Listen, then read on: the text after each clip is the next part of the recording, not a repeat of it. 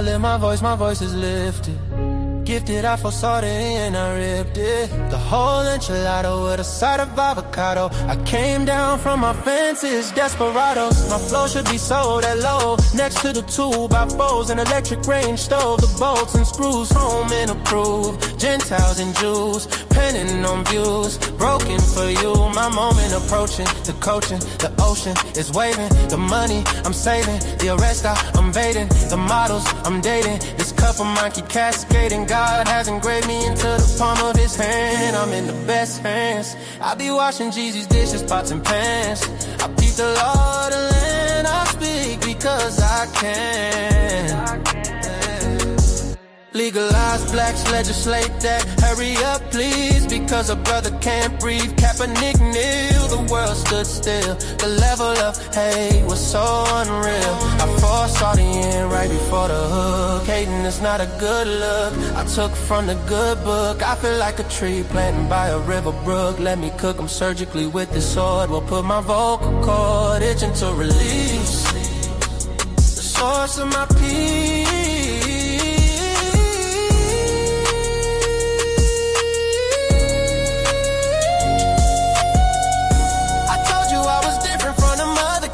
I'm flipping verses on these tracks like an acrobat. Yeah, glory to the Father, he implemented a plan. Jesus carried it out, it is finished. The Spirit empowered, blessing after blessing. We win this, we win this. My spirit smile. We win this, we win this, we win this. My spirit smile.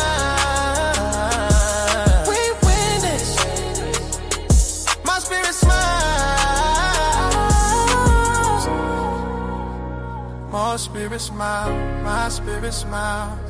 Do y'all hear what I'm saying? Think about it, think about it. Man, Jesus did that. We win this, we win this. My spirit get it, we win this. Do you hear what I'm saying? We win this. My knees buckle, my spirit chuckle. We win this, we win this. Oh.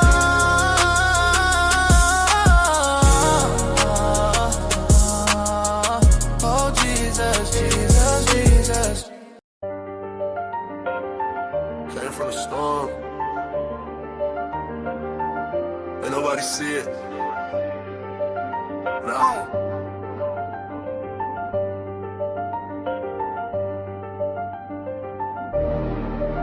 Came from the storm, I was lost in it.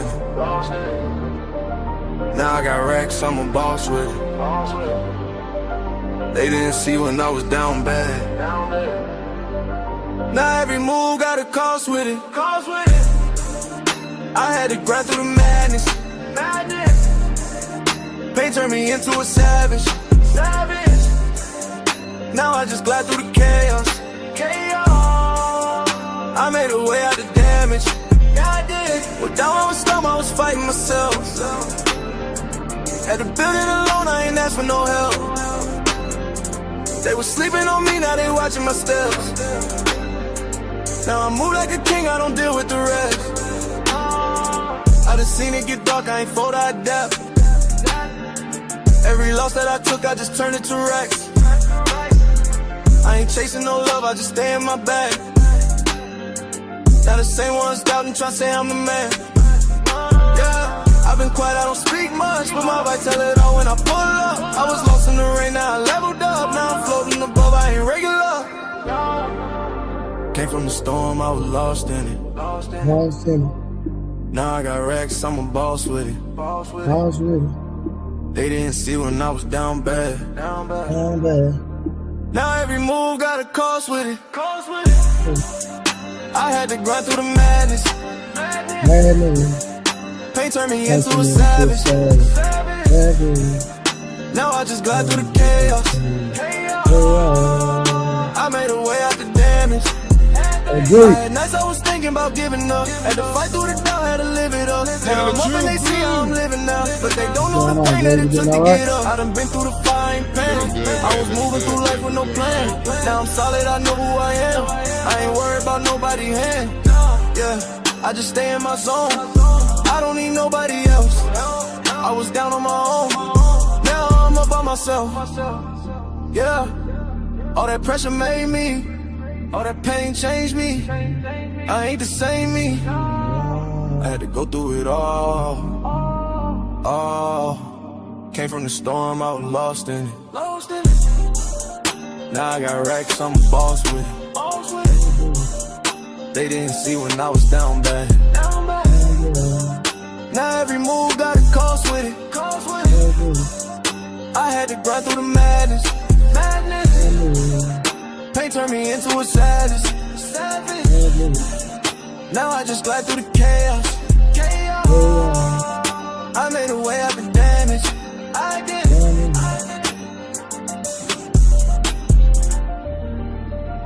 Yeah. Came from the storm. Still standing. Dang, straight, you be hitting them hard.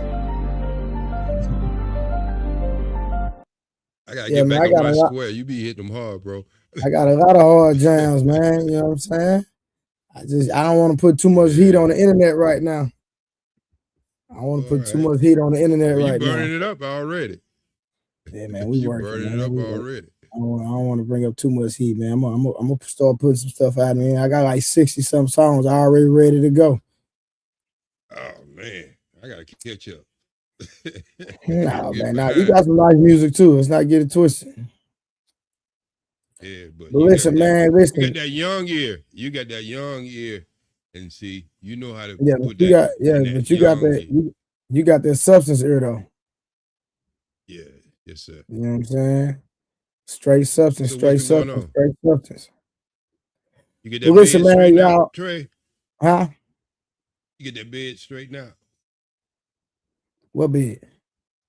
You were working on a bed today with some tools. Oh yeah. I fixed it. Yeah, okay. yeah. I got it fixed. Yeah. We'll trade the hand. Well, I'm gonna say, man, listen, man, we got OGJ Speed over here, man. We're gonna be talking about the Louisiana tragedy. 8 children lost their lives. 8 children lost their lives.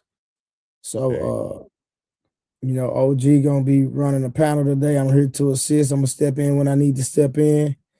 But outside of that, man, he got it. And those for the second shift. But you go on the second shift, all that thing. I'm gonna be gone. That's all I'm saying. Yeah, P. Smurf go be leading out in the second shift.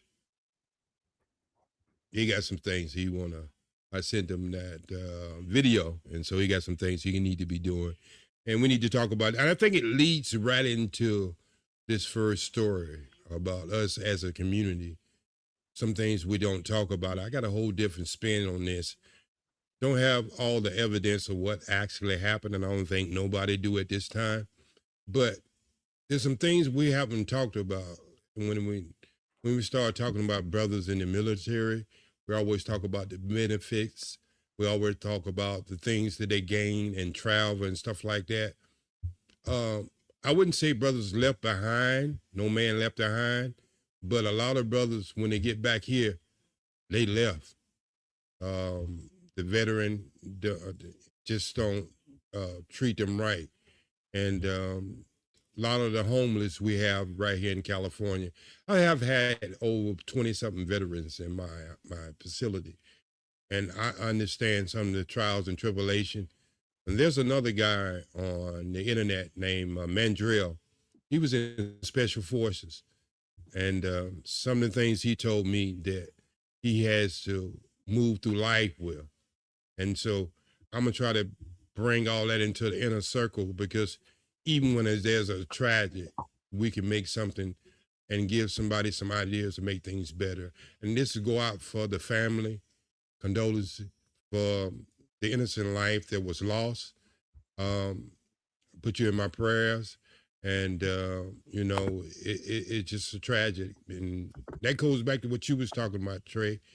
Just your friend the other night, how we could put our children in certain positions, and they don't have nothing to do with anything but try to live their life and be a successful human being. Yeah. And the crazy part, he texting me right now. Ain't that crazy? I'm not lying. He texts you at this moment. At this moment. Man. Is it anything that y'all was able to work out anything earlier today? Now he understand like that I don't deal with men that don't take care of their kids. I don't deal with bum men. Yes, sir. So you know, he gotta see me. And so you know, he just understand he gotta see me. So depends on How his about the energy, children? depending. Huh? How about the children? Are they in a little better Yeah. situation now? And they're working. Mm-hmm. Okay, Yeah. that's good. Everything good. Okay, that's a great thing because just like you say, you know, two grown individuals, whatever struggles they go through, they got to understand it still comes down to the best interests of the children. And 100%. sometimes we can't put our children in the midst of that. And I understand how you had to go through that because I had to go through that with my ex, but it was always the best interest of the child. And even when I went to court, I didn't attack her in no kind of way. Didn't say she wasn't a good mother or whatever or anything. I just said that I could give my child a better opportunity. So I didn't attack her in the courtroom. But it worked out, you know. We got a beautiful daughter. And so, you know, but it's like what gave me this idea, Trey, is listening to all the discussions we have over the internet since you've been on here about 3 months, 3.5 months. Mm-hmm. So, you know, all the things we go back and forth about women and men. And one of the things I always listen to you is you try to tell the women, even though you're thinking in a certain kind of way, you could be in a lot of danger. You know what I mean? You have to. I'm frozen, but I'm gonna unfreeze that. But a lot of you still can hear me, right, Trey? Yeah, I can hear you. Oh yeah, I'm just gonna have to unfreeze that. I'm gonna put this for 1 second. I'm gonna unfreeze it. But some of the things that women have got used to saying and feel like they can have protection, and this is what I tell all my sisters and even my daughter. Even though you can dial 911, sometimes you're not going to be able to dial 911. Sometimes you go get yourself, you got to watch what you say. You see, my grandmother was a strong woman, but she know when to be quiet when my grandfather got a certain look. And I don't think young women understand this today because if they did and know what kind of danger they could be in, I know Mm-hmm. we do it over the internet, but I'm saying if you carrying that stuff in real life and you think you can talk to certain men in real life like that, we see it every day, Trey. We see young people try to disrespect old people and get that 2-piece, 3-piece bus drivers. I mean, we have to be thinking of what we're saying and how we say things. And I know we have the freedom in this country to say whatever we want to, but Yeah. what I try to tell people, there's a cause and there's an effect. And these young men don't think like us older men because we were taught not to put our hand on women. But these young men are not taught that. So that's bringing all this. I hope we will have a decent discussion. And when people come up tonight, we can just talk about how we move as human beings dealing with other people. And it's all love over here, you know, because we have the conversation. But I don't want women or men to get the idea that you can take some of the things you hear on these platforms and think you can move like that in real life, because things like this can happen. And you know, when I told the story about the girl who lived with me, her brother deleted the baby, the mother, his mother, and his father. So, you know, people, and then when it comes to mental, and this is what's not been taken care of, when these brothers are brought from military, Yeah. and you teach a man how to kill, how to be a killer, delete people in war. I'm asking the question now: how do you turn off that switch? Once a man been trained to do that, how do you really turn off that switch? Because at any time that man could become an enemy of anyone, and the way he looks at an enemy is totally different how me and you might look at an enemy. So I think that all this has to be in this conversation, because I don't think we have enough information. And I'm not getting nobody no excuse. What I'm saying is we gonna have to start looking at things a little different, as far as, because these things gonna keep happening. Believe me. That man could be, just because you say the WAR to people who are trained to do that, they're trained to delete. And the WAR don't mean anything to that type of soldier. Now, there might be some people who own ships. There might be some people who pilot, mechanics in the Air Force, and they never see any action. They might be on the ship and never see any action. But I'm talking about the boots on the ground. Them the brothers that come back here all messed up. Not all, but a good percentage of them. And I was just looking at a report for anywhere from 13 to 58% of the brothers who come back from the military have some violence or domestic violence in a relationship. That's a big number. What you got to say, P. Smurf? Hey, good day, fellas. What's going on, chat?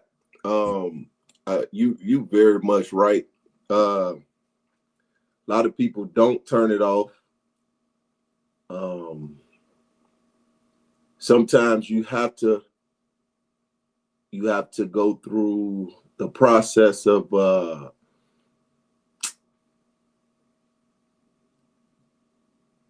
you have to go through a process, man, and that process, that's part of how I lost my family. You know, I don't go deep into it, but it took a long time for me to come to reality.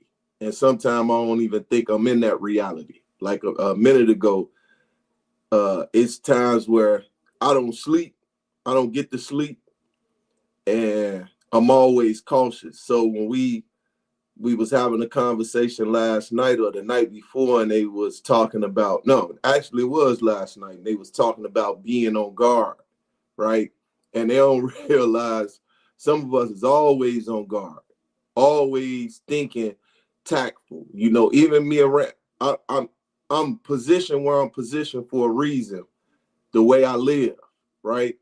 And I have to snap into it, and what snaps me back into it is my children. So I always have to think my children, my children, my children, before you react, or before someone, when people think attacking me, I'm thinking already tactful how I can get to you, right? And I got to cut it off, and you just can't cut it off sometimes.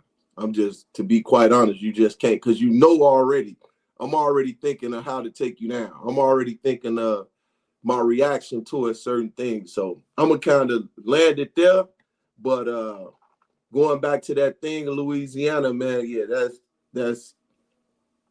that's what I'm trying to get away from mentally. Tragic. Yeah, it's too tragic. And it's always. Let me ask you something, P. Smurf. Let me ask you something. I'm listening. You know, when people go out in space, and then they come back after being in space for a year, I think they put them in a program where they have to I forgot what they call it. I can't even think of the name now. But when they come back, they don't just come back and just go back in public. They go through a whole thing that I see a lot of I used to ask the military brothers, do they go through that? And they say no.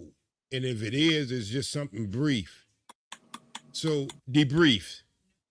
How, if you don't did 5 or 6 tours, how do a person debrief you? After that, you put you back into society. They don't. Like, it's a process that some of the things you see, some of the things you do, like, you can't explain that. And therefore, that's why you see a lot of the homeless that are men are actually military veterans. A lot of them, I don't talk about that's why when Trey talk about the weed, you know what I'm saying, or the butterflies, as they say, for me, that helped. That helped a whole lot, because it keeps my mind from running 1,000,000 miles an hour. That's why when early y'all see me moving, I'm here, I'm doing this. Like, it's all a part of just the survival of it. You know what I'm saying? So you got to keep it moving. And that's the one thing that slowed my mind down, to be able to focus in on one thing at a time. Like, even when we talking, I'm doing work, I'm researching, my mind is just moving, thinking, moving. Sometimes I probably get a good 4 hours of sleep, maybe 2 hours of sleep. I'm lucky to get a nap. So I tired myself out to get a nap a minute ago. So that's when I'm up with y'all. I'm up with y'all because I don't want to go to sleep sometimes. So you never debrief, and they just leave us in the midst of whatever. They give us the support, but how can you explain something to people that never been through what you've been through? Right. Let me just give you a little insight. I was going to be a military career guy. I went to military school, Air Force and Navy. But my father talked me out of it, from his own mindset. You know, being from old school, born in 1912, he had a different mindset. But all through school, I was in military school, and I stayed on a reservation in Cherokee, North Carolina, in the Blue Ridge and Smoky Mountains. One of the things I found out in military training, and yeah, I was on the rifle team, I was on the flag team. I mean, I was always that kind of structure. I love the things that military school gave me. The things that you learn, the discipline. You know what I mean? The exercise, working in the child hall, doing KP. You know, all this stuff that you wouldn't learn in regular high school. You know, so I came to understand it, and that's not even close being in military. You know, the most I was on, you know, the rifle team where, you know, we go target practice, you know, and, you know, we have competition, but I'm not actually shooting at no human being. But being an advocate for 40 something years for homeless people, I have seen a disservice when it comes down to our veterans. And I don't think we as Black people talk about that enough. We always talk about the benefits. We always talk about, just like I said earlier, the travel and the things that offer you. But some guys are not, they're not all there to even accept all that kind of stuff. And they end up on the street, just like you say. So we're going to get into this tragic. Believe it or not, Trey, I think you know more about the tragic than I do. I just have a different twist of how I like to have this conversation go up in the back end. And Smurf, you might know more than me, P. Smurf, about this tragedy. I didn't find out about it about 2:00 today. Yeah. And I was looking at some stuff on the internet. And I really want to tie all this in. And the reason why I want to tie all this in, because there's been something over 40-something thousand children been deleted in the last 2 years. And not only have these children been deleted, but we have sponsored that war with our money. with our weapons.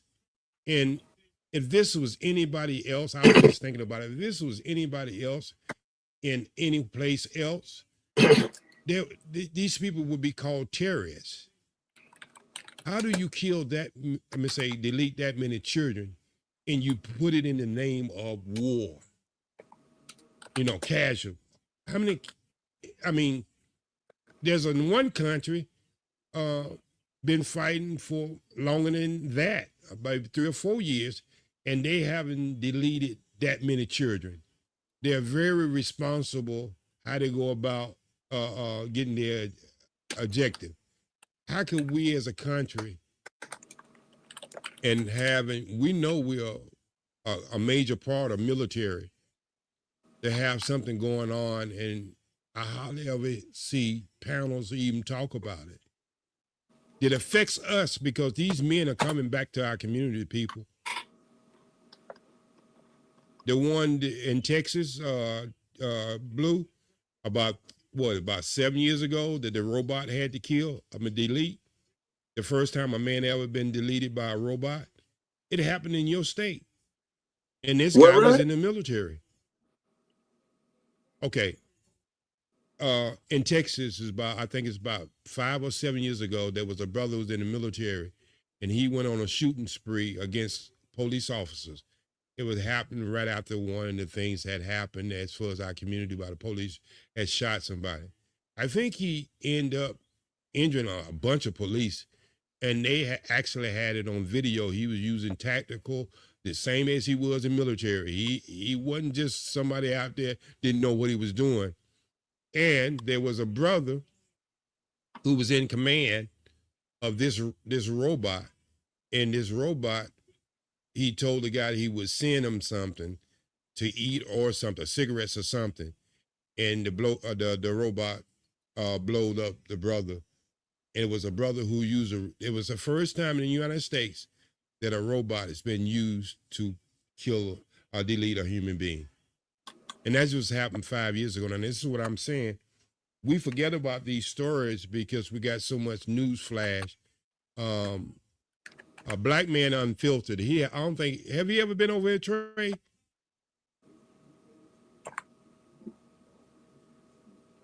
I don't know if Black Man Unfiltered been over, but he was actually on the street that night recording it. The man ran past him. So I'm saying we forget about these things because we got this 24/7 news now that just keep us occupied from one story to the next story. But I would like to give this. So what did you hear about this story, Peace Merc? I just got I know what was supposed to been. Yeah, as soon as we got off the live, it just came up on what's going on. But you know, it ain't a whole bunch that I see. I'm only going off just what was posted just recently. Yeah, and they say it started off with, well, he was a date on Saturday. I think he was eating with his older daughter, and he made a post on Facebook. I was able to send Trey of some of the things that he was posted on Facebook, and then heard that there was some domestic thing that occurred and it got out of hand. And it was like early in the morning. Did you hear it was like early in the morning, like 4 or 5 o'clock in the morning? Let me see. I'm now want to look even more into it, OG. Let me see. Hey, while y'all looking, peace to y'all. How y'all doing? We will. How about yourself, my brother? My brother, Ismail. Can't complain. How you doing, Mr. Ismail? Good. I want to chime in. So on the brother that you're talking about. Do you know anything about this case? I know very little about the whole situation. I know a little bit, but I'll speak on the aspect you're talking about, soldiers returning from combat. I'm a 7-time combat veteran, okay? And I did 28 years. So let me, and I know the Army National Guard and the Army Reserve and the active component Army, like I know the back of my hand. This, from what I understand, okay, let me preface this by saying, from what I understand, this dude never even deployed. He was in the National Guard. Now, that doesn't take anything away from being in the National Guard. However, he didn't serve. It's been a while since he served. So anyone that may try to attribute this to any type of PTSD from combat, it doesn't necessarily fit. And, you know, there are people that actually live and deal with PTSD daily and don't commit these type of atrocities. Okay. And they have access to weapons and all of that. I'm not saying that, you know, there's not an issue. I'm not saying that at all. Okay. Because there is an issue that attributes to being in actual combat. And there are several people that will tell you that we, me included, deal with every day of our lives. When you go to war, it'll change you for the rest of your life. I don't care if you've been in the streets. I don't care what you've been doing. It'll change you for the rest of your life, for the most part. Okay. So yes, I don't want the narrative. I would like for the narrative not to get spun around this dude being in the military and doing what he did. He was a dirtbag. That's what we got that. He was a dirtbag. And that's the wait a minute, before you go any further with that, that is the first thing that I said, condolences to the family. But I think when you have conversations, when things happen, and it may trigger one thing to the next thing, and I want people to not. But what I'm saying is a deeper conversation in all of this. And the reason why I'm going to say what I'm going to say, Mr. Ismail, is the 30-something thousand people who lost their children with a word called WAR that had nothing to do with us. Really, it don't. But we supply them with weapons. We supply them with everything. And it's like, I am a spiritual person. What you do to the least of us, you do to all of us. And that's what I want to contribute to this conversation more than anything. That we go day to day and there's some mother and some fathers crying and we act as if it don't matter. Now, there's things that go on in the world that we don't participate in, but I'm actually talking about things that we are participating in.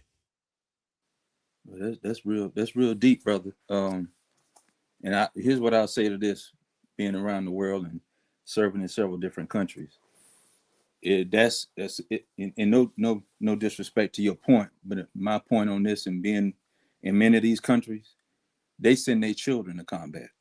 They supply their children with combat. So anything that we do, whether you buy a loaf of bread or you actually buying anything, it contributes to that same effort. That's just my point on that. And I'm not trying to shoot down your point, but me personally, unless we're directly, not indirectly, because we indirectly do a lot of stuff. You know what I'm saying? Yes, sir. As the global power that we are. Yeah, we indirectly do a lot of stuff as a global power that we are. But we don't send our children out there like that. Just on that point that you're bringing along. They send their children out in the street at 7 years old with AK-47s. Literally. No matter what country you're talking about around the globe, we different around here. But can we use that as an excuse to kill 30,000 of them? But that's, you talking something indirect, though. Yeah, you see what I'm saying? I understand. So we got to understand. Let's put content with that. All right? Right.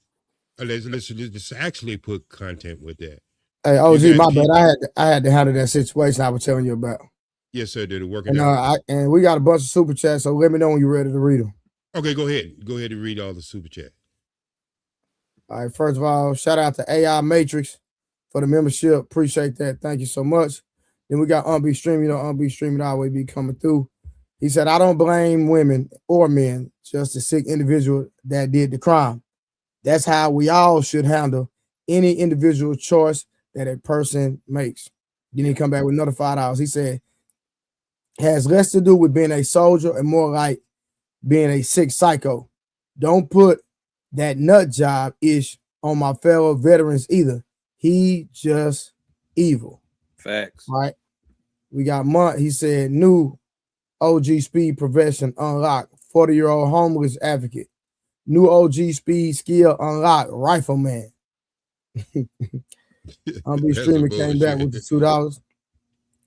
Evil is real. It's not always mental illness, etc. I agree 100%. We can't keep blaming everything on mental illness. Facts. All right, Unbe Streamer to $2. War is the reason why we are able to yap on YouTube. 100%, brother. Right. And then he came back. Ishmael, what's good, brother? and then he came back with $2. Without war, most of us wouldn't have a voice. Appreciate that, Unbe Streaming. Well, I'm tired of people, and I'm to be honest with you, I'm tired of people using that excuse because people have always had a voice. Always. And see, this is where I get a little upset with this, because we act like we can't talk about a whole circle. We have to just dismiss certain parts of the circle. Look, we talk about families that if a man and a woman got in the street and they did everything, they just tearing up the community. We talk about gang members, drive-by. We talk about all things. People are influenced. If your top of your government is doing the same thing that they doing in the community, you can make all kinds of excuses you want to. A life is a life. We got to just stop acting as if we really doing something to stop something, or we are doing something. Most of them people don't even have where they can even reach us. They're almost like shooting slang shots. They couldn't reach us if they would. I'm talking about in our own borders, okay? So what I'm saying is, a lot of things we do around the world, because we are powerful, but what we call that in school, if somebody's powerful than everybody in the school, we call that a bully. So what I'm just saying is, we got to look at everything as the same thing, regardless if you're part of it or not part of it. Look, I have uncles, I have nephews, I have a lot of people in the military. But I'm saying, when I want to have a discussion, I want to have a discussion. I don't want to make excuses for any of it on no level. And what I'm trying to do is, I go out there in the street. I put my feet on the ground. I see the soldiers, some of them with their limbs and stuff cut out, are homeless. I'm not saying that I'm not going to never make excuse for something evil. Someone who would go and delete 8 children. I'm not going to make an excuse for that. But I'm not going to stop talking about what I'm talking about too, because it might rub somebody wrong. It's wrong to kill. If look, with a uniform or without a uniform, if somebody came to this country and tried to fight against us in this country, I'll be the first one to pull out everything I need to try to help this country win. But that ain't what we use our war machines for. We got to stop acting like, the real freedom comes when you think you got real freedom. It's when and I'm going to be honest, when we can start talking like white people, because when white people to have problems with this, mostly what I see talking about this thing we in now. We acting like it is not even existed. This thing that has got gas $7 and something in California. It was up to $8 just last week. We got to try to act like this is not a cause and effect. All right? We can talk about this case, and I'm not going to never give nobody an excuse who do that type of harm against anyone, even if they did it against a dog. But don't act like we don't go around the world and do this to people every day.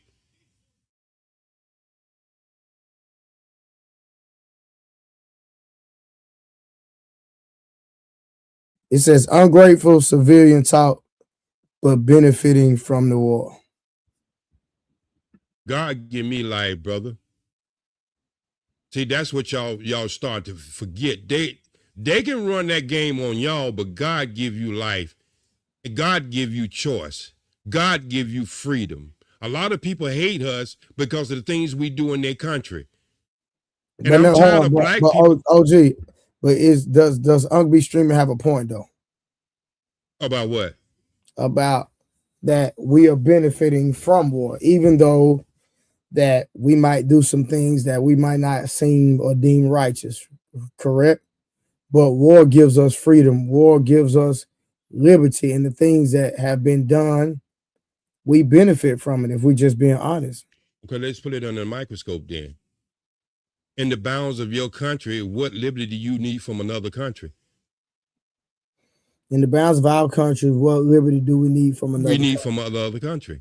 Well, I would say, and Unbe Streaming, I wish Unbe Streaming would pull up and have this conversation with you, because I'm not a veteran.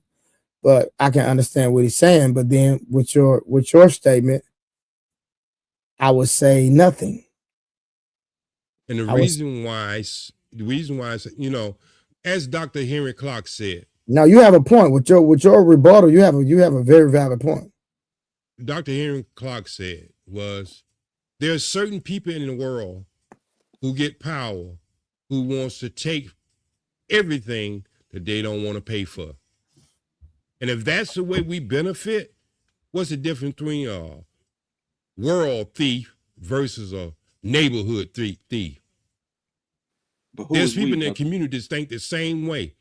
Oh, I can do this, I can do this, I can destroy my community, I can do what, as long as I get advantage and my family have the freedom to move around and we can drive around in cars and we can do this and right there. They have that same mentality. This is what I'm talking about. The world things, yeah. Ishmael has an objection. Go ahead, Ishmael. Yeah, brother. That doesn't necessarily apply to the black community like that. The only people that come in and are allowed to continue to destroy, these are these are crash out operatives, in what I like to call them, because everybody else in those other communities, they ain't allowed to do that like that. That's that, brother. No, sir. I can't. No. And what I forget what the brother's name that was super chatting. He's correct. Stream. Yeah, he's correct. He's not lying what he's saying. What you're saying is in a totally different context, and you're speaking from, a big global, a big morality type of point. Okay. Somebody said it earlier in the super chat, and I don't know if it was the same dude. That was an individual that made that point. See, we, and I'm talking black folks primarily, we are coming into a new renaissance. And a person like myself that's a little bit older, I don't know how old you are. You're probably a few years older than me. 6 years old, brother. Okay, you're older than me. But folks like myself in my 50s, these young folks ain't like that. Like they don't come in with that same mentality we come up under. You come up under boomers, and so did I. Okay, I'm a Gen Xer. And the reason I brought that point in to what some of the folks are saying, and people like myself that's a vet is saying, you can't necessarily come with that communal type aspect of like, oh, is this black person making us look bad? Or no, that's just a sorry POS that did that. That don't reflect on all of us at all. That don't reflect on that. Sir, I think we're having two different conversations. That's what I was just saying about you. I have already said what was done as far as that part. I'm talking about, do you think the way we move as a country influence people how they move in the country? But who are you talking about when you say we? I'm just asking. Worldly, how we move worldly has a direct influence how we move in the country. Brother, who is we? We. When I say we, when I'm saying we, I'm talking about when we move military wise, the Epstein files, how they rich people move in that way. Hey, OG, we got to be careful about certain conversations. I don't mind you having that conversation. Right. We're going to stay away from that. Okay, so gotta get him shut down. I got that. And in code, this is what I'm talking about. This is Jesus Christ standing at the door when somebody told him a coin and asked him something. It's a trick question. Really was trying to get Jesus in trouble. I'm saying, as a whole, when we start talking about this, that the freedom that you say that we really have, just not being like, I remember when this other, you can look over Alaska and you can see when that started, black content makers couldn't even talk about it. Okay. Because we're told we have freedom, but there's still certain things we can't talk about. But that's just the nature. I understand the nature of the beast, OG. Hey, this is what I'm saying. I'm just trying to put a microscope on it. That the things that we allude to that we have, that's not a microscope, brother. No, that's a telescope you putting on it. You putting a big telescope on it. You put a microscope no, I'm putting on it. it on it. You know, you put a microscope on it. Then we're gonna, just as you said, okay, you didn't point that to our community, but when you speaking and you say we as a country, that's putting a telescope. Them people up there in DC, they don't care nothing about none of us. They ain't care nothing about me in uniform. I don't care who was sitting in office. None of them did. You understand what I'm saying? I ain't never said they did. No. When you say we as a country, you are though. You're implying we part of this country. Yeah, OG, real quick. So let me, because I'm gonna moderate this thing, but OG running the show. This OG panel tonight, so OG running. But let me ask you something, OG. How are we talking about the United States and the things that the elites might be involved in, allegedly, correct? Right. And how does that compare to what the man did in Shreveport? Well, and beans, we're gonna donate you some cups. Damn. Hey, bro, come on, man. Leave me alone. Bro, this dude always drinking out the whole jug. He ain't never got a cup of it. He got the whole jug of Kool-Aid, Sunday Delight, everything. Shit, he had a whole pot of Oodle Noodles one night. You know what I mean? So yeah, you're right. He be getting down. When he get down, he get down. We got two more super chats from Unbeat Stream. Unbeat Stream said, without war, we would be suppressed like Russia, China, and North Korea. We will be treated just like their citizens of they take over us. And then he came back and said, this is OG saying easy to say from Free ASS USA. So my thing is, everybody who wants to say and put that much weight on how our country is ran, I had to question people in their spirituality and their beliefs, because I believe God give you freedom, and the only person who can make you believe that God don't give you freedom is the devil. And that's just me straight up, 100.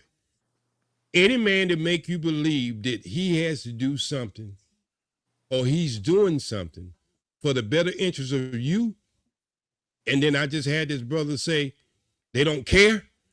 Well, how do they make you believe something when you know they don't care? Huh? No, brother. We how don't, do we you don't make? Join, we don't join for that. We don't join for that, brother. No, sir. We don't join for what everybody think we join for. We join for these benefits to take care of our family. Period. Point blank. I understand that. No, so do a drug dealer sell drugs in the neighborhood to take care of his family? So we equating us to drug criticize that. But you'll criticize that. Hell yeah. So you'll criticize that. They go to combat.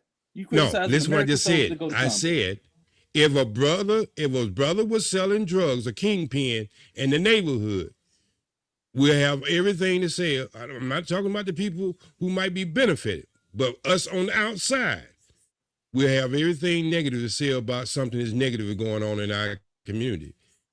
All right, brother, that's a totally separate thing you keep bringing up, and I'm telling you. Okay. Is it really separate? Really not separate. You ever heard of Iran-Contra? Is it really separate? Exactly. Hold on, Harvin. Is other people in front of you? Yeah, it's 100% separate. All right. It's 100% separate when you see service members, whether they're active or reserve, and that's all they're doing it for. They'll risk their lives and whatever come with it just to feed their family, just to make sure that they got something for a legacy outside of going in the street and doing what they got to do. It's 100% different. To another country and doing it. All right, OTC, did you want who told you that? OTC, did you want to say something? Then we're going to get Harwin in there. Then OG, you back on. Fast. I feel like he not being honest, because if we go back and look at some of these wars, the Iran-Contra, like he spoke on earlier, I didn't see who said it, but Vietnam, if you go into what they was doing when they was going over there in Vietnam, they were seizing poppy fields. Like he can act like the government wasn't doing nothing, involving drugs, but that's not you know, when we go back and look at what happened when they was over there, yeah, they All was pretty right, much hey, just like, OGC, we ain't going that deep. All right, let's stay above water. I just wanted to, I was just making clear Well, we talking listen, facts. I already know that deep stuff. I think all of us privy to that. Let's keep it on the surface, but at the same time deal with the context about. Let's stay in code. Yeah. Let's stay in If code. y'all want to have that conversation, y'all go on y'all platform. Okay. I'm talking about if you want to go deep sea diving, respectfully. I was just having a conversation. I didn't know what I couldn't let's stay on the about. surface. I think No, I understand that, but saying but coming on my platform saying what the government did without no proof, we're not doing it. That's what I'm saying. It is proof. Well, guess what? I want you to upload the proof on your page, and I come verify it. Okay. I can't post right now, but I will. Okay. Well, again, when you post the receipts, make sure you let me know so I can come over there and look at your video. I appreciate that. Bet. Because this conversation is about actually Louisiana. It's not about the government.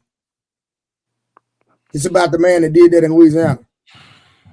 I'm responding to what the dude said, but I don't like if you gonna like try to control what I'm saying. We can move on. Well, it's not that I'm trying to control what you're saying. It's my platform, and at the same time, when you want to play a game, you got to understand the rules. All right, we can move on, bro. Whatever, bro. Okay, Harvard, you got something to say? I don't want to encroach upon what you just said, so I'm gonna pass it. It's fair to do that. It's fair to respect what he won't say it and don't want say it. But can we just be honest that OG was the one who kind of broached it when he made the comparison between the drug dealers on the corner? Yeah. But hey, Ben, you see, I've been trying. Yeah. Hey, Ben, you see, I've been trying to move him a little bit. Yeah. I think it's not okay. So here's the thing. Not going into the government is a fair ask, but talking about the dealers on the corner versus the military, man, I think that's a fair conversation to broach, particularly when you. Yeah, I don't have an issue with that for sure. But they started talking about other things that you know. Right. You know what I'm saying? I understand why you're saying it. Yeah, absolutely. I'm a content creator. Y'all make sure when y'all bring that conversation up, please have me on. Y'all want to talk about a drug dealer versus a soldier? Please, whenever y'all want to do that.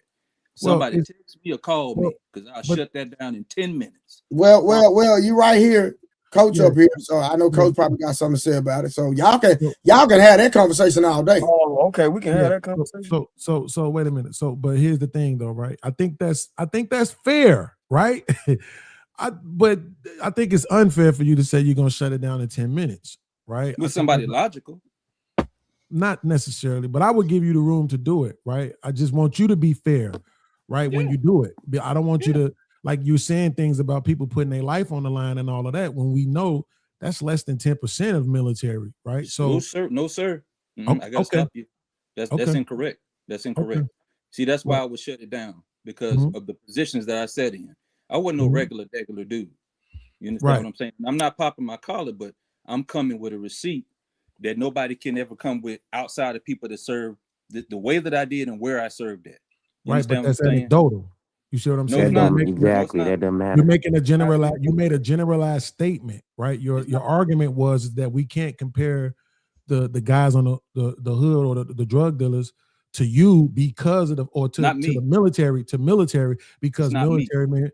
I understand. So I mean, you can't hear me if you're talking. Right, so you're not going to even be able to understand where I'm coming from if you just go over talking. Right, so you said, right, the example that you used, the reason why we can't compare you is because military men will put their life on the lines to be able to take care of their families. Right, drug dealers do the exact same thing, but you're making it from a position as if the majority of people in the military actually see combat when they don't. That's where you make the false comparison, brother. Okay, that's where but is it true or false though? Is it true that the majority of servicemen, military personnel, don't see active combat? Is that a true or false statement? Yes. The comparison you're making is a false equivalency. Absolutely. I'm not asking you about the comparison. I'm asking you, does the majority of military personnel see combat? You put it up there like that. When you put it up there, we understand Mr. Ishmael, we understand that it's a false equivalency, but at the same time, can you answer his question though? I can answer the question if you put it in the right narrative. You can't sit there and say, well, did everybody that served go to combat? I didn't say everybody. I didn't say everybody. That's not what he said. Right. What I asked you was, is it a true or false statement that the majority of military personnel don't see combat? Is that a true or false statement? All right. I'm going to answer you, and I'm going to answer you this way here, because you can't just ask that flat. You can't just ask that flat statement. When you say see combat, you mean see combat. So let me ask this question in between, right? I think I can clear it up. Bing. So you talking about actual men who got loaded ammo going through the boots on the ground, hunting people out, right? Yes. I would say in that regards, it's a minority of those, right? See combat is what? Because they still have the support of radio, helicopter, artillery, cooks, construction. They have those people in those combat zones too. So they are ready to throw their dukes up and hit you center mass anytime. So the perimeter in those areas is secure. Ain't nobody breaking in unless it's one of the soldiers going crazy. But that's partially true. Yeah, right. But ain't nobody now as far as actually got a backpack on and you eating cold meals every day. It's about and it rotates out, Bings. You gotta understand it. It might go from 40%, 30% to 80%, 90%. It rotates out. And especially in the reserve and National Guard, a lot of those. The number is 60-40. Aren't there like just numbers we can reference without us kind of, guessing? Like, or can we just get the information? You can look it up. Why don't you look it up since you're so curious? It's right there. Yeah, I'm looking up for you. And our numbers may be, 10, 15% difference in us, our experiences. I'm giving you the number. It's 60-40. Yeah. So that's why I said, 60-40, 60 one time, 40 another. It switches up. But see, this is what I'm saying. That's fair to do. That's fair to do, but people usually what happens is when you bring the numbers up, then people want to ask you what's your source and all of that. I ain't want to do that. That's why I just wanted him to just concede so we can move forward in the conversation that it was a minority of people, right? So he can't make that statement. He can't use that statement to justify his argument of a difference between the street guys and military guys. That's you can't say, "Oh, we're different because we put our lives on the line." When I didn't say we're different. No. Don't do that. I didn't say we're different. I said you said we couldn't compare you. You can't. Right. You said we couldn't compare you because y'all put y'all lives on the line to feed y'all families. That's what you said, bro. I'm not gonna lie on you. That's what you said. Yeah. Okay, so that's mean we can't compare you. That's what you're saying. And I'm saying, well, it's not a true statement, so you can't use it. Well, it's not a true statement. The majority of y'all don't put your lives on the line. If you want to know the numbers, I've had this debate before. Hold on, Ishmael, where's your reference? Where does your numbers come from? People in the hood have PTSD like so. Going and telling me I'm incorrect. Ishmael, where did you get your Ishmael, where did you get your data? That's a fact. Hold on, OTC, please. I didn't say it wasn't true. Ishmael, quick question: where did your data come from? Brother, can I respond to Mr. Ben? Yes. Can I respond to the brother? Okay. Go back to the very last thing you said. The end part is where I have the problem at. Go to the last part you said. Please. Which is about not seeing combat. Say that again. Right. That the majority of military never actually sees combat. So before Kurt Ferg jumped in and added his piece, that's why I asked that specific question. What do you mean see combat? And I'm going to respond to the person that said where my source come from. Well, what do you mean see combat? Means they aren't involved in firefights. They aren't deployed into active combat zones. Let me help you out. Let me answer that question for you. Okay. The majority are not even equipped to go into active combat. So no. What we call an 11 Bravo, a gun bunny. Okay. There's mechanized and there's ground force infantry. Right. That is not even a part of what they're there for. That's why I said earlier, that is not even really a fair question, the way that it was posed. However, no, the answer was no. Hold on, just let him finish, bro. Slow down, brother. Go ahead. Go ahead. A lot of words. Somebody just mentioned earlier that cooks, logisticians, and everything that supports the warfighter, okay, don't necessarily see that enemy action, but you're still in combat. Right. And you still deal with the enemy. All right. When you somebody let me know when you got some Scud missiles coming at you. Matter of fact, go tell those people that was over there at the port of Shaway, but this is public information, if they were in combat or not. Okay, those people were going by the nomenclature. They were 25. They were infotech folks. I know the unit that was over there. My feet been on that ground for years. So were they in combat? That's why I asked that question. That's why I'm saying you have to think about what's being said here. Direct combat? Yeah, the majority of the forces ain't even built for that. That's not what the forces are about. Whether you're talking either service, Marine, Air Force, Space Force, all that. Okay. And that number I came up with 60-40. 60% of the service is active component. The other 40% is the Reserve and National Guard in each service. All right. That's why I came up and said that. I just didn't pull it out of the air, because you can't keep sustaining the fight on the ground like that with the active component. You have to bring in the reserves and the National Guard to come in and support the fight. So I have to bring context and clarity. All right. That's why I'm saying that. So when you say in combat, the majority does get into combat, but not into one-on-one battle that you think you're seeing on Rambo or some stuff like that. Don't work like that.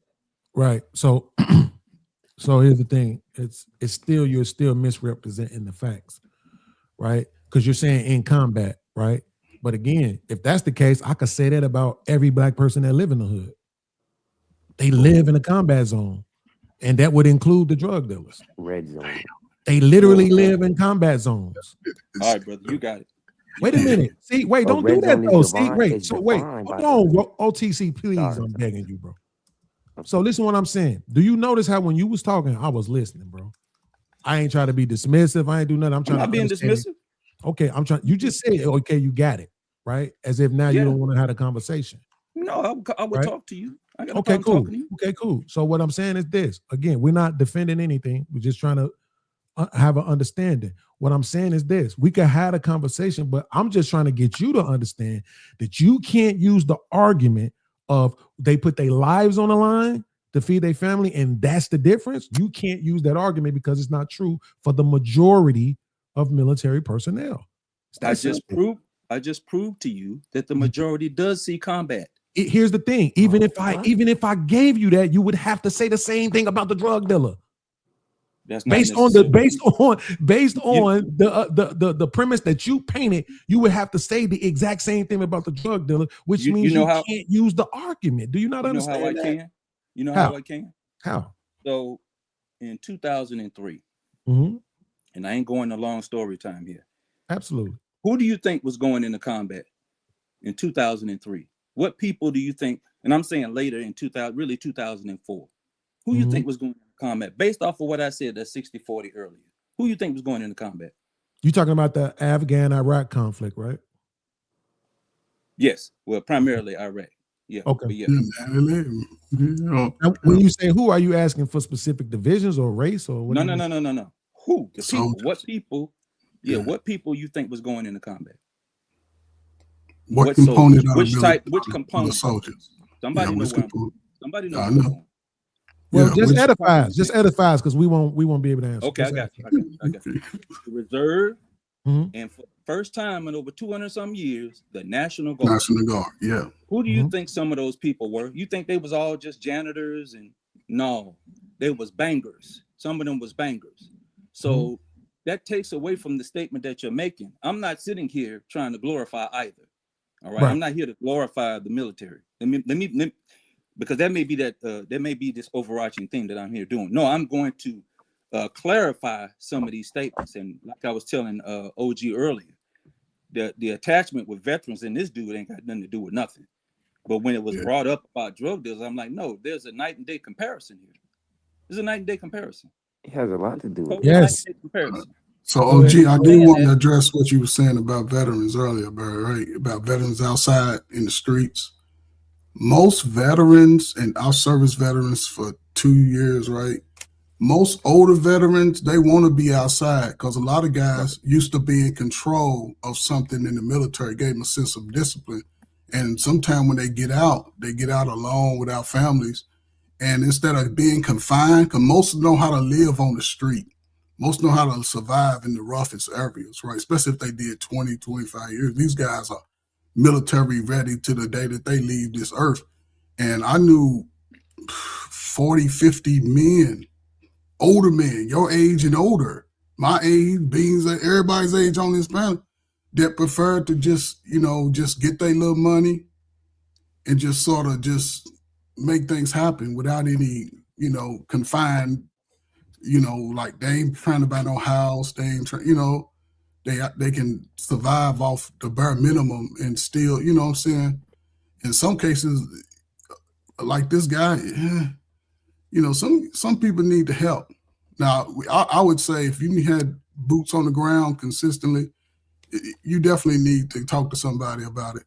I had a cousin that was a combat cameraman. He showed me dismantled membranes the Gulf War. I was 80 miles from the combat zone. I had to take shelter 5 times. Now I say this and I'll shut up. I used to work one day on, 5 days, 1 day at work, 5 days off, right? Because I was just got in the service. I worked at the airfield. The fire alarm went off. I'm the only one that had my mask and my little combat chemical suit. The fire alarm went off. Everybody goes outside. I'm looking crazy like, why the hell did everybody go outside? I go outside. They all looking up at the sky, pointing. I look up. I don't think I see is a Scud missile flying in the sky. That's right. Then I just heard the Patriot missiles just take out, foof, and it hit it. And it knocked it out into the desert because it was a lot of desert. In about 5 minutes, it was all clear. I said, yeah, this is meant by God for me. I seen when they was in Bahrain, when they dropped the bomb, it wasn't a really lot going on. What America does, and I said, this is happening. They new apartments they build in y'all community, it ain't for the people, it's for the people who need somewhere to go. This is happening for the last 40 years for immigrant, people go get a chance to come here. That's why, and I said, it's a great time for Black men. All right, let me read these super chats, and then we're gonna give it back, and we're gonna give it back to OG. Yeah, go ahead. All right, so we got Unbe Streaming, self-righteous hippie, no skin in the game ish. Unbe Streaming talking plenty of noise from. All right, Unbe Streaming, pure ungrateful and unpatriotic, but benefiting. Unbe Streaming again. This nigga comparing a crime to a legal job. All right, Unbe Streaming again. And Unbe Streaming a vet, so I understand why he's invested. Since he's not on the panel, he's speaking through super chat. Appreciate the support. No, the reason is because one criminal and one is a real job. Also, you don't have to be in combat to risk your life. Just going to the war zone is enough. Then he came back. He said, anyone in a war zone, life is at risk, mortar rounds. Let me see how many more he sent. Okay, he got one more.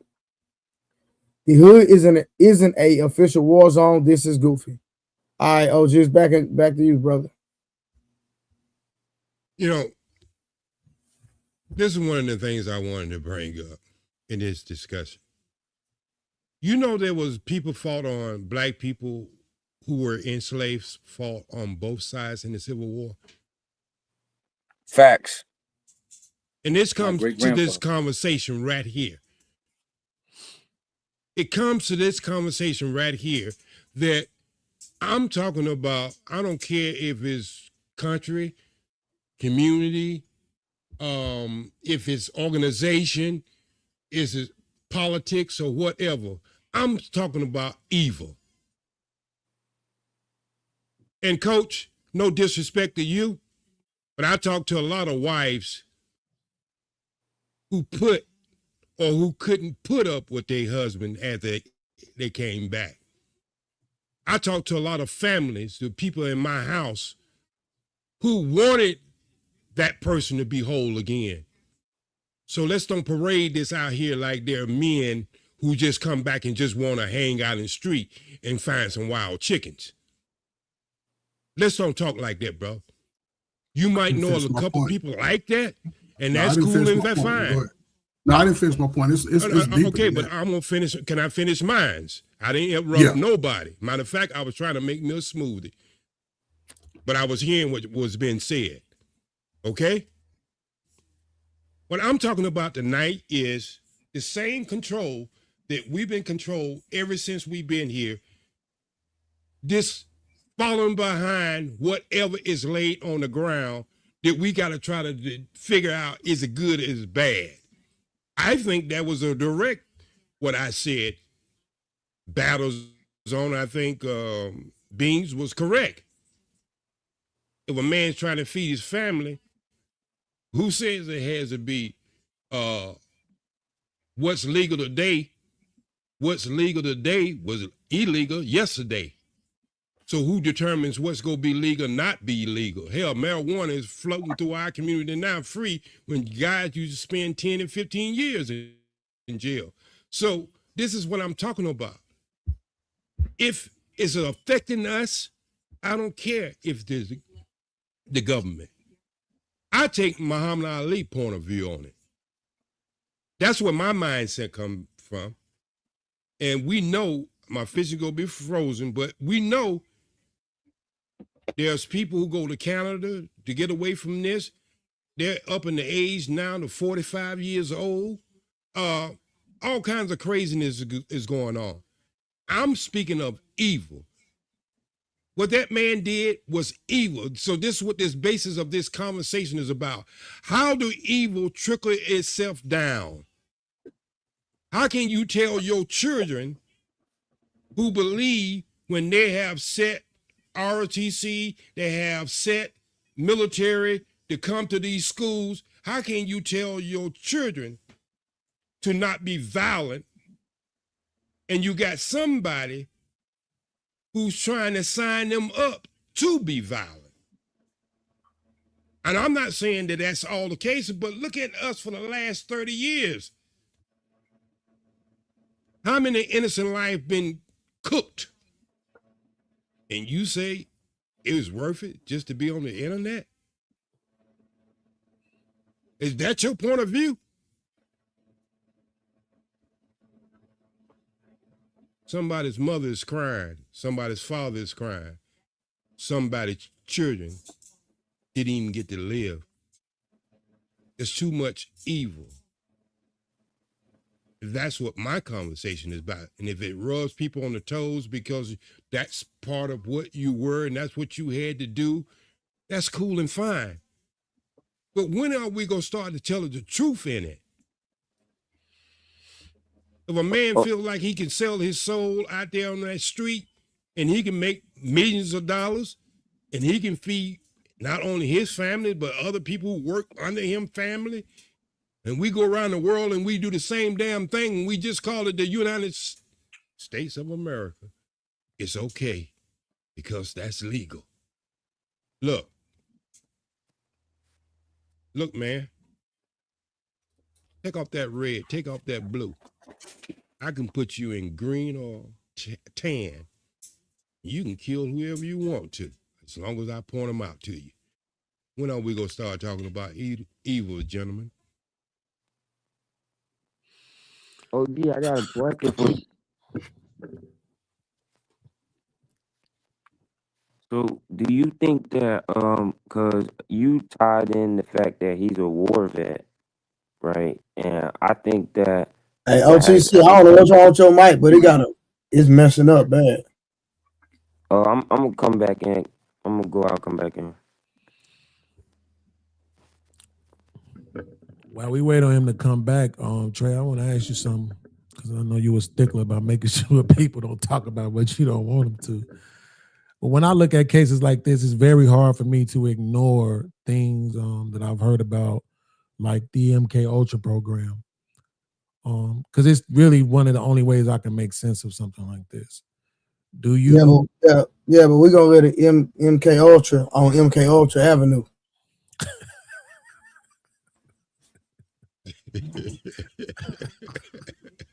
Ever since he got that road, boy, I swear. This nigga. I'm just saying, even if we don't use the framing, right? The terminology. It gotta be something, bro. Like it's okay. You can say it without saying that. I'm saying it's hard for me to just think that for some random no warning type reason, right? Somebody just wake up one day and then the kids. Can we call it government programs? You don't even execute the women. The women survive. Yeah. Right? The women who you're probably primarily upset with, they survive. But the kids gone? Like that just, I don't know, man. I got a question now. I don't know.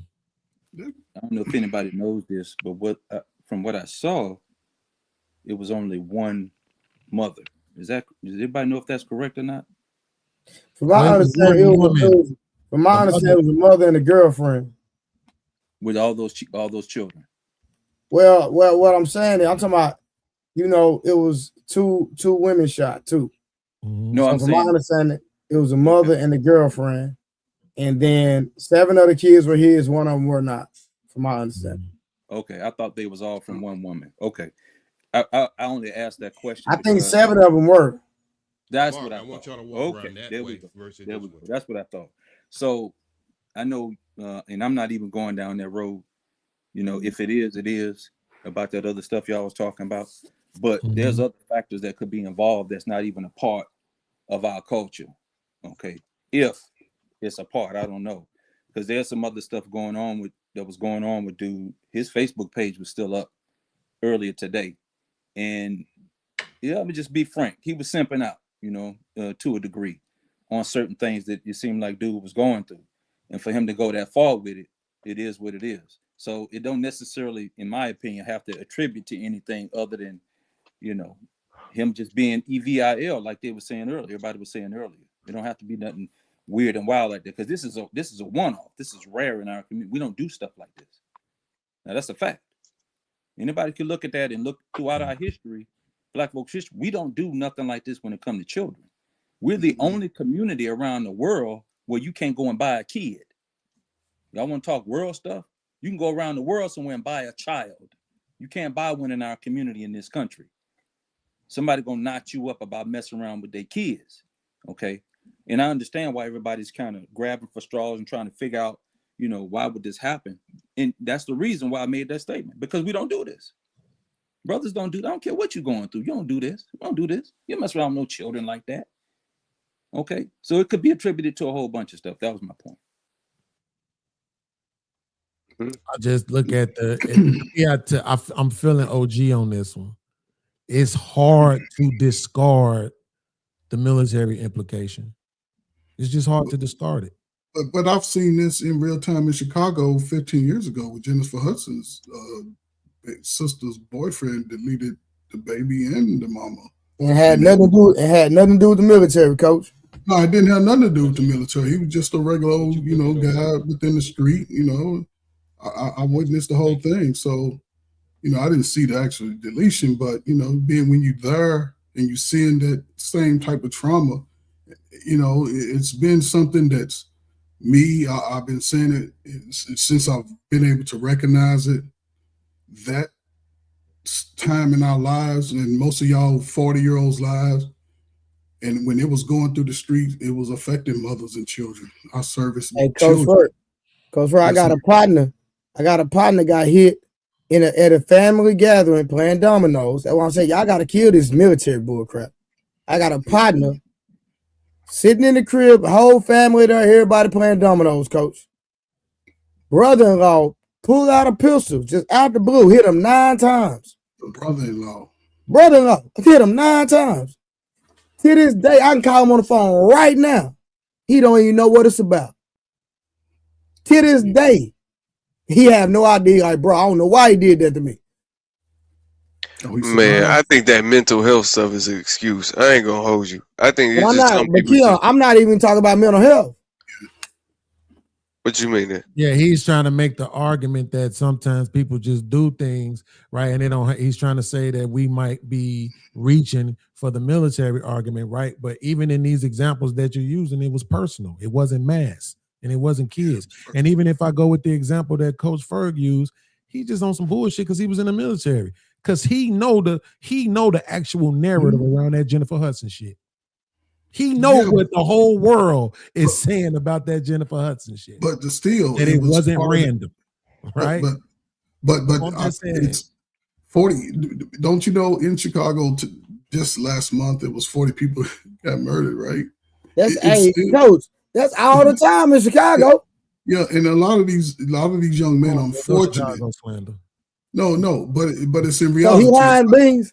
No, I just said no Chicago slander, bro. No slander. I'm talking straight from the heart when I talk about Chicago. That's a place nobody don't kill nobody more than in Texas. We just looked this up the other day. Texas has more murders every year than every other state. Okay, well, but watch this, Coach. Y'all know what do y'all know what a worst place on the earth is? Texas. El Salvador. Yeah, Mexico's down. No, that's a fact. No, they be El Salvador. Go do your research. El Salvador, they have more M's than anybody. Damn. On the sunny day. Stay away from that motherfucker. Right, but again, look at the example. Look, this is what's going to keep happening. We're going to keep using examples that's nothing like this. Because to bro's point, this don't happen. Right? Even now with Coach, you ain't hear about all them shootings? Yeah, they was shooting at somebody. And we know these niggas don't have a problem with spraying and don't care who get hit and keep going. This is different. This ain't that. He didn't say and then run. He went and targeted. He said, I'm getting you, and you. My own family, his own kid. But Beans, do you think it's had something to do with the baby mother, though? It's possible because we seen a situation like this like 2 years ago where the dude, he was on camera, he was on video. He said, I'm here to get her, bow. He went to the other chick, I'm here to get her too, bow. Right? On video. And see, old boy, they said, Trey? Real quick, OG, dude was a weekend warrior who didn't deploy. So they saying the dude never was deployed either. But go ahead, OG. It's a fact. Now we shaming him. It's a fact. It's a fact. We ain't shaming. He said, yeah, I think one of the questions was on his Facebook page was, he asked me in a question, if you can have your children with a different woman, but the same children, would you do it? It's like old boy said, he simped out. So look, that right there gives us context then. Y'all can kill this whole. Why we even bring it up the military for anyway? If he's venting, hold on, OG. If he's venting on Facebook about his baby mama asking if I want the same kids by a different woman, OG, come on, man, that's 1 + 1 = 2. No, sir. Yes, it is. Come on, man, that's elementary. Trey. That's the worst math I've ever heard in my life. Wait a minute. See, I get all of this. Yeah, it's kind of like the bonnet math, but I get that, Trey. What I'm saying is, I'm just gonna say it because I got to be 100. When we avalanche chasing a damn story, there always can be a bigger story that you can stretch out because everything do trickle down. And what I'm saying, if we look how we look as life as a whole country, how would you not think that would not trickle down in society? What?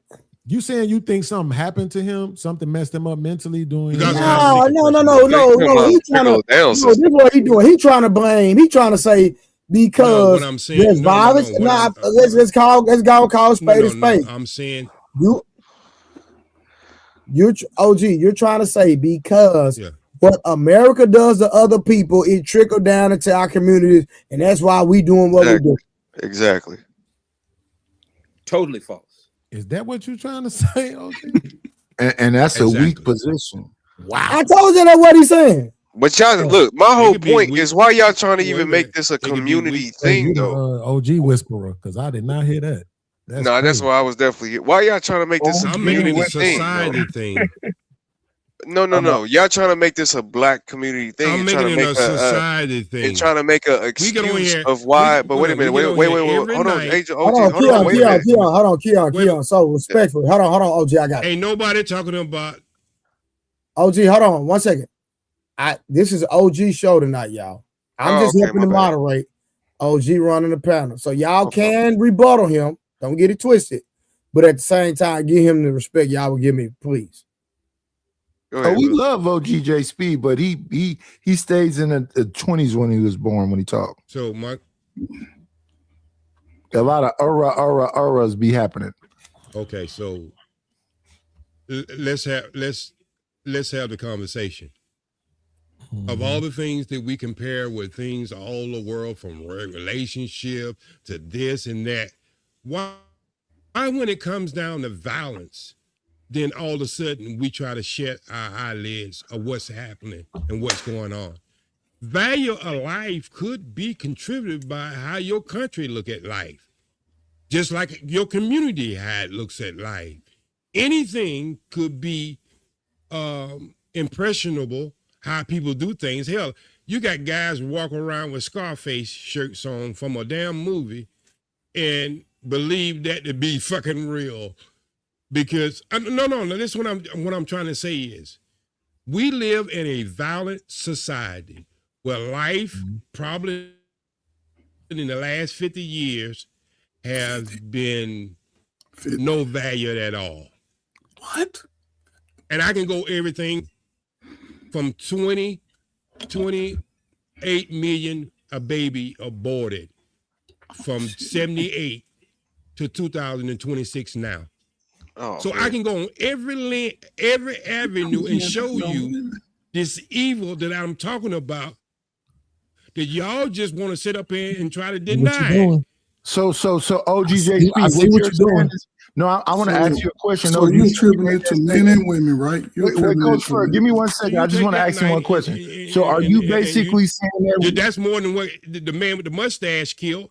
I understand that, but what I want to ask you is, OG, why we just can't have y'all? We not doing that, OG. That ain't got nothing to do with what we talking about.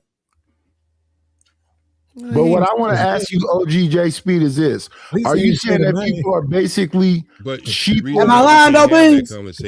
No, but hey, you got to give him credit for not saying the name. No, but it don't matter, bro. It's a conflating argument because that has nothing to do. OG, no, bro. Listen, why you saying that? OG, no, you don't. How you see how you saying that compared to this situation? It don't need to compare on no level. I'm talking. What are y'all talking about? But what he's saying is that somehow, but what he's saying, you. Oh, okay, my bad, Beans. OG, what are you talking about? Bro, you gonna stop trying to check me on Sundays? It's every Sunday to both men and women. You attributed the problem to both men and women, though. No, but Coach Ferg, but even bringing up the mustache man in this situation is irrelevant, bro. Period. No, what he's saying is that people don't have a mind of their own, and they can be influenced by outside forces. And we hold on, Knight, again, bro. Listen, what y'all got to do in this situation right here? The only tangible evidence we have is him venting on Facebook talking about the baby mama. That's it. Yeah, it has nothing to do with violence in America. It don't. I'm sorry, y'all. I agree with you, but I'm saying that OG is saying that it does. Right. It don't. No, it got to do with him being tender. It ain't got nothing to do with no darn violence and no trickling down effect. He was tender. That's it. It's Keon, I agree with you. I agree with you. Look, Trey, this is what he was doing. He was saying, yo, they called this particular dude evil. Right, because of a number of people that he got rid of, and he's saying, "Well, shit, we didn't got rid of more people than that. So how come we not?" It doesn't matter. He did it execution style. No. It was just an analogy. We could move past. No, Beans. I rock with you, but still, yeah. Let's stick with the context. I'm with you. Issue was the mother of his children, based off the evidence that we have. Absolutely. Period. Absolutely, yeah. But that's what I'm saying. If OG thinks that it's something else, how can he illustrate that without using his own analogies to show you why he's thinking what he's thinking? Because he don't think that. I don't even think that. And I respect it, but because look at what you're saying, right? But I disagree. Look at what you're saying. Even if I conceded to you, because at the end of the day, we still having a conversation, Beans. Absolutely. But listen to what I'm saying. Even if I conceded to you that because it happens so infrequently, that it's probably more likely that this is exactly what you think it is. The problem is that if you seen a picture of this dude, bro, if you just see the picture of this dude, you know he's not normal. But listen, right? Beans, if we go along with Nightis, damn, I'm little, my mouth is moving. So what I'm saying is that, well, then that means you shouldn't be talking. So what I'm saying is this, right? At the end of the day, if this nigga, most dudes, I went through it. And guess what I did? I left. I stopped caring. I moved around. Like, that's what most dudes is go do. Hey, you was trying to use these kids to stress me out. I'm gone.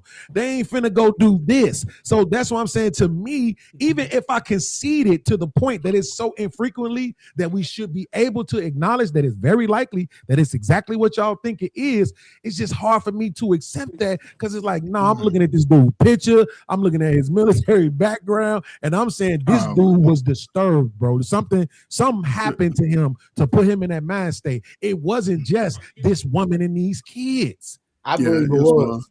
Yes, it was. Bro, I got a partner, bro. That nigga had one kid with one situation. Right. Was stressed the out. mother of his child moved to Chicago. This nigga was moving. This nigga was going from Dallas, Texas to Chicago, nigga, driving every other weekend just to see his kid. That's 20 hours, man. Watch this. Well, we talking about every weekend. Damn, it's 20 hours. Watch this. One way. That nigga spent $250,000 on lawyers and still lost his case. Yep. That nigga called me. And you know what type of phone call it was? Absolutely. I talked him down, bro. Salute, man. We talking about one kid. I had to talk this man down. Yes. Yeah, tendernism is a mental illness too. So sure, I agree with you. I know about tendernism is definitely a mental illness, my nigga. Like, what were we talking about? Like, that's why I agree with Keon. It can be an individualistic thing that this man just said, I'm not going for it, and this is how I'm gonna respond. And us from the outside looking in, going, oh no, he's no. It's very simple. It's not complicated. But this is something that's been attributed to most, I ain't gonna say most black men with children, man, for the last 40 years, man. I know people, the same situation Bean went through, Trey, your guy went through. I've known that most of my adult life. I've known that this is something that's really been plaguing black men. And, and outside the military, I get it. Sometimes it's stressful. Sometimes, and that's why they give you these diagnostic tests. They won't see if you something wrong with your noodle. Often if anybody recognizes that you losing it, somebody go send you somewhere. They go march your ass over, and you go see and talk to somebody. And if this guy's never deployed, been in the woods a couple of times, slept outside, he's doing all the getting ready stuff. But I think it come down to his baby mama, man. He probably listened to some YouTube podcasts and took that shit too far. Coach Ferg, let me ask you this. Either that or somebody he know. Yeah. I agree with everything you just said. But Coach Ferg, that we seen video after video after video where it don't just be the baby mama trying to keep the kids away. Her mama would be there. Her sister would be there. It'd be a bunch of them trying to hurt this. They trying to crush this man. So one man out of all these men that be able to deal with that is not crazy to me. He just said, I'm not going for it. Well, okay. And I agree with Keon. Okay. It's an ego thing. He was in his feelings. And he said, not me, and did some wild shit. Yeah, execution style for 8 kids is crazy. That's a little bit different. I some type of drug I don't understand how people can't just add. Now that's 1 and 1. That's different. You just don't. It ain't that deep, really. But he was Beans. If that's the case, that makes the context that narrows it even down more. Yeah, but if he a military guy, he been trained to be a killer. No, he just turned his. no, according to Beam's theory, no, this dude was he was a supply you still go through training even if you don't get deployed. You still go through training. You're right. Bro, he was a supply clerk. Bro, you act like this nigga the cartel or something. Yeah, slow down. Slow down. No, this nigga a coward. That's what he is. He's a fucking coward. Nigga was a cook. He never went to OTC. He never went to war. What are you talking about? Train. No, y'all ain't using that. No, that nigga was in. That nigga saw. He was in danger. My thing is, why don't niggas crash out? Why don't niggas crash out and go to the police officers? Why don't they ever go to the police station? That nigga do-rag was too tight. That's what it was. Gotta be. Yeah, that 40-year-old. But why do these niggas that supposedly mass shootings? They always go to the most vulnerable people. They never go to the police station. They never go to the military office. They never go to these type of places. To the downtown. His baby mama wasn't there. What you talking about? Right. Hey, come on, man. This shit ain't even funny. I wasn't even being funny. He went after the baby mama and he tried to hurt her. Bro, watch this. Do y'all? I don't know if y'all remember in Houston, Texas. Listen, in Houston, Texas, this dude was dating this chick. Oh no, not that one. The chick broke up with him. They had been dating 8 months. Watch this, bro. This true story. The nigga, I guess let's just say you dating somebody and you cool with the cousin or something. She was staying with a male cousin. He come over to the crib, say dap the cousin up. Oh, Shabri upstairs. I'm just using the name. Shabri upstairs because they got a report. They had already broke up. The cousin didn't even know. The nigga went upstairs, unalived she had 2 daughters. He only unalived one of them to try to hurt her because she broke up with him. So that's what I'm saying. That's ego, right? Tendonism. That ain't got nothing to do with the military. That ain't got nothing to do with none of that mess. Right. So that's all ego, right? I want to hurt her as much as I feel hurt. Facts. Hurt people. Yeah, but when you hurt by a woman to the point where you want to hurt a woman, that's goofy. He's a goofy. Exactly. That's goofy shit. Keon, I'm agreeing with you. That's right. It's tendonism, but that's the power of the pussy. Nah, we're not gonna do that. That's exactly what that is. Just because you give it power tonight, don't do that. I'm not deleting no babies, and I'm not going to no bitch house. If we break up, it's over with. But I done seen these dudes out here crying. I done seen niggas hiding in the bushes. Don't mean that it has power, sir. Yeah. Why you hiding in the bushes then? Because he ain't got no power. No. Let Trey. No, Trey, answer that question. Why they hiding in the bushes? I can't relate. At all. You old niggas. Hey, you old niggas used to y'all did used to have y'all best friends doing choreographic dances with boomboxes and shit for hoes. So I get where you coming from, but you don't do that. We don't do that no more, brother. We not singing the hoes outside their window. I can't listen to a big thumb peanut allergy having young niggas say this crazy stuff to me. I know you love anime. All right, real quick. OG, where you at, man? You there? His Wi-Fi froze up. Nah, he might be. He got the people though. He probably dealing with the people. So I'm gonna just hold it down till OG get back. Anybody got anything else, real quick? Let's just say I was unfortunate that kids. Somebody said that it seemed like they always go after the weak people, but that's not true. Because I remember that I think that one dude was in Texas that went after the police. He was ex-military. Jordan, wasn't that his name? Jordan? No, that's Michael Johnson. No, Michael Johnson. Oh, Michael Johnson. Jordan was in California, and he was a police officer, and he was ex-Navy, and he was being harassed. Yeah, you're right. It's Johnson. It's Johnson. Right. Michael Johnson was also, since y'all bring up part-timers, he was a reservist who had been out, and he only made it to private. So that didn't necessarily, that attributed small to what he did, the training and everything, but somebody mentioned earlier, trained killer. No, you trained to be in combat. You're not a trained, quote unquote, killer. For sure. You understand what I'm saying? Man, most mass alivings are children. That's all I'm saying.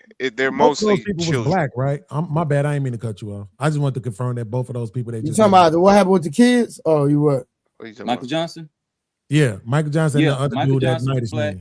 and Chris Dordan was black. They were both black. They were both brothers. Yeah. Yeah. Okay. Yeah. There we go. Shoot, the revolution will not be televised. That's what I'm talking about. But that's still been some years, right? And so, like you said, it rarely happens when. And this is why I say, man, leave the fucking kids alone.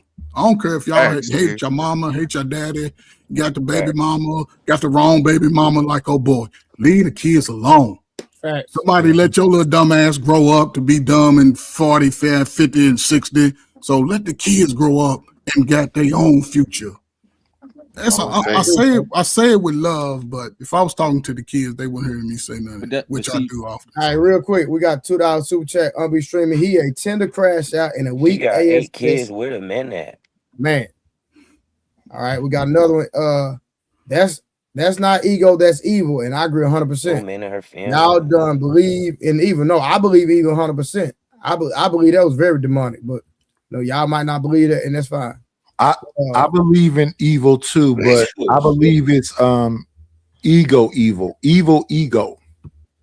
okay, I definitely don't. Ego. I stands for ease God out. So, all right, OG agreed evil. Oh, this Summer. OG agreed evil, demonic spirits. And but that's why right now. Go ahead, OG. Wait, I just want to and get the likes up, y'all. We got 45 likes at 138. Come on, people, watch it. Fact. Go but ahead. That's why I don't. That's why I hate the whole mental illness situation, because it just, to me, it gives them an excuse. Like, no, these niggas is just done for. They're evil. They need to be dealt with. You know, and we give them a mental excuse type of argument, then it just does it. For some reason, it just makes it like, okay, it's okay, and no, it's not okay. I don't care how mental you are. You're not about to execution style 8 kids and try to say that you're mentally ill. No, nigga. No. Yeah, I agree with you, Keon. It need to be in the street, guillotines, electrocutions, and every single thing else. Stop making excuses for these people. But you know, this used to be like not a black thing. And they would say, we need to study and examine and understand why he did this. No, we don't. We need to get him the F up out of here as quickly as possible. I thought they did get him, didn't he? Yeah, he ended up, well, they don't know if he ended up popping himself or if the police did. But yeah, he's out of here. The reports say the police had him out. But this was my question though, right? Because at the end of the day, right? I just hate that it always ends like this. People gonna say whatever they want to because they believe that they just take the news word for it, right? If they come on tomorrow on the news and say Trey did this, y'all gonna believe it too, right? Because that's how suckers people are. I just tend not to think it's that simple with these people. I just don't, man. I always think it's some slick because they always somehow end up taking the white boys alive. Yeah, for sure. You know what I mean? Can you elaborate? Can you be more specific? Now, they get to tell their story. Yeah. Right, and they get to at least say something out loud. You know what I'm saying? Mm-hmm. So at least we could hear something from them. You know what I'm saying? And you wanted to, again, we're not gonna get that chance. So you want to hear something from him for why he did what he did? Yeah, absolutely. Because I'd rather hear from him than you. Oh, you like a story? Well, I don't have nothing to say about it. You want a story? We all literally here talking about it. All us saying like, yeah, I'm good with him getting up out of here. Genderism, we calling him everything else. Yeah. And why are you trying to justify a murder? And the same thing for the white boys. They need to get them up out of here too. But hold on for 1 second, Nidus, because this for some reason this idiot wants to argue, so I'll argue with you. Why are you retarded? That's a good question. Why are you trying to justify a murderer though? Like, why are you trying to make excuses for this guy? It seems like what's the point of that? What's the right? When you say it seems like, that's how we know you're retarded. Okay, sure. But can you answer the question? No, I think it's more retarded not to be able to answer the question. I haven't made one statement of justification. So you assuming it or suggesting it makes you retarded. Well, you did say some things that imply it. So that's why I even asked it. Because it seems like, again, you're justifying a murderer for whatever reason. Right. Do you know what the definition of justification is? I don't. So why are you trying to justify a murderer? Right? So just because I said the military made him do it, don't mean he shouldn't be punished for it. That sounds like justification to me. How? Does that mean he shouldn't be punished? Because you're trying to make it seem as though the military system is the reason why he did it instead of him just being able to do it. Yes or no? Does that mean he should be punished? Yes or no? What do you mean? Does that mean should he be punished? Should he? What do you mean? Yes. Even if I say the military made him do it, does that mean he shouldn't be punished? Yes or no? No, yeah, definitely. Okay, You still cool. should be Right. punished. So therefore, that's my point. But that's not the point. Your point. You're Yes. trying to move the goalposts into just because I said the military made him do it doesn't mean he shouldn't be punished. We're not arguing if he should be punished. We're arguing his reasoning. Stupid motherfucker! You literally just said I was trying to justify it. Oh wow. Which would mean he shouldn't be punished. Oh wow. The fuck are you talking about? Well, like I said, just because you're screaming doesn't mean that you're making any more better of a point. At the end of the day, you're trying to justify it by saying that just because he was in the military, that means that he had a reason to do it. You know that now you just proved that you don't know what justification means. You're retarded. But Beans, you can't keep saying the R word. You know that's against TOS. They don't like that on YouTube. Is it? Because I say it every week, nigga. Yeah, they got a problem with that. I said it every week for 5 years. I ain't much as got a fucking letter, an email, or nothing about it. Yeah, they got a problem with it. Come on, man. I wouldn't do that to him. Stop it. I don't do shit on nobody else's channel. I wouldn't do on my own. Stop it. Don't do that. But this motherfucker right here with this stupid shit, I hate that. Bro, listen. Yeah, I hate when stupid people try to justify shit too. What I said literally. I don't like that shit. It makes me a little bit. Okay, fellas, y'all not going nowhere. Y'all going back and forth. OG, it's back on you, brother. I should have called him the C word. What's that? OG, you still on mute. Cunt. Not cunt. That only work on white people. That's a fact. I could care less. Okay, can you hear me now? I want to hear it though. Yeah, we got you, OG. Night, hold on. Can you hear me now, Trey? Yes, sir. Okay. So, Bean, how many times have you ever heard situations happen and people come up here and say, oh man, if it wasn't for the court system, he wouldn't have did that. Oh man, you know what I mean? Them goddamn government people down in them robes, they be killing brothers and it made them crazy. And he go, see, this is what I'm talking about. It'd be much easier for us to say, just because he made one statement, it was, what's the name? Or it's because of the woman. Or we gun ho for them kind of arguments. My argument is evil. What is it y'all can't understand about what I'm saying? I don't care if it was the military made him do it, the government made him do it, his girl made him do it. You have to be an evil person to take 8 lives that 7 of them you brung in this world. Facts. 1 through 14. What is it y'all not really getting? Because y'all make every excuse. No, because it's not that we're not getting it. I mean, OG, you're conflating. Stand down. I'm not standing down. Y'all say it conflating, but you see, no. Okay, I got it. Okay, so y'all say that, but the most simple thing it is in life is what influence anything. When y'all start talking about conflating, y'all act like the shoulder bone is not connected to this bone and the bone is not connected. Y'all act like things cause and effect don't trickle down. Y'all act as if things in life that people see from everything they're exposed to, from print, news, everything else, y'all can call it conflating. But then you have to ask yourself, how do a man walks in and takes 7 lives? The devil. Of something he brought in this world. Wait. Okay. So if that's the case, then we're still talking about evil, ain't we? Culture. But see, evil is subjective. We're talking about evil. Yes, OG, you're right. I agree with it. But I don't agree when he try to use the military for this situation at all. See, can I make a point real quick? I'm not trying. Yeah, go ahead, sir. So even when I believe y'all making a false equivalency with the military, we still can narrow this thing down without being all, going all macro and put it on culture.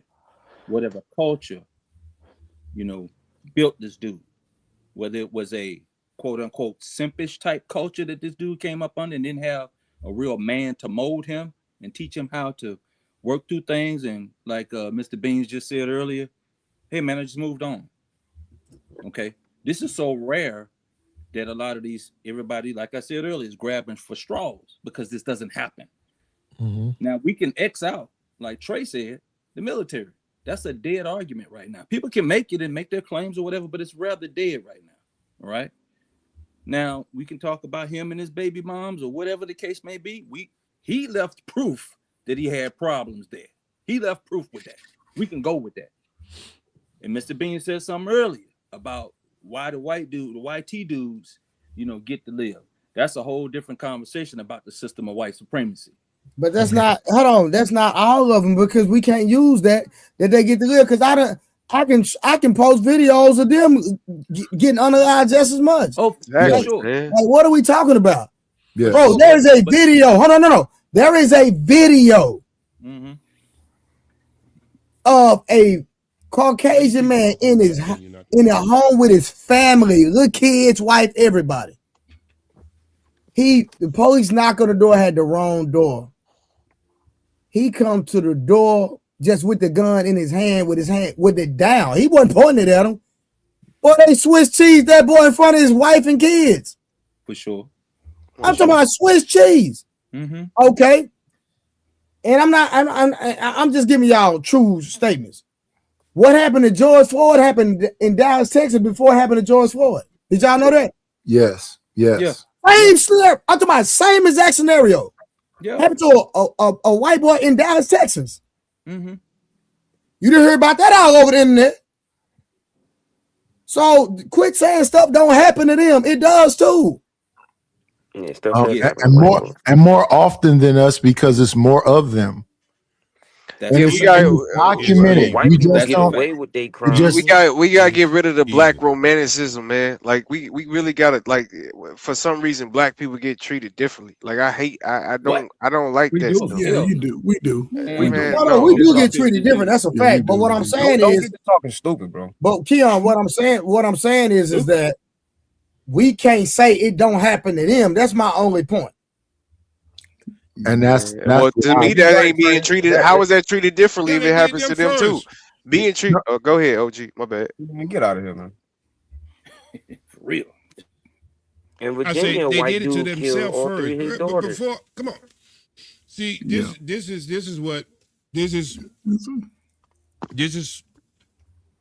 little girl. The thing about what y'all don't understand. You don't have, even if you want to talk about cops, you don't have black cops stupid enough to go out there and do that to white people. That's point blank. Not by the numbers. They might do it to themselves, but they ain't going to be no stupid ass black cop go out there and do that shit. So all the marches are filled with white whatever people. we're talking about, we got to understand. So you think that a black cop or a white cop or a cop in general is just walking out onto their post and saying, you know what, I either want to arrest a whole bunch of black people or I don't want to arrest a whole bunch of white people? That's what you're. Yes, Negro. That's what they do. It's something doing that. It's something doing you have post-traumatic slave disorder. That's There's what two you have. sides to the law, though. There's two sides to the law. You want me to answer that? No, wait a minute. You can't ask me something, and then you go try to describe me before you get my answer. Oh no! So what that make you? No, I wasn't talking about you. Go ahead. Now I can set up and call you names if I want to, but I want to have the conversation. Okay. So, hey, hold on real quick, LG. Beans, do you know you on mute? Police. Yeah, he talking to his channel, Trey. He talking to his channel. Yeah. Okay. He muted over here, but he talking to his panel. Okay.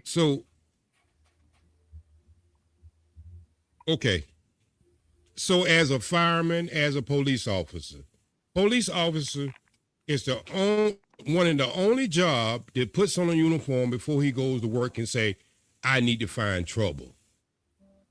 That's his job. I need to stop crime. I need to find trouble. And if any of you weak guys out there who's looking at your girl's phone, you'll know when you're looking for trouble, you can find some trouble.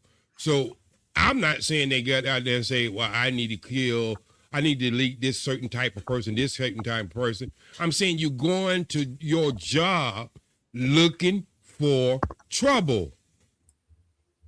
So what mindset did you take a person who's going to look for trouble. That's his job, and that's a legal job. But he has culture and he has history and he has his own ability to think in this world that we live in, and he might not be right. Just because he passed that little examination they give him, he can have some things stuck in his head. It's free for me to do this, and I'm going to get away with it. So don't act as if just because a person put on a uniform, we have found it with doctors and every other occupations in life, did that person become a saint? If you're a piece of shit before you put that uniform on, you're a piece of shit with that uniform on with power. So now you're a piece of shit with power. So what's the percentile of police officers as pieces of shits? In California, it's a lot more than 6% that people want to say. How many 6 or 60? Most people can't handle power in real life. 6. What the fuck y'all crying about if it's only 6%? Well, see, this is what I'm saying. This is what I'm saying. What percentage of police officers are black in California? Let that be your mother, your brother, your uncle, your sister. It's still a minority. No, it's not, sir. I don't know where y'all get that from. The most of the officers out here now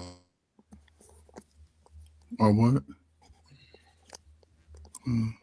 Okay, most so of the officers are black. So we have our own infighting with Latino people too.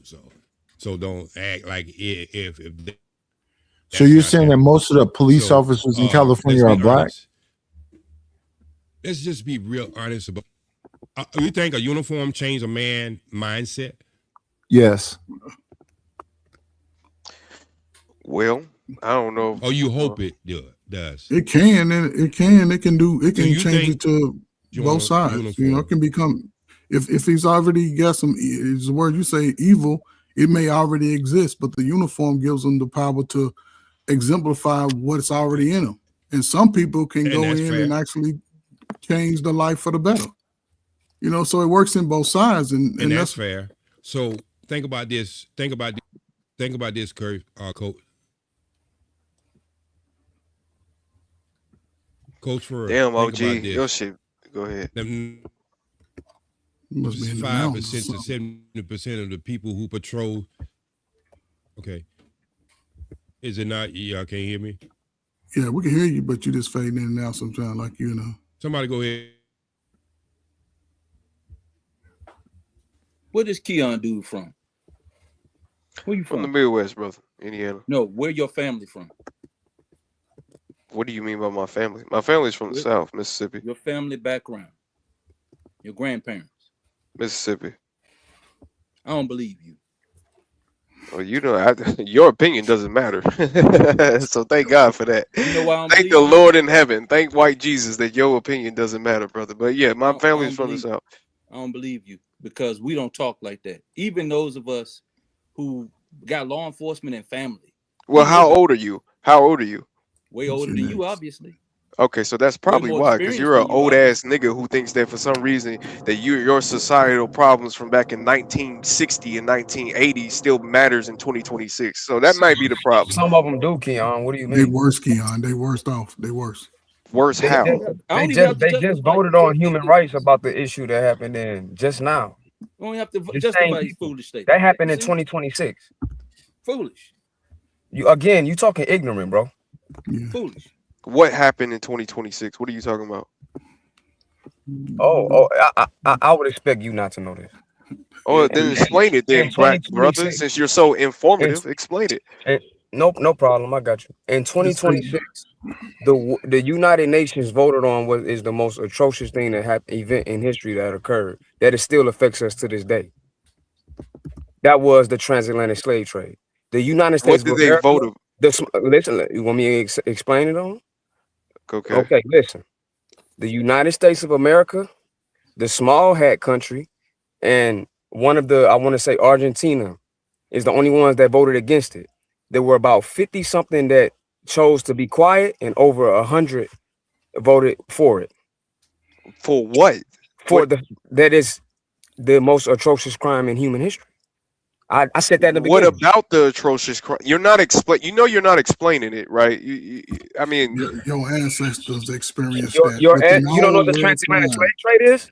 what did they vote on about the transatlantic slave trade? Is my question. They voted on reparations. They voted on reparations. They voted on reparations, on whether we are going to receive reparations for what was done to our people. Yes. That's what they voted on. Yes. Okay. So we're talking about reparations. They voted. Go ahead.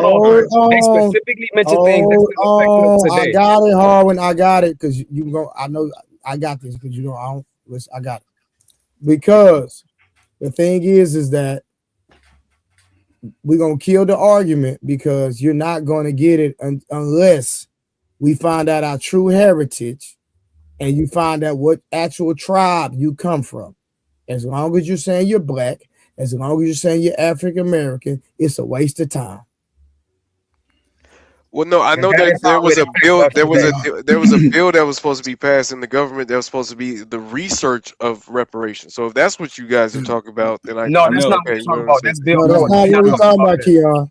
I'm confused. I don't know what you guys all talking the about. crimes that's been committed amongst all races in the history of the world that we know it, the Middle East, the Far East, Russia, Castlevania, black translational slave trade was the worst of all human races put together.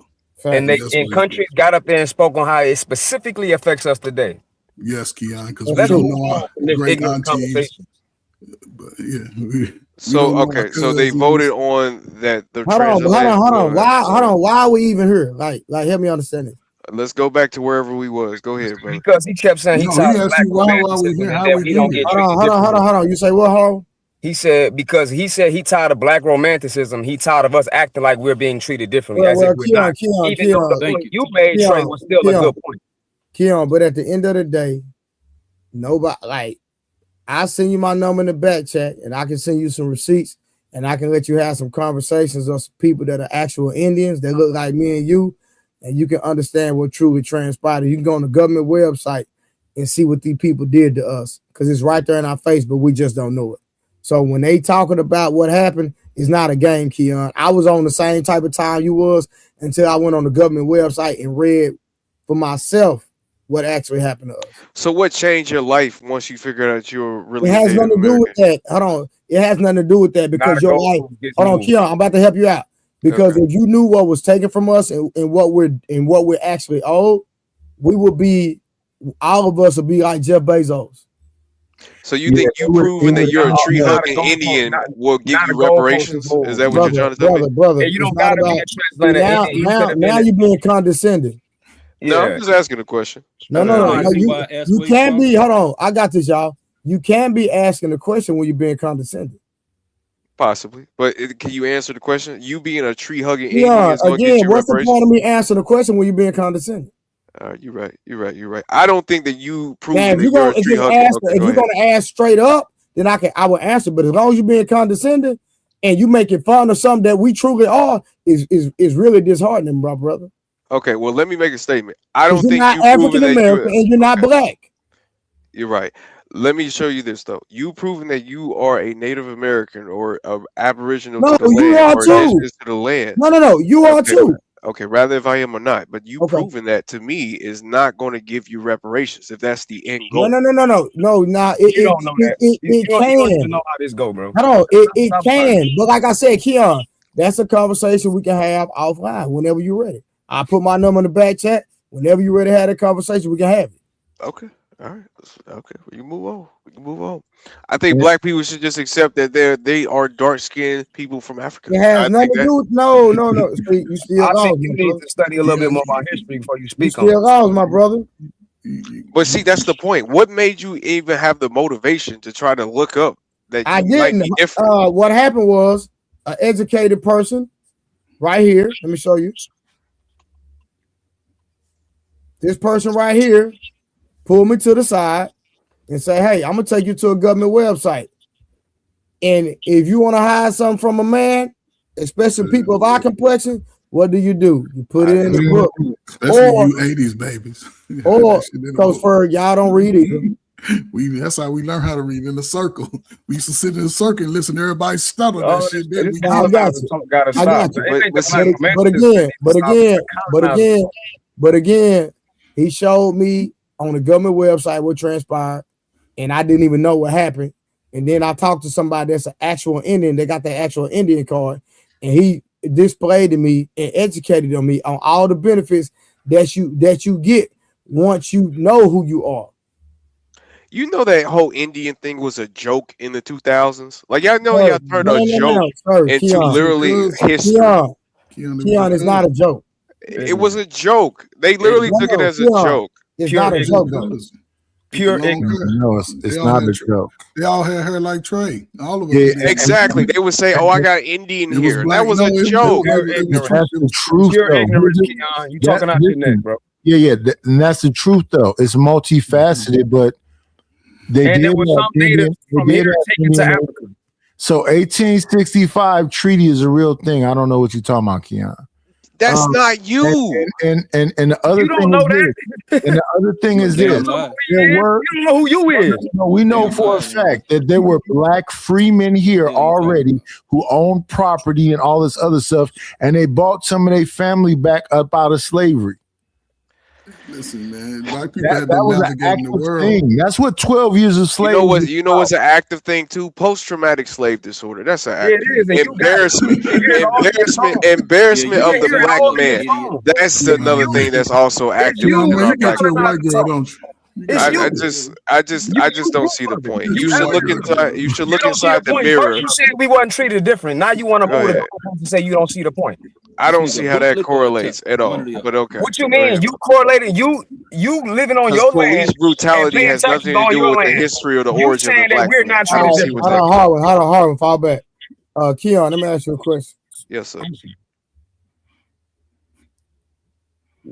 Would you like, and you might disagree, if your children and your lineage had free health care, would that benefit you and benefit your kids? Yeah, I would. Yeah, for sure. I would say so. Well, when you prove your heritage, you get free everything. Not because you're looking for a handout, but because of what was taken from you. Okay. So it's owed to you. If I owed you some money, would you want your money? I definitely would. I would like it though within truth and not. No. Hold on. It's in truth, my brother. That's the whole point. You missing the point. It's not. Hold on. If you go prove your heritage, why would they? Hold on, real quick. You know what? Hold on. Y'all give me a second. Because the person I want to call, he not up. I text him, he not up. Let me see if the other guy real quick. Hold on. I'm gonna put it on speakerphone real quick. I hadn't even talked to him. Hold on. Can y'all hear that? Yeah. Yep.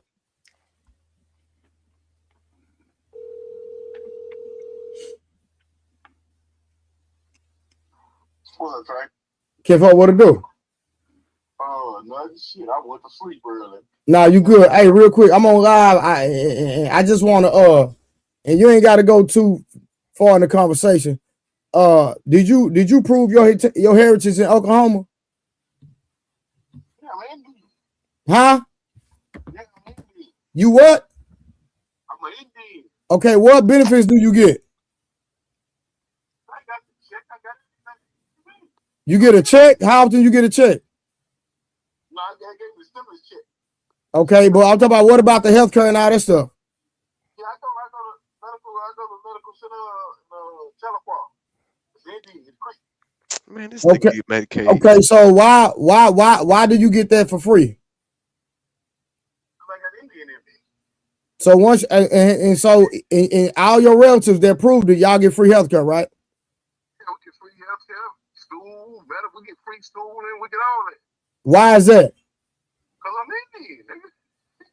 I'm Indian. Okay, where you from? I'm from Chicago, Illinois. You from Chicago, Illinois, but you proved your heritage, right? In the hospital, so my sister was born in Telequal Hospital. Okay. It's the Indian hospital. You can't go there if you're not an Indian. You can't go there. Gotcha. She was born in Telequal Hospital. So she lived there for like 18 years. Then she passed away. I was shot. I've been down there and shot. All kind of shit, bro. They done healed me up 8-9 times. Nah, I ain't say go there. I ain't gonna say we ain't talking about the past, brother. No, we know you're a gangster. We ain't trying to talk about all that now. Yeah, we know you're a Chicago OG, but then we don't want to talk about all that. But hey, but listen, but no. But listen. So I hit you. So what's your actual tribe? Okay, so I'm gonna call you back, but I'm gonna put you on some phone with some people so you can educate some people on if they prove their heritage, what they get and what's owed to them. And then, hey, Chuck told me that if it's one Indian, if you prove you with one tribe, you get a check every month. Do you know that? Yeah, I understand that. I love it. All right, fam. Hit me up. Let me know. All right, bet.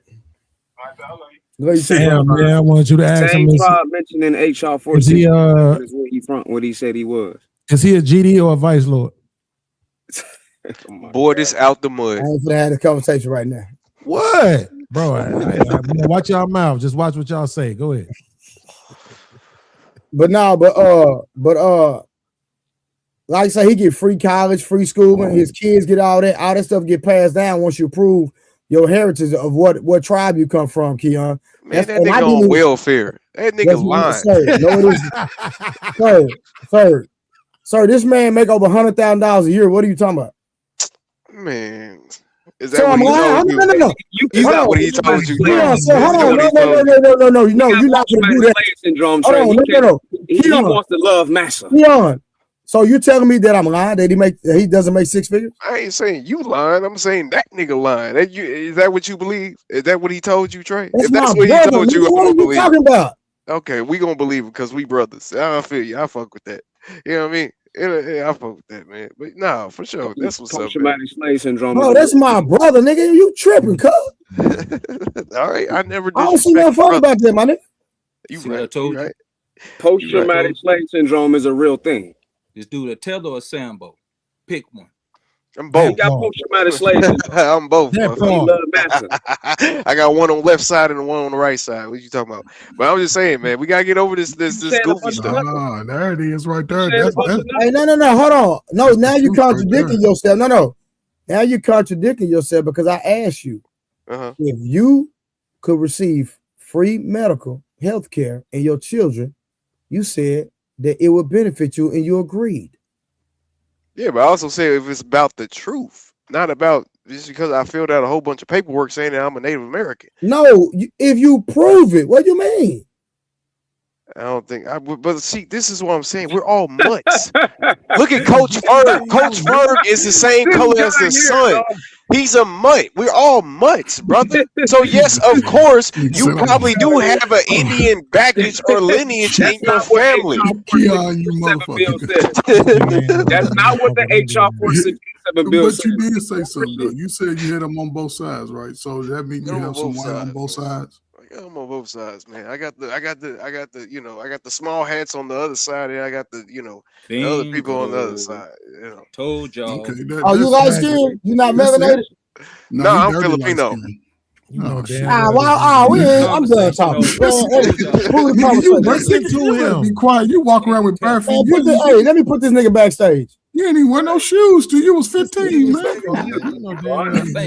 I say he's Filipino having this conversation. He was being a goofy yesterday. Damn tell. You know damn well this troll ass nigga ain't black.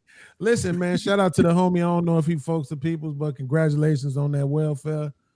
And I hope the rest of your lineage get it for the rest of their life too. Goddamn it, a win is a win. I would love to have some of it. On God. Shout out to welfare. Keon, you might well fall back, brother. Filipino discrimination, man. It is.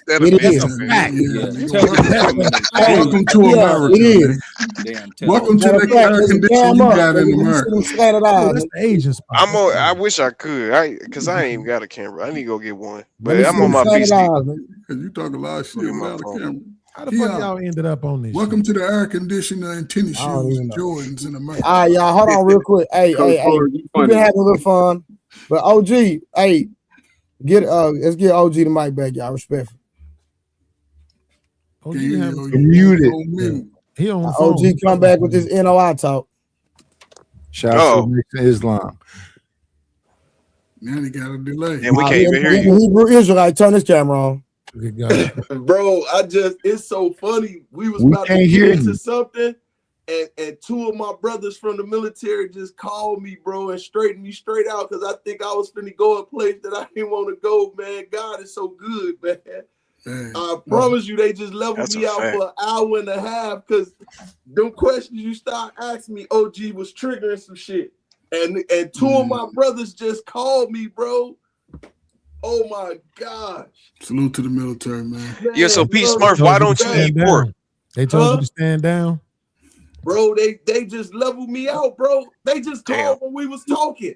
And OG asked some questions, and it was like, bro, all I know is my God is good, man. He knew who to send. He sent both of the two. Bro. That's a fact. So you know your God is Jesus Christ, right? Yes, sir. What? That's what I'm talking about. That's my nigga, boy. That's my nigga, boy. That's what. Listen, that's what everybody needs, bro. Because when you start talking about how these people sent them missiles over there and blew up that school and killed 168 kids at one time, but then they finna spend all this time shitting on this nigga that killed 8 people. He bad. Don't get it twisted. Them was his own kids. I don't know how he did it. I'm chalking it up to mind control. That's my opinion. But I'm just saying. We calling him evil, but then they want to talk about this other shit. It's lawful and it's all this and that. But kill 168 kids. That's not evil. Long as it's being done under the banner of the flag, it's all good. Shit, they be all right. Y'all got it. Y'all got everybody gonna use their cell phone tomorrow, ain't they? We big USA around here. I don't care about none of that. I know the only commodity America really had was coal and big nose, big lip people, right? Hey, OG, if you speaking, we can't hear you, brother. I think OG trying to. Yeah, something's up with your mic, OG. They don't use coal no more, and they since still you believe trying in to. God, I'm gonna say it's God. God's trying to tell you something. God has put me in the house now. There you go. There you go. Wow. But look, see, this is what. Hey, I'm glad they called you Peace Smurf. God is good, bro. And I haven't said anything about FOI, NOI, none of that tonight. I'm strictly talking about evil. What evil is good. It's good for animals outside of us. But when you what we have here, people, is the guy from Philippines. Oh yeah, Keon. Keon. See, we're the only race of people let other racist people come into our conversation and disturb it. Yep. Well, that's a national. Nobody else would even allow that. And you better be praising God that Trey has a good heart and he let anybody up. And you are a true factor and a true demonstration he lets anybody up. Hey, real quick, OG, he said black gangster disciple. Who? Oh, wow. Dead homies. You talking about your man, Trey? Okay, then. Much love. GDK. Yeah, but go ahead, OG. Yeah, so shout out to the Trey ball.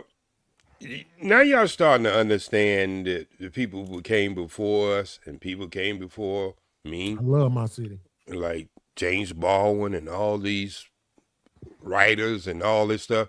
The shit that they had to go through. Because, somebody told me a long time ago, you don't have to lie on anybody. The truth hurt bad enough. The problem is, we can get up here and call each other the N-word, C-word, D-word, and all kinds of other words. And it shows the fact is, what is the level of freedom that we really have? Because it's getting so bad now. All these other content makers don't look like us or have pigmentation in their skin. are starting to call us the N-word and everything else. But their channels are not getting strike. And so it just shows you what level of freedom you really think you have. I just want to, I mean, if we were trying to gauge our freedom towards other people in other countries and stuff like that, y'all got to understand is what y'all might call not freedom could be freedom for people who's born into that. Maybe a woman don't want to walk around with a G-string on. Maybe a woman wants to walk around with her hair covered.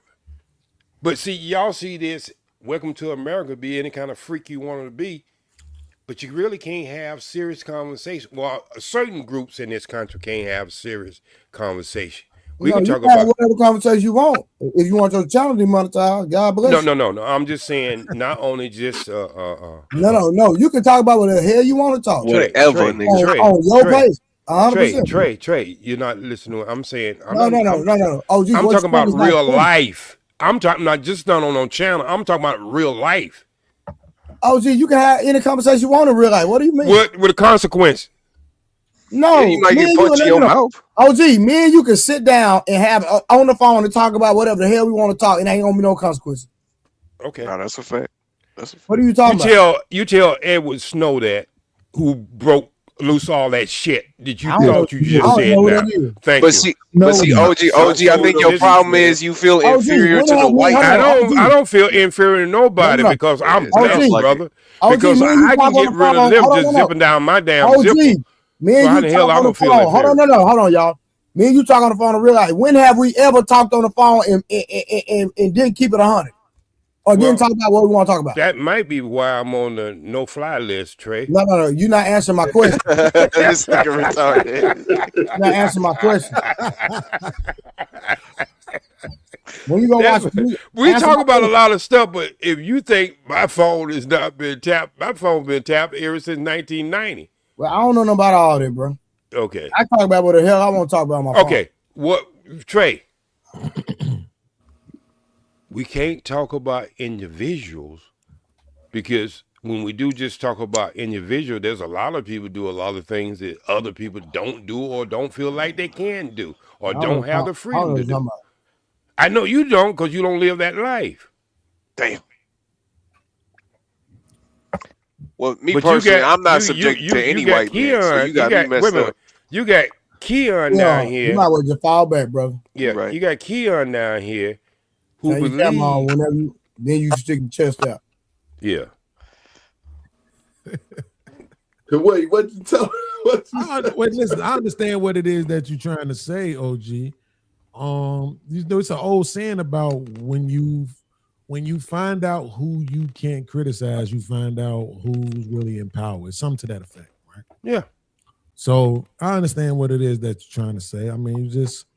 In my opinion, I think that's the difference between men now and men then is men back in the day used to be more willing to sacrifice it all, and men today just not. And here's the thing, I don't begrudge them for it either. Fuck all that. Hey, look, that's a fact, nigga. Fuck that. Why we so sacrificing our lives, man? Y'all gotta stop thinking that's heroic. No, that's dumb. But again, man, you don't have to sacrifice your life. Today, this is a different way that you can weaponize yourself and everybody around you, right? Because a lot of slow, dumb, and I'm being facetious when I say a lot of slow, dumb niggas got all the information readily available, right? Yeah. And this is the thing, when you come into age of wisdom, you have to be willing to act on some of that shit that you learn. You cannot sit. I don't think, but you can't name nobody that's doing that on principle. Name somebody that's doing that and they don't got nothing to do with money, because I don't see it. But still, those rewards. But the rewards come with whatever work you decide to do that's righteous in a sense. The rewards will come. I know. What's the reward? Some may come early. When I had my mentor program, I didn't make a dime. Yes.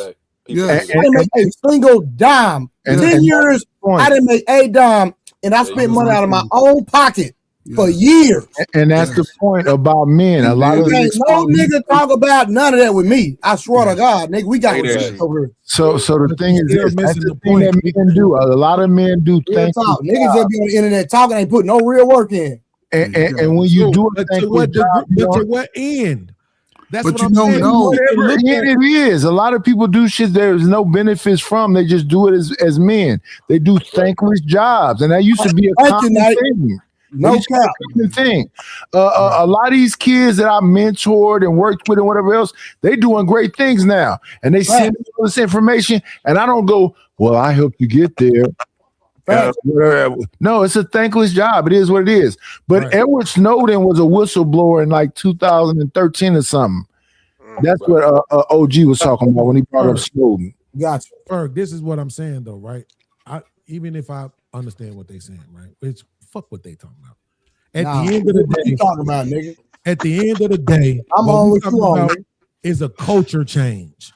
Right? We're talking about shifting the culture. We're talking about changing the trajectory of our people. That shit ain't happening. I can applaud Trey, Ferg, Nitish, and anybody else who could share these stories of the lives that they exactly. You're 100% wrong. You're wrong. Because if you're being no. Hey Trey, stop cutting me off, dog. If you not because you're wrong. Yeah, you let me tell you why you're wrong. Wrong about you're not even. No, let me tell you. Because if you're being a father and you taking care of your kids, and your kids are being productive citizens, and those kids are going to grow up to touch somebody else's eyes, you are affecting the culture and the community. That's not what I literally just said. I literally bro, you cut me off where I was literally saying I can applaud people like Trey, Coach Ferg, and Nitish who have impacted these few people's lives, that you can tell these stories about those who you impacted. That would include fathers and their children. But we're talking about the culture shift. Whatever y'all did, these bitches still shaking their ass on airplanes and getting kicked off. Hey, but it was like that. But watch this. See how you won't let me finish? See how you won't? It was like that before we had airplanes. Wait, oh God, nigga, what you talking about? Nigga, on my airplane, you better be shaking ass. You ain't gonna be on that motherfucker. No, it wasn't. Stop lying. In the Bible, I'm not gonna let you do that to them ladies in the 50. They was nice. In the Bible, they didn't have whores. Okay, yes, but it wasn't the majority. But they weren't shaking no ass. They were too still. We just got through talking about somebody brought up, oh man, you tried to shit on my city, talking about they shooting every weekend. Okay, that's my point. With all that mentoring and shit that we doing, we still got that going on culturally, right? So that what we talking about is the sacrifice. Trey is still sitting right here, Versace robe. Coach Ferg still sitting right here with the Gucci on. Heidi's still sitting right here with the motherfucking $350 microphone. OG Speed with all the goddamn mentoring he do, still sitting right here with the God mic, right? Still own property, still he here. Y'all ain't made that ultimate sacrifice of losing your life, and that's what we talking about. We losing your life.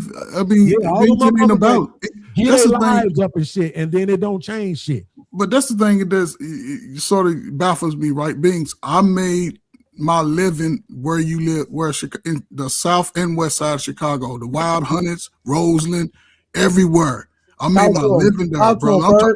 And I was on the west side, so stop lying. Hold up. I worked at oil for 8 years, Douglas, Marshall. Well, you a reason why it's fucked up over there. No. Damn. So hold on. I've seen 15 teenagers get taken out by teenagers. It wasn't grown people, it was teenagers. I've seen the police chasing teenagers while other kids played outside, like they just was immune to it, right? So, but again, the fortune came, and this is where sometimes we got to really understand. The fortune comes sometime in the journey of the work. It doesn't appear right there. But when you, and this is where P. Smurf he's making a difference impact, because he's at an age of leadership and he's willing to go back into say, hey, there is a different way than 35 years ago. And young men are taking that way. And a lot of them are doing it because they looking to be different from what they saw. And if you and it's not for everybody. But if you got a this is my issue with this, because it seemed like you painting a picture I think that's wrong from what I was saying, and maybe one of the other brothers was agreeing with me. We're not saying that you guys shouldn't be mentoring. Nobody's saying that. It's not about mentoring. Okay, but I'm just saying, whatever it is you're doing, praying, anointing, I don't give a fuck what you're doing. Yeah, Beans, we're gonna give our life after you give yours. The point is, I ain't asking you to. That's my point. Is that we're talking about people, the folks who used to martyr themselves, right? We're going after you. Like, think about it. Martin Luther King, I ain't asking you to do it. That's the point. I ain't going to do it. I'm not asking nobody else. Well, he didn't ask to get shot either, My though. point So, I is mean, be that honest. Martin Luther King, Malcolm X, all these guys, they went out there knowing that they was putting their life on the line. We ain't got that no more. I disagree. But again, all the leaders, all the men, and when I say leadership, you 35 and old, you niggas is old as fuck too. Just be real about it. But your maturity should be kicking in, right? And it ain't necessarily got to do with the community, because we got slow nephews, we got nieces growing up under sisters who's wild and shit. We can still lend the ear to those. And again, it may not seem like a big blessing in the moment, but that work will start showing off. And as she grows, she's going to bless you based off what she's doing. And you just may get blessed tenfold. That's what I'm saying. You don't want it. Blessed with what? It could be money. It could be money. It could, listen, because there's millions of dollars out there to help young black men. People just don't go get it. It's millions of dollars. It's millions of dollars to be able to get you 15, 20 little dudes, sit them in a circle and talk about these conversations there about you too, about the girls, about money, about politics, about racism, because a lot of them are looking for that. Yes. Hey, Coach Ferg, as a man, isn't that supposed to be a part of your purpose to be able to leave? People keep saying a legacy is your own personal kids and your own personal. No, it's about Coach Ferg is a library. OGJ Speed is a library. If you let them people speak, they're going to be able to touch some people. And that's going to be the benefit of it. They might not reap the benefits of it, but then people that they reach, like Pac said, he might not be whatever, but he's going to be the person that's going to reach one person that's going to make a difference. OGJ Speed can reach one person and make a difference. Coach Ferg can reach one person and make a difference.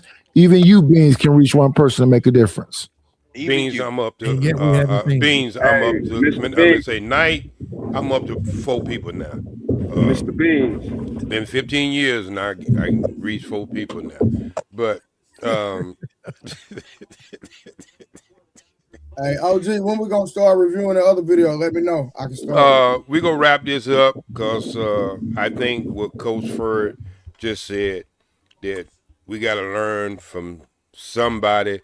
If Coach Ferg can go out there and buy a bald head and wear glasses at 2:00 in the morning time, then he can prescription glasses too. This is what that good VA do to you. Give you some good prescription prescriptions. Good kind. But anyway, Peace Smurf. Peace Smurf. They know that you had some more work to do tonight, and could you put that video up there, Trey? We can go ahead and end this segment and move into this next thing. And I'm going to let P. Smurf, because this is part of who he is. So I'm believing he can explain this better than I can. I was just amazed about it. I didn't even know what was going on. Damn. Hey, while y'all doing that, I'm gonna give y'all the good night and end y'all with this.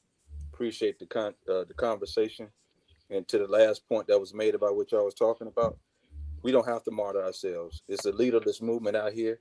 That's what Dr. King and Brother Malcolm and even Dr. Khalid Muhammad was about. We don't have to look to someone else to do it. We out here doing it right now. It's happening every day. Peace to y'all. Y'all have a good one. Peace and love. Respect, my brother. Salute, Israel. Trey, you got the video? Okay, so we're gonna turn this. We're gonna take a minute and bow our heads and take 20 seconds, and we're gonna let P. Smurf have on this, and I'll just kind of like.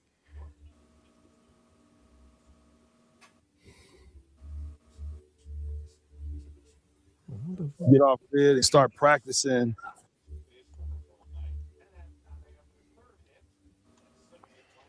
In the mountains of Arizona. You want me to play it? Yeah, go ahead. Yeah, play go ahead and play it. All right, let me know when you want me to stop it. Peace. Let them know. Okay, go ahead. Just let it flow. You'll get the gist in a second. Go ahead. Living off the grid, come pick a spot. Water, Yep. a house. Yep. Solar power. This setup actually powers the church and this kitchen that we built for the community.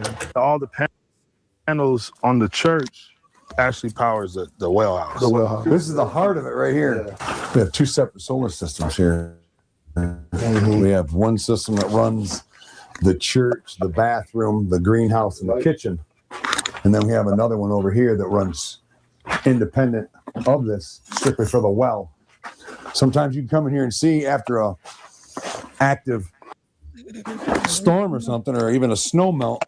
You hear it right now? You hear that? You can walk in the door and that'll be so loud. It's almost like somebody's blowing through. From 660 feet down. There's a lake under here and it's all the way down to the Mexico border. This is the largest aquifer in this area of the country right here, under this land. And God knew where to put us. If you pan the whole land, we're in a bowl. All the water goes to the low point and then filters through the earth. And they're 660 feet down, and they did an alkaline test. This is out of the ground, 9.5 alkaline, and this is free. That's right. You see how he took care of it? Pretty amazing, isn't it? The 40 acres is set up like 220s. This is 20 over here. There's mountain 2 up here, right? Yes, part of that, part up and over. Yeah.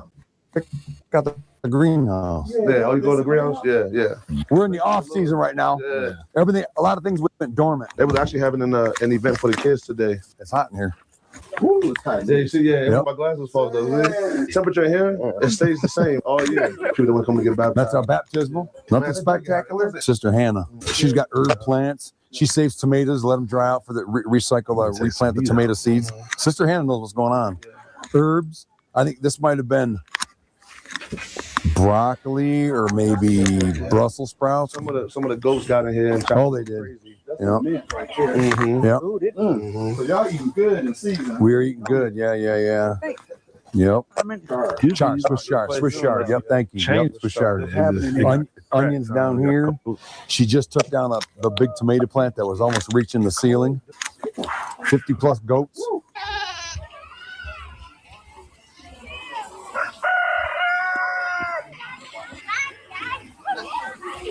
Goats ate all these trees. They ate the trees. It's wild, man. Yeah. We're gonna eventually fence this off. We're gonna have to fence it off. Yeah. You can stop it right here and let Pete, this is our water storage. Smurf give everybody an overview of what we're looking at before we get too far more into it.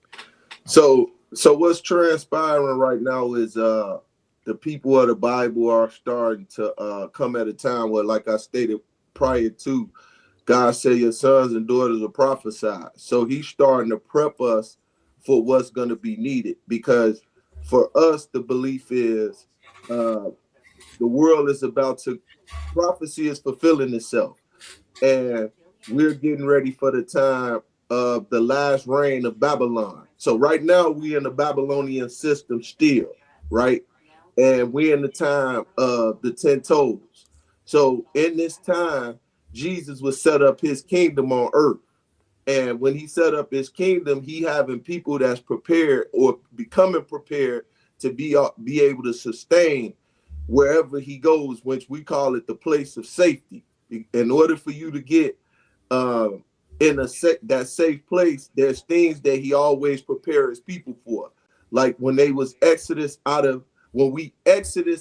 of Egypt, they had everything that they needed at the last moment, right? And he had the people prepped to make the journey. Now, the journey was only supposed to be 40 days and 40 nights. It ended up being 40 years.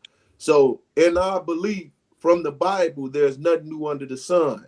And God made the example one time, and he always do it again. So just as Moses did, Jesus also became the mediator for his people.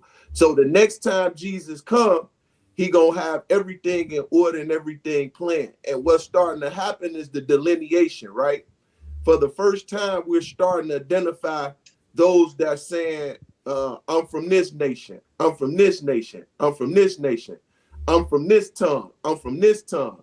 So now you get out of a thing of people of color, and you becoming more of a people of a certain tribe. And the tribes are now starting to have the mindset to sustain themselves, because now we starting to see the government not being able to sustain. As we just seen last year, our women alone was affected by what transpired. And what happened? Over 300,000 families were affected by those women coming out of the government system, right? 6. Go ahead. 600,000. 6. So thank you. Thank you for the correction. I stand correct. So that's 600,000 families that have been affected by what transpired. Now, everybody thought it was okay, it was going to be a black thing. What happened when they shut down the government? For the first time, they seen that people of color were not the only ones depending on the government for subsidy, right? And so what's transpiring is now people getting together. This is something that Creator with the C has always talked about.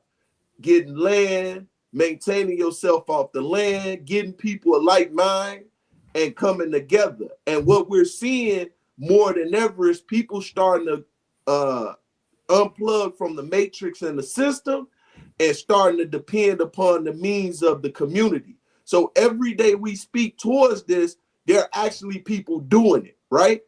As I showed earlier, even with myself, we're prepping because God has laid so much on my heart. My brothers I just got off the phone with, they were just talking about the whole concept of exactly what we talking about before I even got into the conversation. So it prepped me already to know what or how the mindset.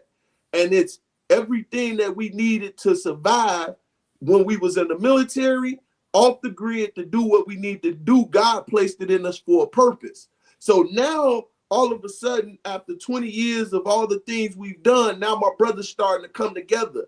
And the thing that I'm asking, why are y'all calling upon me, right? And they're calling upon me and they're saying like, bro, you were the one that guided us. You were the one that gave us the Bible. You were the one that showed us, not just taught us, but you were showing us about what you were doing. Talk to me.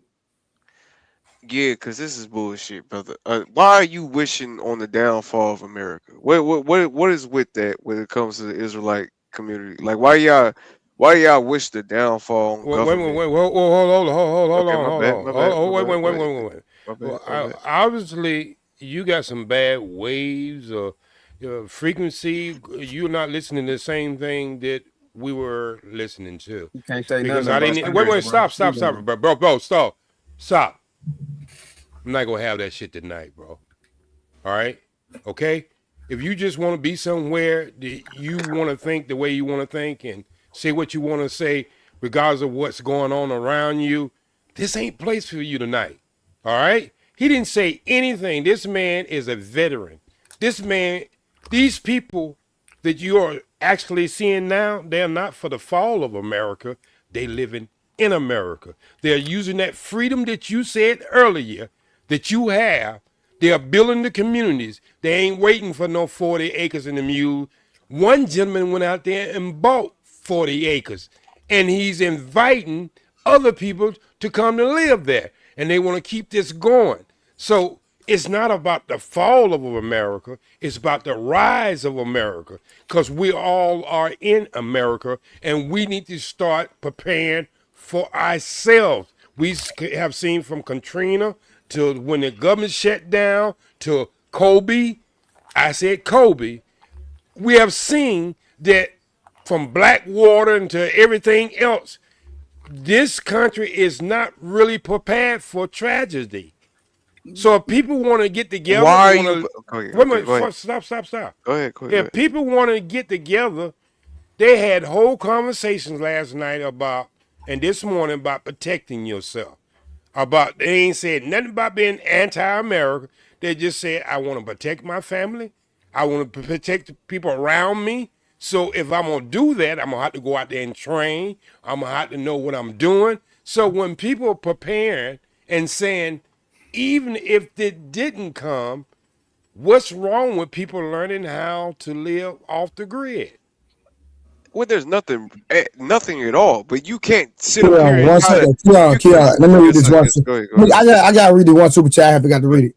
Shout out to T King. Hopefully you still watching.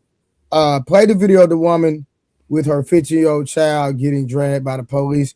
I just want to hear y'all stance. T. King, are you talking about the lady that when the police pulled her over, she was being belligerent? That happened in Dallas, near Dallas.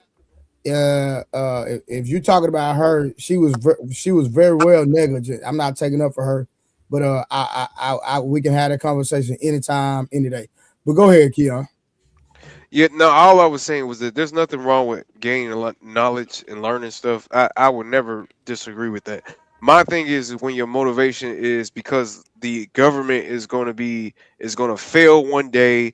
There's going to be this apocalyptic type of era in our lives. So let's get ready and prepare. That's what I don't agree with. Because why in the hell would you even want that? If anything, you should be trying to help to go against that and try to help the government not go down that apocalyptic way. Who like that's just where I just kind of disagree with that. So what would that look like? The thing where you don't think that a possibility of America being taken over and you have to be a prepper. What would be the opposite way to you? Because you say don't look for that. So what would be the opposite? What does that look like? Trying your best to not go down that route. That would be what I would think that would, to look at it as in how can I help instead of how it's going to end up. It's going to end up this way. Okay, you're probably absolutely right, but fuck that. Let's think about how we can help it not get that way, because this is where we live. This is where your children is going to live. Yeah, so we heard that before. They said, think not what the country can do for you, but think what you can do for the country. But people, and I'm going to say this about people of color. People in the South, I think, gonna fare better when it comes to that. Because when I think about my older people, they had 2 deep freezers. They had a garage full of stuff. They were storing things. They was doing preserves. They was prepping just naturally. My aunties used to sit around and they used to go to like they used to can good, make preserves, make apple butter, and do all this other stuff. That was just a regular thing. We done got so far away from who we are, and now we're trying to make it seem like it's weird to prepare for taking care of our people. It's not weird, but it's a complicated position today, right? We still have the richest poor people in the world, right? That's a fact. Now with this grid, right? Again, this is why I say, man, if people are choosing not to learn the skills needed to sustain a village, then that's where the problem gonna be. And it appears right now, all those 50-year-olds, we done worked. We done put in the shovel, and if you'd have been in the military, you done dug a damn foxhole. So if you ain't dug a foxhole, it's gonna be hard for me to even get into a village with you, because that's a different type of work that you dig in the foxhole, right? And you dig it to the tallest man. So you short niggas going to dig it tall to a 6'5" if that's your buddy. But again, this is where the message has to come in a bulk. People have to be able to trust that word that you're giving them, and it comes with relationship building. We all old. We damn near. I retired at 54. Some of y'all retired by age and still working. So if you got young people, that's the message, to build. I don't want to build with no big old knight and say, what knight's gonna do besides peel some potatoes?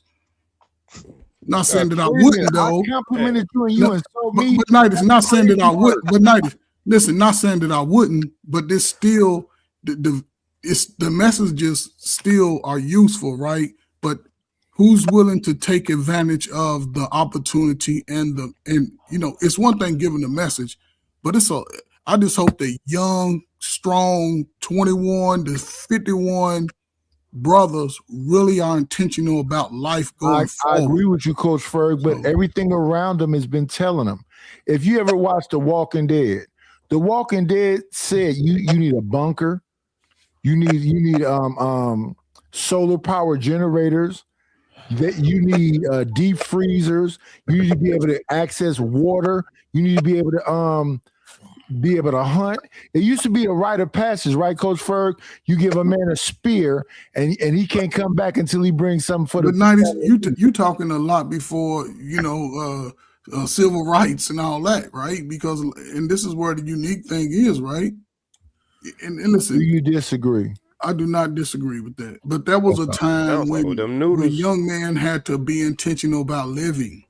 It was a time where, you know, we make life easier. And here we are. But Coach Bird, in 90s, everything old is new again. Coach with 90s and Coach Fur. I think we got flanked a little bit because Keon thought this was one thing, but as we get in the video, this is not anti-America. This is people who decide that the city life was not good to raise their children. Yeah. This was people who decided that they wanting to show their children that it's a community who didn't want to deal with the hustles and bustles of the cement jungles. And he went out there and bought 40 acres. And he brought all these people together under one faith. That's what I was about to ask you. He brought all these people together under one faith. Right. And they are teaching each other. When you first go there, you will see that each family would help the other family get themselves together, build what they need to build so they can leave. Because a lot of people coming in there with trailers and then they build a house. So let's just get into the video, Trey. You're there. It had nothing to do with Keon being anti-America. Matter of fact, okay, but wait a minute. I never said it was anything. Look, first of all, it's nothing about being anti-American. What I said was that it's not about anti-American. It's about being pro-separationism. It's about being pro-apocalypticism, if that's even a word. I don't even think that's a word, but thinking that for some reason the government is about to end. That's what I'm talking about. Wait. Listen. Do we have reservation in this country? Yes. Yeah, like Indian reservation. Okay, guys, let's stop right there. Do we have people in Utah that live right here in America, but they have their own way that they want their community to be? Yes. God forbid we do that. Utah, Wyoming, North Dakota, South Dakota, so all those Dakota. Yeah. Why is it we always got to measure our thermostat to Europeans the way they want us to live when we can have our own mind, our own mindset, and self-determination? Why we got to be, just because we start loving the way we want to do something, why we got to be anti them in the first place? It's not even about them. Because of post-traumatic slave syndrome. Because air conditioner is better than the wind.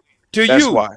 Air conditioner is better than the wind. Word, but I'll be glad when you get a true understanding of what that word is. And that condition is. Wait, what word? My bad. OG, they call it secession.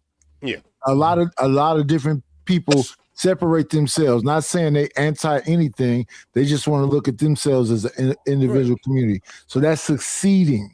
There are certain states that secede from the whole situation. So we don't, it's not a hatred thing. It's about self-determination is never about self-determination is never about anti, is about loving oneself. It's a human right. If we understand it takes a village to raise a child, and we don't get away from that, and our children are running wild, then maybe we need to reset. But you're being oblivious. Go ahead, B. OG, that dude that was at the beginning of the video, wasn't he white? Yeah, he was white. No, not the white. Yeah, I think he got some, but it is some. Wait, hold on. Hold on. I don't know. He more Coach Ferg. No, yeah, he's Obama type. He a Obama type. Everybody is Obama type. Coach Ferg got two nigga parents. I understand. But you're more of a miracle than Jesus Christ with that color. And you got two dark parents. I ain't got my tan. I think that guy was white, y'all. I think he was white. He might have been white. Let me say this once again. It's faith.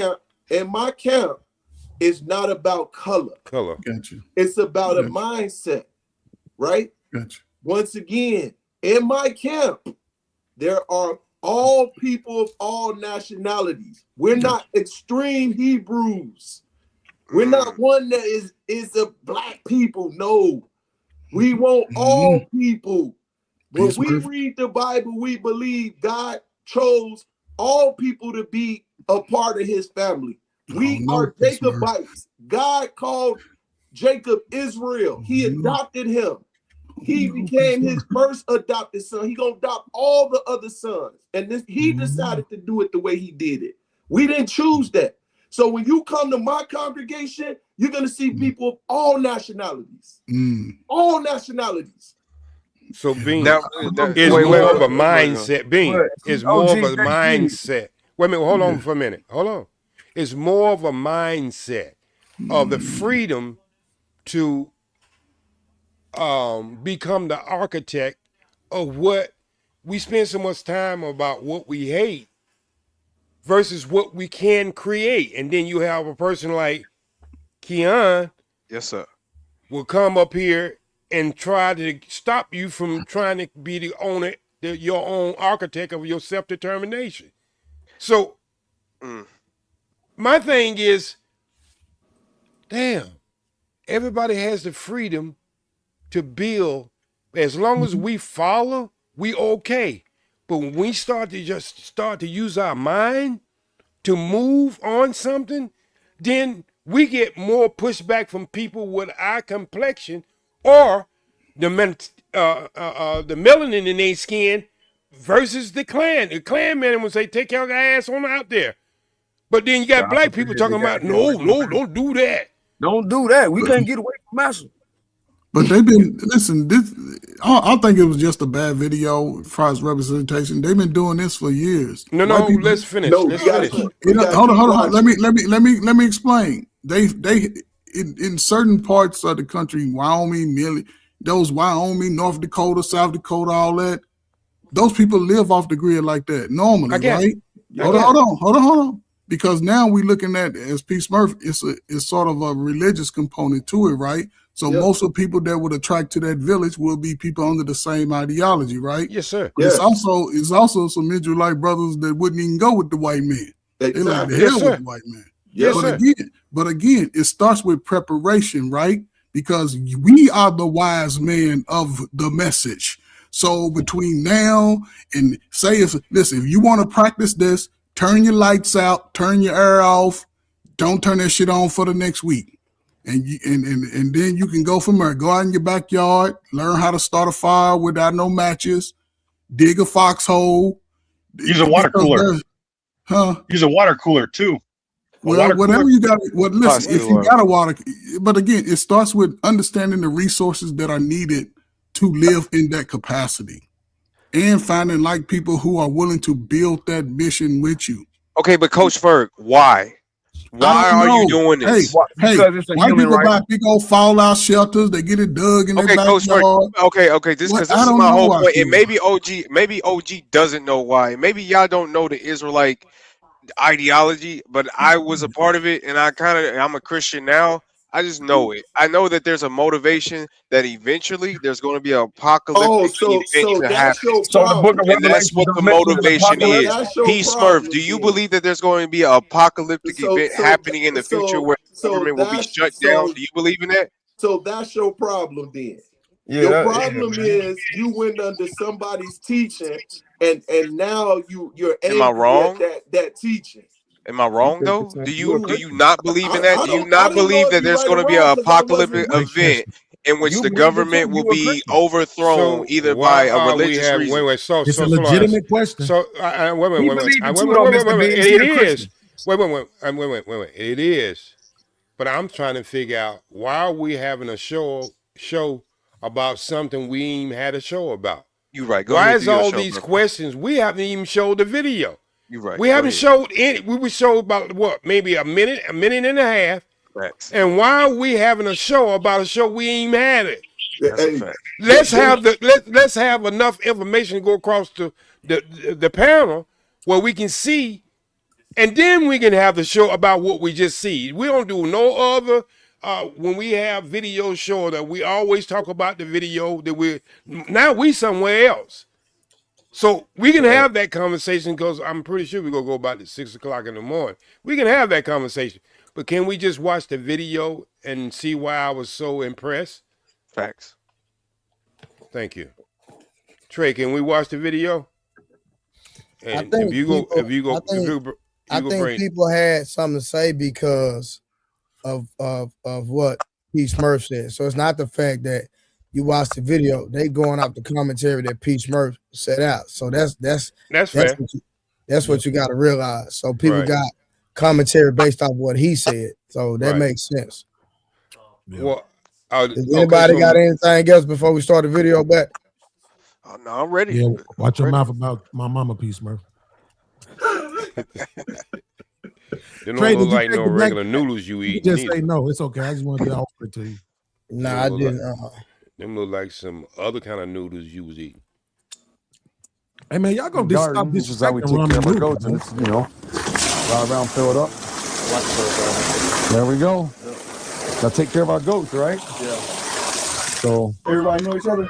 Oh yeah, absolutely. Yeah. I can name everybody out here. Yep. Yeah. Everybody. This is family, like family. Look at all of our kids. Not all of them. This is just a handful of. That's just a handful of them. You can live next to somebody for 30 years and don't even know their name. It's sad. It shows you how far away God's children have gone away from his way of doing things. To be able to get along with each other and love each other. We are one heart, one mind, one God, one creator, one gospel, and that's how we live. We're family. There's nobody out here that's gonna need anything. No. If somebody needs something, that's everybody's responsibility. They're gonna goats. See, they got their program. The goats. There they are. There's all the kids, their mamas. Yep. That ain't even half. That's not even half down here. No.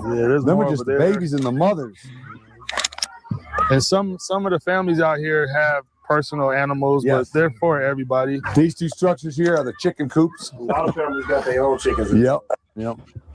Little small flocks. So is this like community? Let me go down to here and grab a couple eggs. Yes. Yeah, fine. Yes, absolutely. We store them in the kitchen. The kitchen's always open. If you need eggs, go get them. Yeah, go get them. Yes. And if they run out here, the families open their doors and they give their surplus. Hey, you want some eggs? Yes, that's how we do it. Yeah. I tell you, just bring a carton. Yeah. Don't have a carton, bring one over. We'll give you. You got a 20-pound thing of propane? Yeah. You got 5 gallons of gas? Yeah. You got 100 like a barrel? Yes. Don't worry about giving it back. Yeah. Yes, that's how we do it. Yes. From Chief. He taught us all how to be like that. Give from the heart. Be selfless, not selfish. Yep.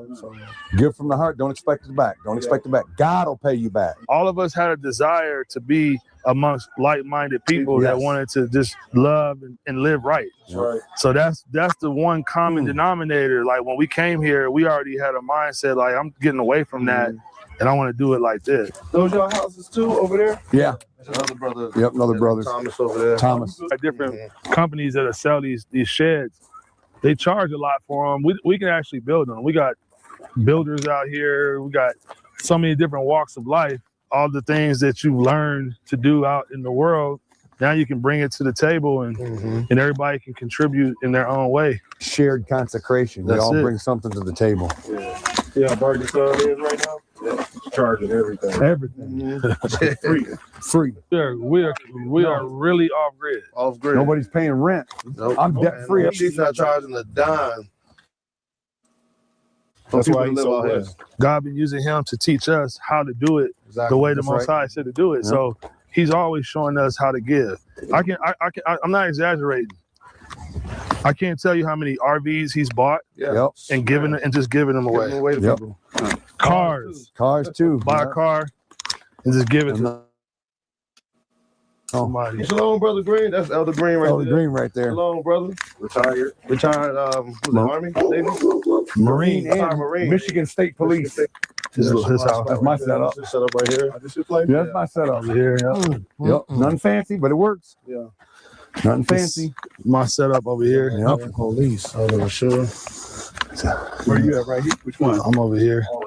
All that? Yeah, I got a big family. The basketball courts and all that? Yeah, I got a bunch of sons, man. It's one of my sons right there. He's 15 with the red on. Boys need space. Yeah, man. All the kids, man. I teach the kids martial arts and discipline.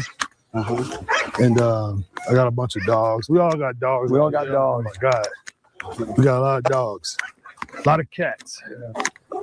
Kurt probably got about 30 cats over there. Yep. Are you serious? Yeah, keep there's not and a mouse around. The mice out. Yep. we found that out. We got Man, mouse population has gone down. Yeah. So you don't see no mice. The RVs don't have to put no more sticky traps down. No. Yeah, the cats out there fighting them in the middle of the night. Yep. Every night. Cat troopers. Yep. We got a bunch of water trailers too. We don't just have one. We probably got about 4 or 5. 5 of them. All over. How long you been here? I've been for 5 years. 5 years. Okay. Yeah. So all y'all been here grip. Yeah. I've been here a year. Hey, OG, we just not gonna watch it just straight out. We gotta kind of go in and out on it, brother. Some of y'all niggas don't even like cats. What we talking about? Nigga, I love cats, but yeah, that's what it seemed like we was just watching. But you know, so this All right, could be. so I'm pretty sure. Go ahead. This could be what a lot of us have talked about. Not all of us, but it don't make no difference if you're Israelite, brother, Muslim, if you have the same mindset and you want to build that community. Farmland is the most cheapest land you can get in America. And I think, man, we children of the sun, and this cement jungle has, and this is not for everybody. Let's get this straight. This cement jungle has not worked out for a lot of us. Because we keep playing this follow game. And even though we are very successful in a lot of different areas, and I'm not going to take that away from any black man or black woman. I'm not. But what I am saying is going to be a time that I had to ask myself, I asked myself 10 years ago, did we change or white people change? Man, fuck white people. Go ahead. Stop. Go ahead. My bad. Okay. Did we change or did white people change? And you go see the importance of why I said that. We changed. Thank you. And we changed because we went from family, right? And one of the biggest things they spoke on was sharing. We don't even share no more. Another thing they spoke on is you don't even know your neighbor. You can live on the same block for years and don't even know the people on the block with you. You know what I'm saying? So we've gotten away from, it goes back, I said the other day, we used to call ourselves brothers and sisters to keep us with a united mindset. You know what I'm saying? Because at one point in time, you wouldn't dare hurt your brother or your sister. Now, they your greatest enemy. So we got to get back to at least that point where our children, you see what their children was doing? They're being kids, right? And then you see the community around them to protect them and allow them to be kids. We done went away from our kids can't even enjoy themselves at the park without adults doing things that not privy to what the kids even supposed to be exposed to. You know what I'm saying? They can't even sit on the stoop. So it's a hard conversation for a lot of people to have, and then once again, it ain't for everybody. What I talk about is for me and those that have the mindset of it. If you don't like it, that's okay. But no, look, Smurf, because at the end of the day, I can never ever disregard or take away what if you're a part of this community, or whoever's this community is. I can never do that because that's amazing within itself. So that's not what I'm doing. What I'm just saying is what the motivation is. That's all I'm asking. And what the reason is to turn up a better product. What is you can't understand about that? To turn out a better product of what? Black men? You think children? Black men need a better children? Black children growing up to be black men and black women. You think we need a better product of black children? You most certainly, just from listening to you. So we feeling as a parent, then I mean, I'll OG play the time where we didn't take each other out. Hey, fellas, real quick. Hey, anytime, any month y'all want to join in, y'all ain't gotta sit here and just be quiet, bro. It's an open anybody, conversation. man. Fuck me, shit. Welcome to the welcome to the show, Angry Man. Welcome to the show, Johnny, Chicago Rilla, Howard. Howard kind of quiet tonight. I want to know. I just follow OGJ Speed. OGJ Speed on Amazing Lucas. I think it's the same guy. I want to know what's amazing about it. He's just his name.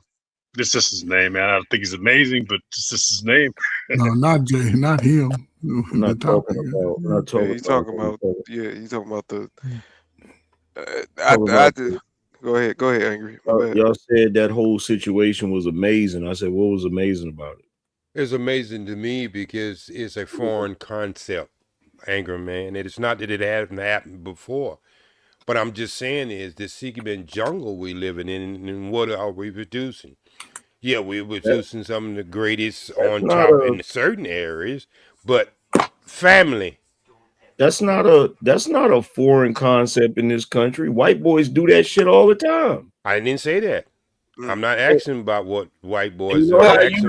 Coach Fern said that about 15, 20 minutes ago. You know how that shit usually ends? Latinos also. You know how that shit usually ends? How that?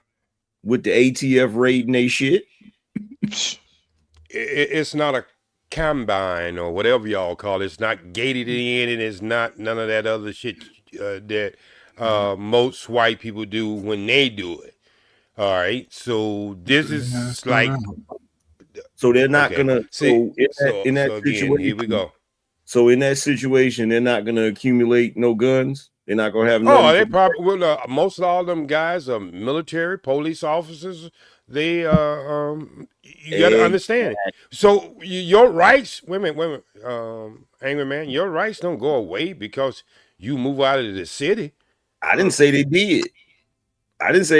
All I'm saying is, whenever they create a off-grid community and they accumulate guns and shit, the ATF is coming eventually. You got to have guns for hunting. Wake up, hunting. No, they're hunting the people. That's what they're doing, and that's why the government ends up coming to burn whatever they got going on. Well, when the last time you ever heard the ATF raid fucking Utah? What you mean? That's Mormon. JSP, that's Mormon. Okay, no, wait a minute. What is Mormon? Them niggas get locked up all the time and shit. I ain't talking about for the goofy shit they do. I ask you again. Why is it we always got to have fear about something that we are building? This is not fear. They don't have to raid the Mormons because they get them on the other shit. So that will be our excuse? I didn't say excuse. If you want to, that will be our reason. If you want, when you moving out there, OG, hey. It's too cold in Utah, man. My thing is, Angry Man.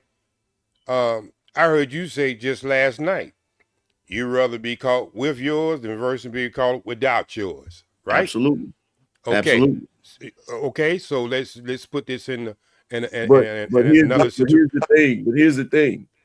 If them people raid me, you feel me, and try to lock me up, they're gonna snatch me from an air-conditioned home in comfort. Say that. I'll be damned if I'm gonna get snatched up out of a fucking hut on a dirt clod to be drugged to a damn cell. Okay, so we're talking about some. Wait a minute. Let's stop right there.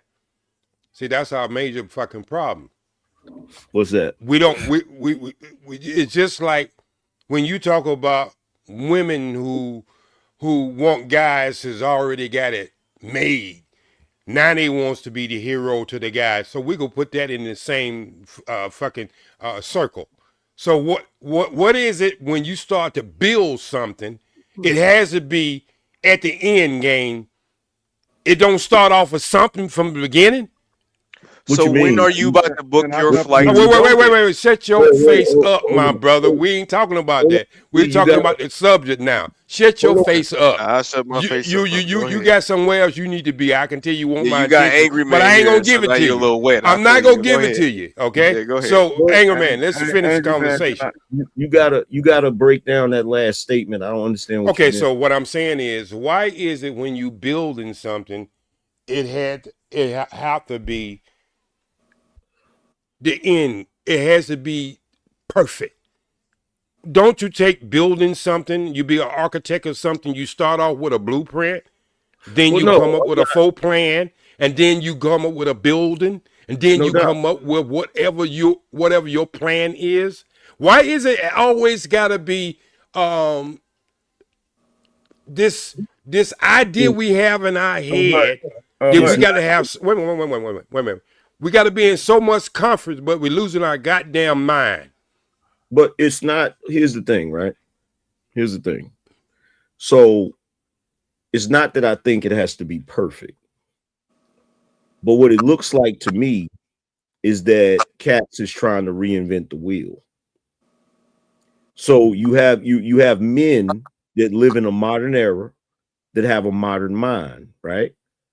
They actually made a movie about some folks doing this. You know, the only way it worked, all of the elders had children, and they didn't teach the children about the outside world. They were totally isolated. It was called a village. They were totally isolated. And they had to do all types of weird shit to keep the kids from wandering off and finding out about the modern world and shit, right? Like the Amish. And that was the only way that it worked, is because the children growing up in that community didn't know nothing about the outside world, right? So the point that I'm trying to make is that while that is an admirable idea to separate from the society and live off grid to try to have a separate community, the only problem is, in the modern day that we live in, there's countless issues that will inevitably arise that's going to cause that to be a problem, because you're trying to go back to living the way you were living before all of the modern modernity, before all of that, and before technology. And that's extremely I disagree with that. I'm gonna tell you why I disagree with that. Number one, you give me 2 hours and a crew of 150, and you give me $100 million, I can make you that same damn movie with that same storyline. Okay? I'm sure you could. Let's just be real, okay? Everything is not a movie. Okay? Let's just get that out the way. Everything is not a movie. We depend on movies too much. This is people live real life, make decisions all throughout their life, brother. And what I'm saying is, when we get ready to do something, we always have all the reason why it won't work. And number two, we have all the problems for the solution, not the solution for the problem. So okay, so number one, I don't understand why you're getting agitated. I'm getting agitated because number one is, it's as if we don't invent the wheel every day. Okay, what's under the sun is never. What's under the sun has never been under the sun, angry man. Okay, so here's the thing, right? Here's the thing. No, that was a question. Yeah, but I need to say something. Okay, go ahead. No disrespect. So here's the thing, right? Yeah, I get what you're saying, right? But when you say we depend on movies is art imitating life. Outside of supernatural and fiction, right? So the entire reason why I brought that up is because that was a premise that it's possible to live off grid and be completely separate from the society. And in that particular movie, they had to go to extremes to do that. That's the only reason why I brought that up, right? So what I'm saying is that when you have something like that going on, you literally have a United States government that goes out of its way to make sure that you can't do shit like that. Am I wrong? In certain cases. Okay, so let's say you starting off now, right? They starting off, they small. Ain't nobody tripping, right? But I would imagine that they don't intend to stay like that. I imagine they want more people to be there, because if you're living like that, you need more people, because you got to farm, you dividing up labor, because from the way he was describing it sounded like some socialism type shit.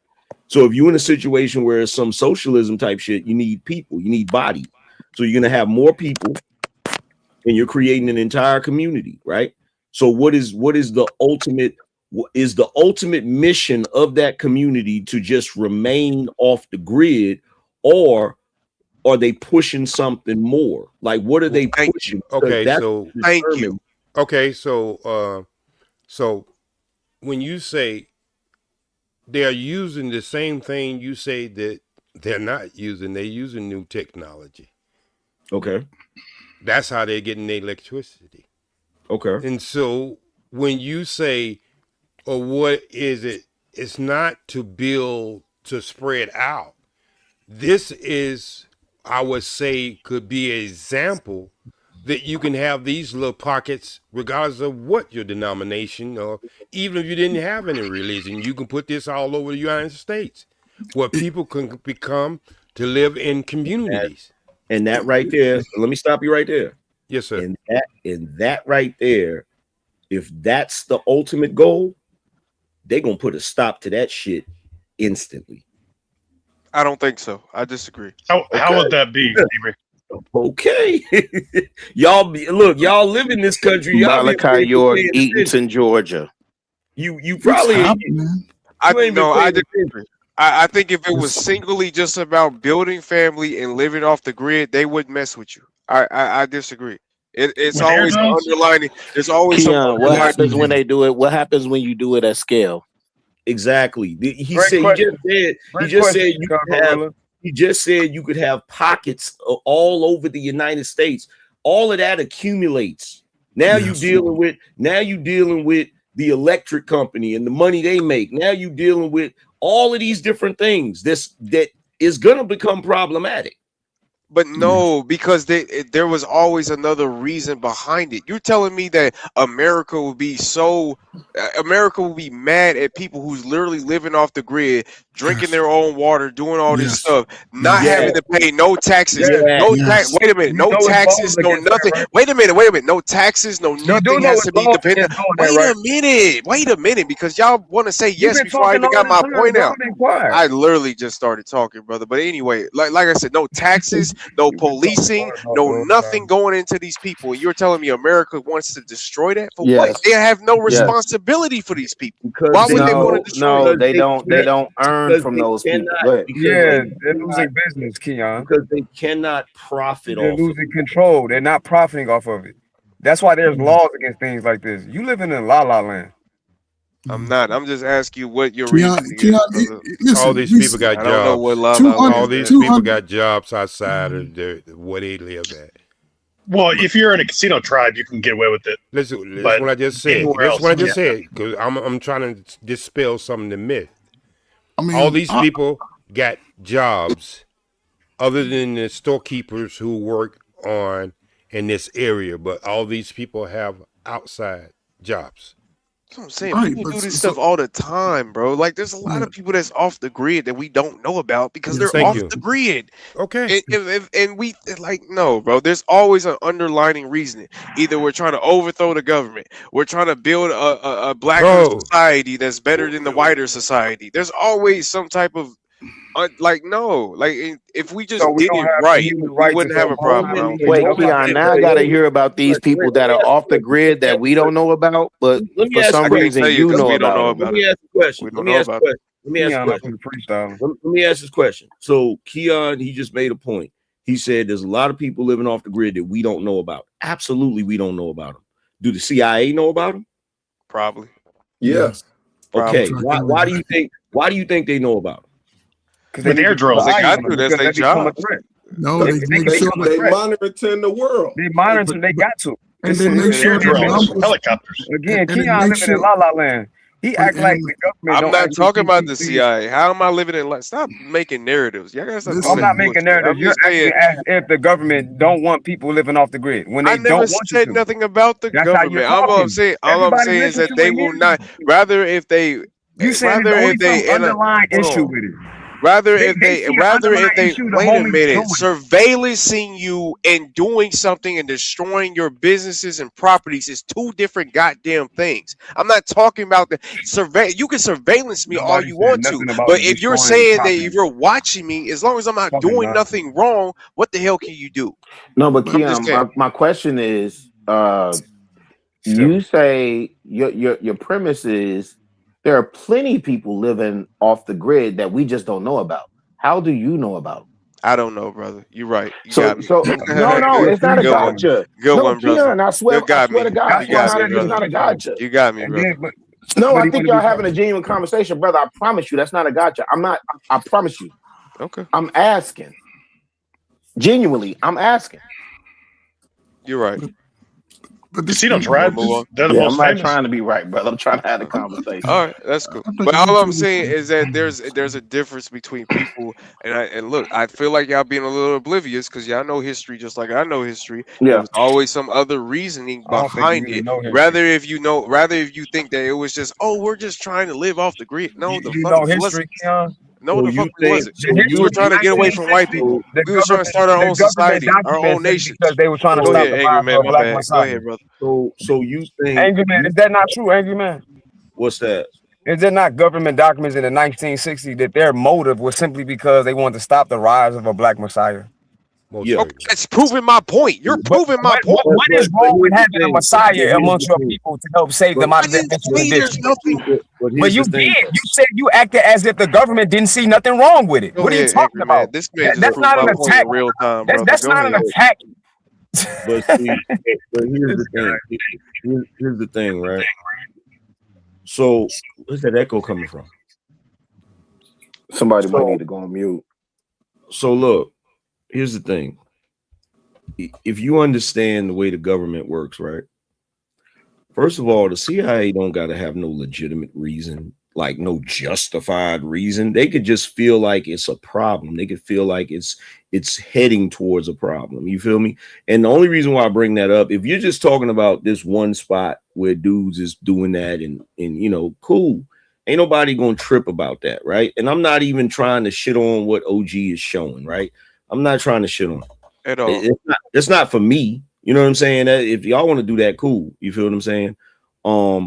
But when you have if you have a lot of people across the country doing that, like if that becomes a trend, that's what I'm saying. That's going to become problematic because now you're fucking with the church's money, so to speak.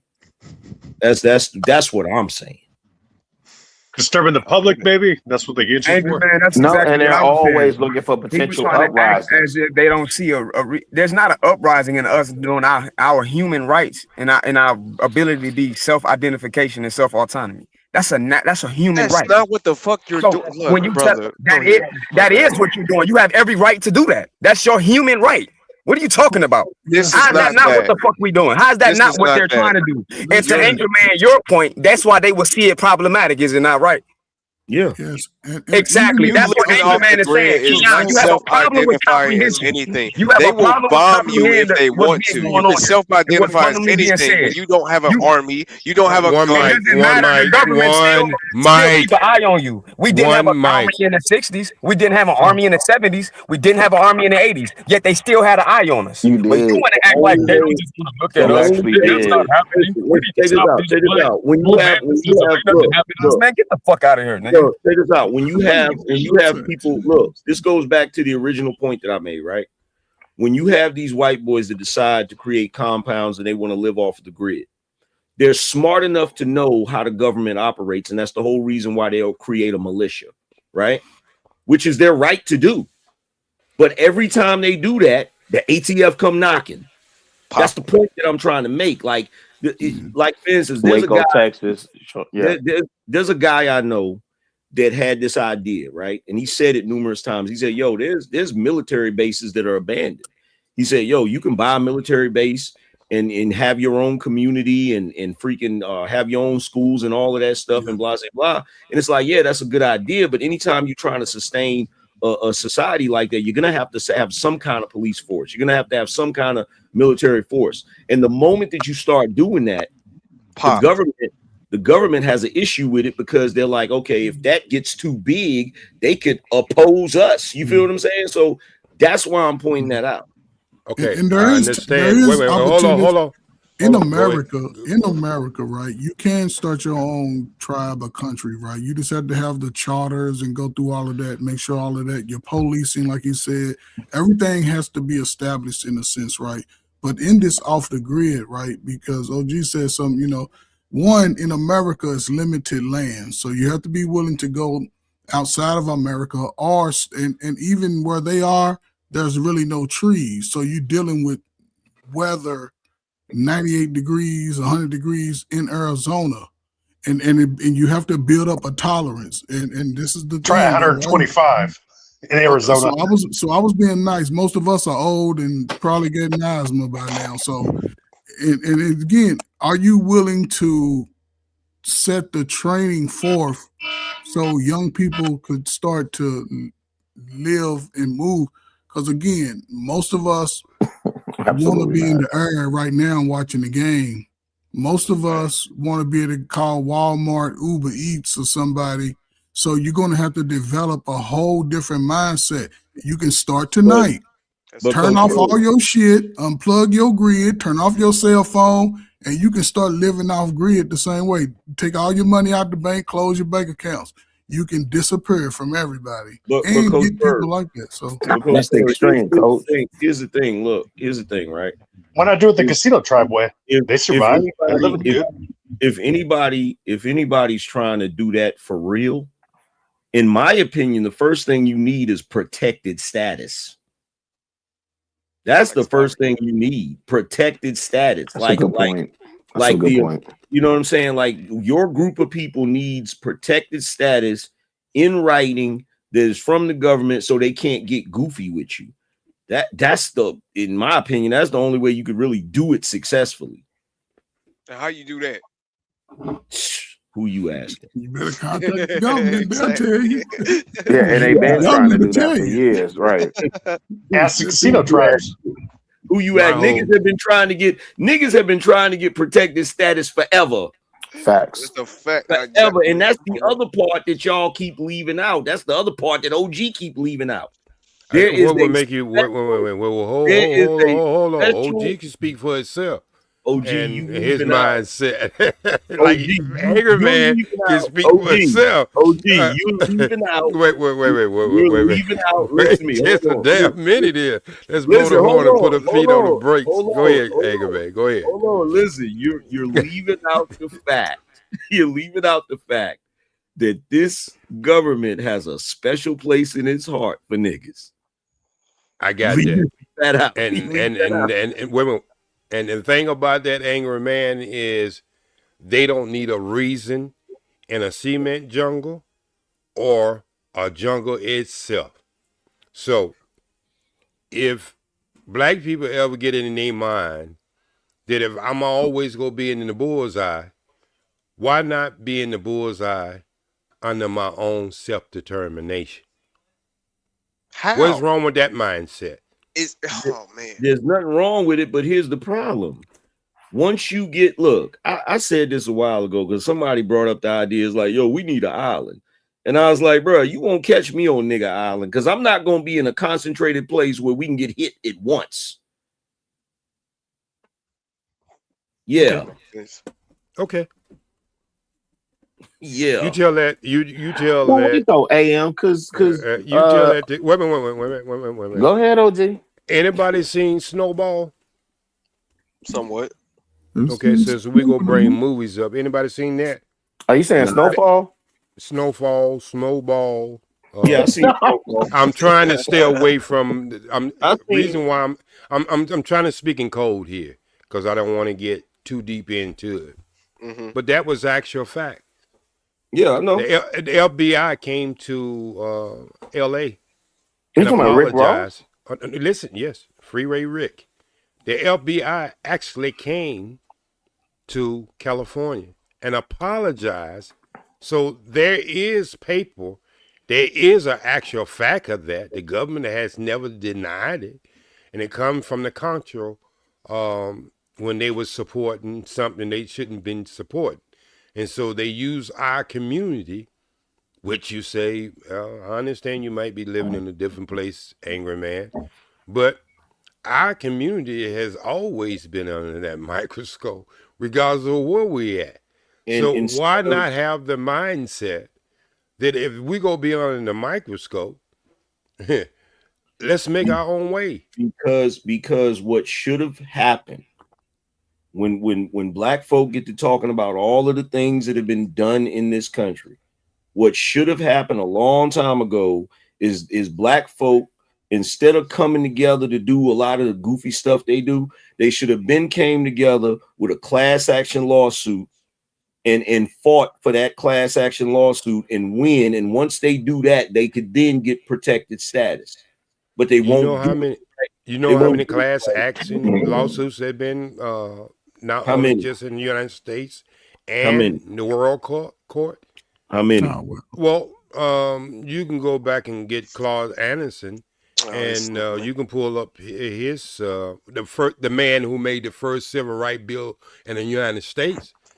Since you think I don't know what I'm talking about, was that a collective? That's not no. Listen, what I'm just what I'm saying is that's not. I'm just showing you the history of him, just one man, what he was able to do right in Florida, and you start talking about these class action lawsuits and world court and all this other stuff. You ever did a deep research? How many things don't went before the court up to this point? But that's the thing, OG. Even Malcolm X attempted to bring the atrocities right before UN, right? And those things got denied. So I don't know how we could say in good faith that we need to depend on this court system when we've consistently brought cases before them, right? At least from my recollection. Because that's your best bet, Negro. What else are you going to do? I'm just going on wait, what is Anger that Man just said. Yeah, what else are you gonna do? What else are you gonna do? So now, this is crazy. So in the midst of us talking about Kuji Chagalia and self-determination, now we say we still. What else? So now we're saying we still need to depend on somebody else. Not dependency. It's about what the hell reality is. That's wild. But go ahead, go off, fam. We gonna go there. So since we gonna go there, let me ask y'all this question, okay? Because we can get 1 million niggas to get together to march to Washington D.C. Have you gotten Have you gotten 1 million niggas behind a class action lawsuit? Come on now. You know why? Why? Because we always come up with the problems of the solution. No, but OG, let's answer the question outright. No, so we haven't gotten 1 million people behind the class action lawsuit. Any class action lawsuit that has been seen to fruition, have those people have we seen those supported in numbers, or have we seen competent attorneys either get out there and litigate the case, right? Or Man, niggas don't even vote. Niggas don't even vote. You could probably get 2 niggas on this panel right now who will probably admit that they don't vote. Is that Keon? Like, what do we? Keon, I'm not your opposition, brother. Listen, I don't know why you jumping in like that. I'm not your opposition. I actually vote. It's been a long night. It's been a long night. I'm sorry. Wait, let me say this. It's been a long night. No, shout out to Keon. Shout out to my young blood. But let me say this for all the voters. No, let me say. He don't have our best interest. Hold on, OG. Let me just say this for all the voters. Wait. Let's establish this first. He has already proven from the time he been on this damn panel that he don't have our best interest. No. It's cool, OG. I promise you. Listen. So I'm saying, how do you wait?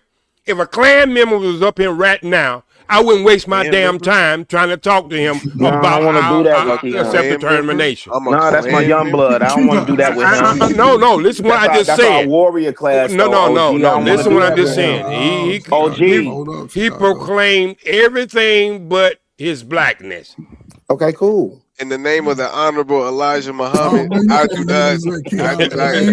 Keon, relax, man. You full of bullshit. Let me just say this, and I'm gonna go on mute. Y'all got it. Let me say this, and I'm gonna go on mute. Because all this, y'all don't vote, right?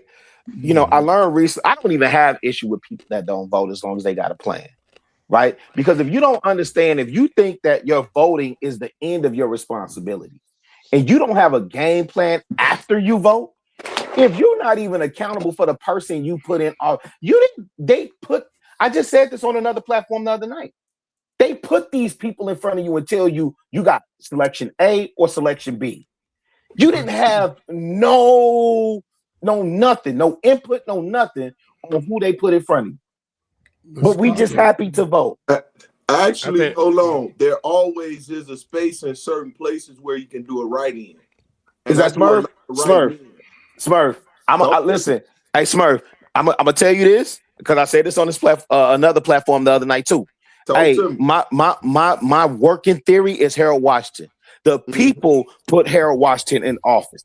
Thanks. Yeah, but that was 40, 50 years okay, ago. Wait, you can't do that. Naming random facts for no reason. You can't. Hey, Ferg, you can't do that. Ferg, you can't do that. No, Ferg, you can't do that. I don't. No, brother, respectfully, you can't do that. Who is identified as the person that will represent us? Ferg, respectfully, brother, you can't do that, and you diminish the point that I'm making. That's why I addressed that to P. Smurf specifically, right? Yep. If you from the crib, you know Harold Washington had a list of demands for him to run for. He was comfortable as a senator. And it should be a lesson that we as a people take from. We can't just say, that happened 40, 50. That's my point. But Chicago, 40 and 50-year-olds don't know who he is today. No, you're missing my point, brother. We talk about a national issue. Let me say it this way. What is the Black Super PAC? What is the CBC doing for y'all? The NCAA. NAACP. Yeah, I'm tripping. God damn. Who are y'all putting in office? That's my point, Ferg. It's not that it happened 40, 50 years ago. Here's the thing. Here's the thing, right? That's not what I'm riding on. What I'm saying is you don't control who you put in office. Here's the thing. But that's been happening that long, though. Hold on. Here's the thing, right? Here's the reason. The reason why I brought up the courts is because Black people back in the day went to the courts and fought for a lot of shit in the courts before we had the rights that we have now. Before we was anywhere near where we're at right now. The reason why you can't get shit accomplished now is because you cannot get niggas on one accord unless it's some bullshit. But they wasn't on one accord then. That's what needs to be addressed. But they understood. I think there's nothing getting accomplished because there's nothing to be accomplished. What is wrong with niggas today? No, y'all having this mindset that for some reason niggas is so downtrodden and they need so much legislation so they can help niggas out. There's nothing wrong with you niggas today. Look at Ferg. Ferg looks like a good, sustainable man. How you say the word. What are we talking about, man? I don't like how you say the I would sit up here and try to. I really don't even like how you say it. You don't say it correctly. To a damn slave in I don't like how you say the word. Messed up, boy. I really just don't like how you say the word. You don't say it right. I don't give a damn what you think I say, right? Damn it. I'm just sitting up here saying, y'all niggas sit up here and sound like betas. Damn it. Y'all make it seem like niggas is so bad. I know Obama, Oprah, Tyler, nigga. No, go to A.N.'s point, though. No, go to A.N.'s point. Go ahead. Here's the thing, Keon. Ain't nothing wrong with Black folk, but there's a whole lot wrong with niggas today. Fair enough. Okay? So what OG said about being able to produce a better product, he wasn't wrong about that. He was 100% correct about that. You feel what I'm saying? My thing is this. My thing is this, right? The reason other groups of people are able to get shit accomplished is not because they favored by the white man. It's because they can get on one accord when it comes to certain shit. You can't get niggas to be together on nothing unless it's some bullshit. AM, I gotta ask you. Like Latinos, Wait. During the civil rights era, AM, what percentage of Black Americans was in favor of the civil rights movement? Would you say, based on your research? I couldn't give you a 60. You say 60%? I bet. I put money on it. Who that? Keon? Yes, sir. Yeah, I'd encourage you to do the research. I'm doing the research. Yeah, most people thought that was rabble rousing, and why y'all disturbing these good white folks? Go ahead. I can't give you a specific percentage because that would be disingenuous. I will say this: there were a lot of Black people that weren't in favor of certain shit because they didn't want to integrate. They didn't want to integrate, and then there was those that wanted to integrate. You feel what I'm saying? Yeah. And now that we looking at it, the ones that didn't want to integrate, they might not have been wrong. No. Yeah, I talked to a couple of OGs that gave me insight on that. But this is my point, AM. I would argue that the civil rights era, they weren't favorable in terms of having the numbers, in terms of what we think we got to have today, but they were more strategic. They had funding. That was a big part. And then I would argue that the talented 10th was at work. Well, here's the thing. And this part every last one of you gonna hate, especially OG when I say this. Oh, please. You hit me too many times. Even though a lot of them were divided on shit, the reason why they got a lot of shit through is because they had help from white folk. Most certainly. Yeah. Because it's not about being right towards Black or white, nigga. It was just right, period. And that's what the white folks see. No, it was strategy. They saw that niggas being hung and niggas being ran over and niggas being murdered or niggas being ran for no damn. Yeah. Hold on, wait a minute. When they was embarrassed, wait a minute, brother. Doing that because they had their own agenda, Keon. Again, you in y'all are land sad. Y'all are sad. Hey, Keon, go back and listen to Malcolm X speak on the white liberal. Keon's in La La Land. Yeah, go back and listen to Malcolm X speak on the white liberal. But I think OG he just cares about us hanging from trees. He don't know what he's talking about. They did it because they had an agenda, being they were liberals. Period. They were the agenda is mapped out in history. You are oblivious to that, Keon. Your reason begs the question, but I'm oblivious. What the fuck? What does being a liberal mean? What does that mean? Doesn't even make sense. Because they was liberals. What the fuck? What does that mean? The agenda's at work now. One of the agendas what we would talk about last night, Angry Man, we would talk about feminism. So I guess he's going to say that's not a liberal agenda. What do you mean? What does it mean? I know you can spell. Because I know you can use the question. Because they're feminists. Because they're liberals. We understand. Because they're this. You saying one the other night that said that there was no feminist group. It didn't matter who started feminism. Now you're seeing why it mattered, because it was a portion of the liberal agenda. Stop playing, dude. Like you don't know what you're talking about. You don't know what meaning means. About history. That's sad. You don't know what meaning means, and that's really sad. You got me confused, fam. Okay, let's slow it down a little bit. We go social mode the video and probably in the next 5 minutes, but I do want to ask Anger Man this, because I think he's pretty much a historian himself. There was a case before the civil rights case came up, and I'm gonna just give you a hint. Ferguson. Have you ever heard of this case? Yeah, I heard of it. Okay. So when it came down to Brown versus the Board of Education, that was not about integration. That bill was really about funding for the black schools the same as white schools. So they wanted to kill two birds with one stone. They say, well, yeah, we give you the funding, but we gonna integrate your ass. See, this is wait, let me finish. This is the mindset that a lot of black people have, that a lot of black people is just walking around trying to integrate. No, a lot of these bills had something to do with equal and equality as far as funding.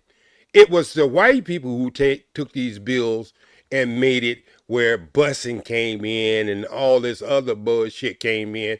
Because when you start to understand that, then you can take away some of these damn flank moves that people try to play on your ass. Martin Luther King was hated in the last 3 years of his life due to the fact that if you go back and read the Ebony magazines, the Jet magazines, and all these other magazines, he was totally hated. We ain't talking about white people. We're talking about black people now. Go back and look at some of the articles that was written on Martin Luther King the last 3 years of his life. And so he came up with the thing that he was going to do, the Poor Man Campaign March to Washington, D.C. That's what did it. That's what did it. So when y'all start having this narrative about civil rights in the 60s and the 50s, y'all have a very, to me, regurgitate a lot of bullshit that you heard somebody else say, but you never did your research. Well, that ain't fair, OG. You was there, we wasn't. Well, you know, I signed the Declaration of the Ten Commandments. Yeah. So this is what I'm saying is y'all had to watch it in movies, goddammit. I was happening to be there as either my mama's stomach or I was walking. So what I'm trying to say is we have sometimes when we start talking about things that we weren't there, we have to take the narrative that people have put out there, but we don't take enough time to do research and understand that there was a bill way before, and it came, I think it was it Trailway or Greyhound, that case came along. And then when the Civil Rights Bill, let's say the Brown versus Board of Education, they ran without that first Supreme Court decision, you couldn't have the civil rights, but they added a shit, just like they do in bills in Washington, D.C. now. The bills start off simple, and then they add a lot of shit into it, so the Democrat and then the Republicans can come to some kind of meeting and say, okay, we're going to pass this shit. Brother. Brother, my ass. So, pause. So we're going to go into the video right about now, and for all you naysayers, you just gonna have to deal with it. Just as a free movie, okay? Trey, can we get the rest of this video? We can speed it up a little bit so we can see other than just dry dirt and other stuff. You can see what these people are building.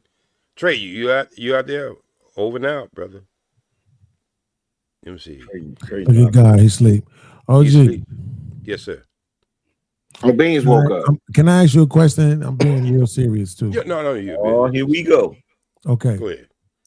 Because I agree with you, right, in principle about the regurgitation, but ain't everybody? Like, even if you do the research, once you go and tell it on the mountain, you ain't doing shit but regurgitating just like everybody else. This is why Angry Man said it wasn't, right? Beans, this is why Angry Man said it wasn't fair because I was there. So we had to take that into consideration.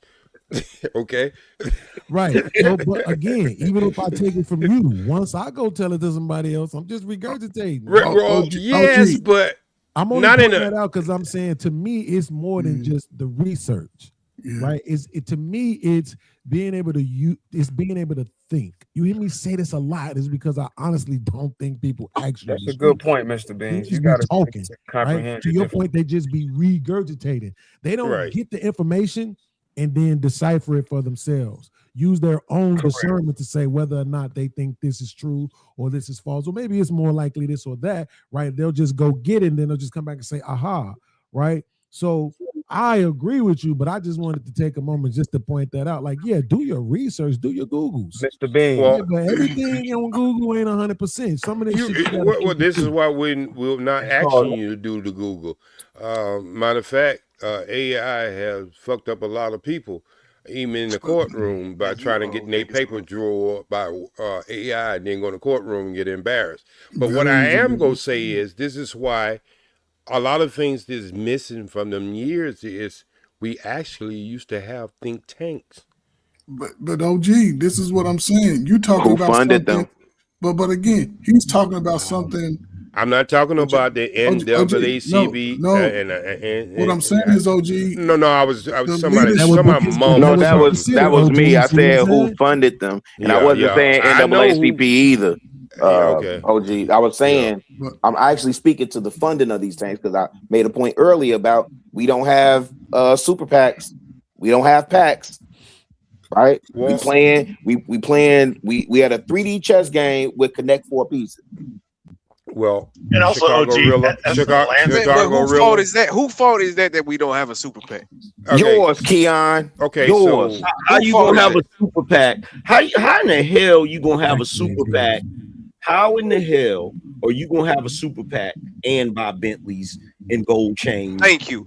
And thank you. No, don't try and co-sign with AM. No. That's my point. That's my point. Whose fault is that? Whose fault is that? Our community is sitting up here doing all this other bullshit and not caring about the actual community. No, don't do that. Don't try and co-sign with AM. Can I ask the panel a question then? Can I just ask the panel a serious question? Mm-hmm. Do you actually believe that, or not believe that there are black people making real serious moves that you don't hear about? They don't. So why we ain't got a super PAC? Wait! Stop! Yes, it happens. We understand the question, OG, and yes, it happens. It's far and few, but it does happen. But OG, I'm not. And here's the thing: you probably know better than me on this.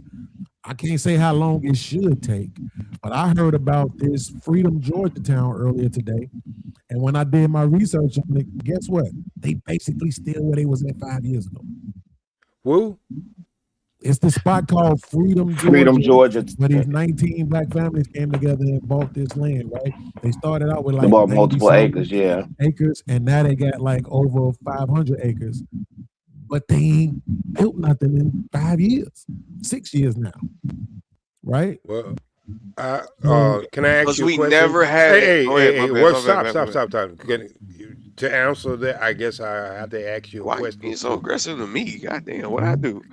Because I like you, bro. Sit your ass down, Simba. I like you. Sit your ass down, Simba. That's what it is. I like you, brother. This is where I do my kid, brother. I like you, brother. Okay, so Beans. Yeah. Can I ask this? Anybody can answer this. How long it took us to become niggas? And y'all know I don't use that word. 25 years, 30 years. No, you believe that, Coach? No. No. Once that drug impacted our mothers, it fucked us up. How long? We talking about 1619? I was here. I'm trying to hear what I'm going from 1964 to 1981. Oh no, I'm going back to 1619. Go ahead. To be niggas? Yeah. Oh, are y'all? 1980, 19. Go ahead. Based on what I believe, 85, 86, 87, 1964, by 1981. Hey, you know they wait. I'm gonna ask everybody on the panel, and then we go get to the video. AM, how long do you think it took us to become this word that we love so much? That's a trick question. We was already niggas. Okay. Coach Fur? Are you talking about the behavior? This deviant behavior that you try to change? Yes, sir. I'm going to attribute this to what I've seen firsthand myself, man. Once they put that drug in our neighborhood, we started turning the pew-pews on each other at an alarming rate. So, and then mothers started getting the same effects that men were getting. Jesus Christ. I'm still asking for the year. So I would say when I really thought it was going to be terrible, New Jack City in 1991. You think it's 91? Peace Smart. I say we're not talking about the biblical thing that people have arguments on. I'm talking about No. I got you. It took over 300 years. Okay. Johnny? I would say after 84, after the time I did the one kid per family, that's what I'm just thinking. It's a mix. How many years? 1984 to now. Okay. Chicago Rilla. Yeah, I'm going with 1619. 1619. I shouldn't even ask my younger brother Keon. But good Keon, what we got? Wait. But no, I would say it took 5 minutes. I don't even think it took years. It took the 5 minutes that the white man took your ancestors away from their homeland and then took them to West Congo and put them on that boat and took them to America. That's how long it took. That 5 minutes of that war. That's what I feel. I'm not surprised of your answer, but you correct. Howard. Yeah. How long do you think it? Say that again. How long from the question I asked from the beginning? I think that different time periods it took varyings of different times that y'all don't mention. So 16, 19, but then we'll come up and then they'll attack it. And then if we'll get back low and then we'll come back up again. And then we'll come back down. History isn't linear. It went up and down. So Coach Ferg is right from what he's saying from the standpoint of the crack epidemic following up Iran-Contra and what happened in the 60s. When on the government documents, they admitted they attacked us. And then you got the middle times in between that from the transatlantic slave trade. So it just depends on the time period. I think that's it'll be unfair for me to answer that with just one specific year.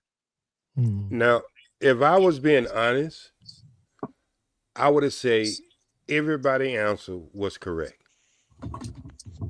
Because in no time would anybody who had specified a certain time and date that you couldn't go back and see that behavior. So everybody's right. It's a one more time. That's a good answer. Good answer. I would say about everybody who said different times, different places. No, that part I heard. The last part. Huh? There's no way. Are you? Let me just ask you. Are you not saying that there's not a time that we can't go back and see the behavior? Is that what you just said? What I'm saying is there's because nobody went to a time before we came in contact with this person who made, I would say, made this ballpark for us to have this title. Mm-hmm. So everybody's, when they gave a dating and time, it was time that we were connected to these people who gave us this game to play. Because before that, because our history don't start here. Before that, then I would have had a problem. But all this that they say the dates and time was part of contact with another being or another, species of people that we pull from that we were different. Yeah, but the reason why I disagree is because and it's kind of like to the point that bro was just making about when he was saying that time isn't linear, right? For me, I'm always majority minority, right?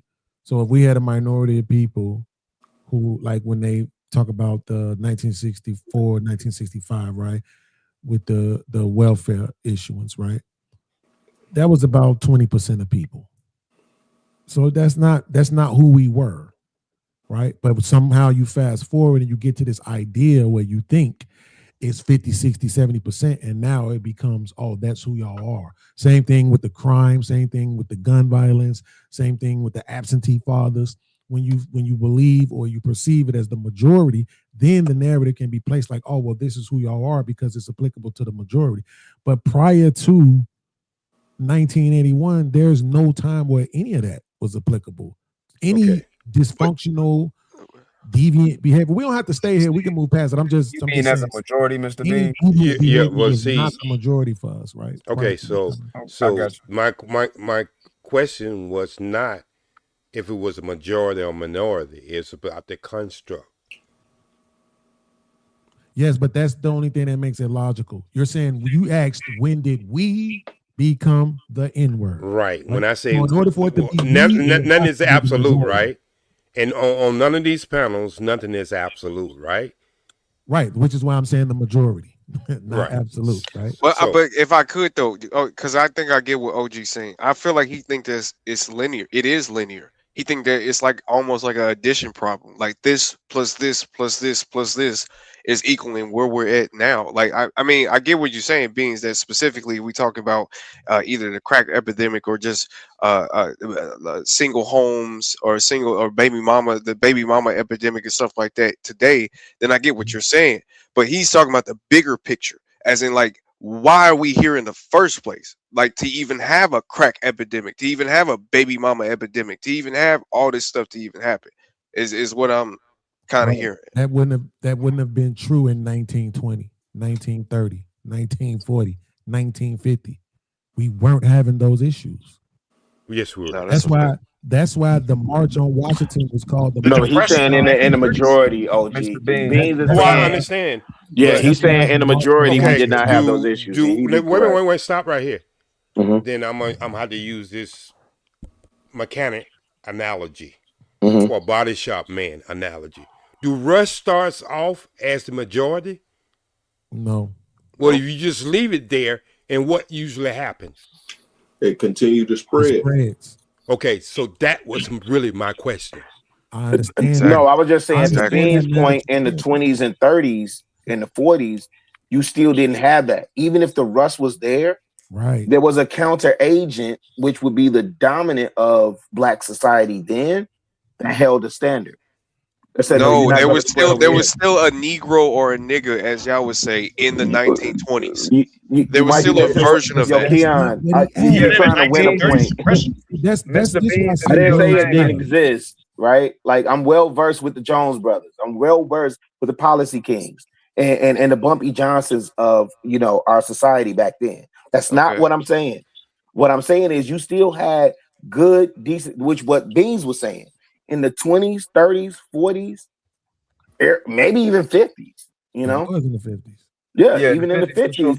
Yeah, those things existed, but there was a counter agent in stable Black families that said this rust will not spread over here. Right. Even in the 1930s? Oh, absolutely. Absolutely. Even in the Depression. In the Prohibition era, you think there was... You think there wasn't gangsters that was running around? You missing it, fam. No, you missed it. I'm saying it for the last time. Nobody is saying that that would disregard your point. No. Okay, Keon, was it the majority or minority of Black people? I would say the minority. Thank you. That's what Beans was saying. So you think the majority of Black people right now are gangsters? Chicago, let me ask you this question. You're missing it, brother. Chicago, let me ask you this question. Could the majority or minority drink from the white water fountain? The minority. Minority.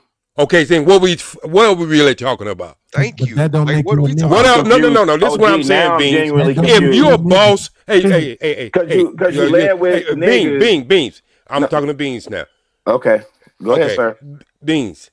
If you are a boss in a jail, are you still a prisoner? Yes. Y'all don't get... Okay.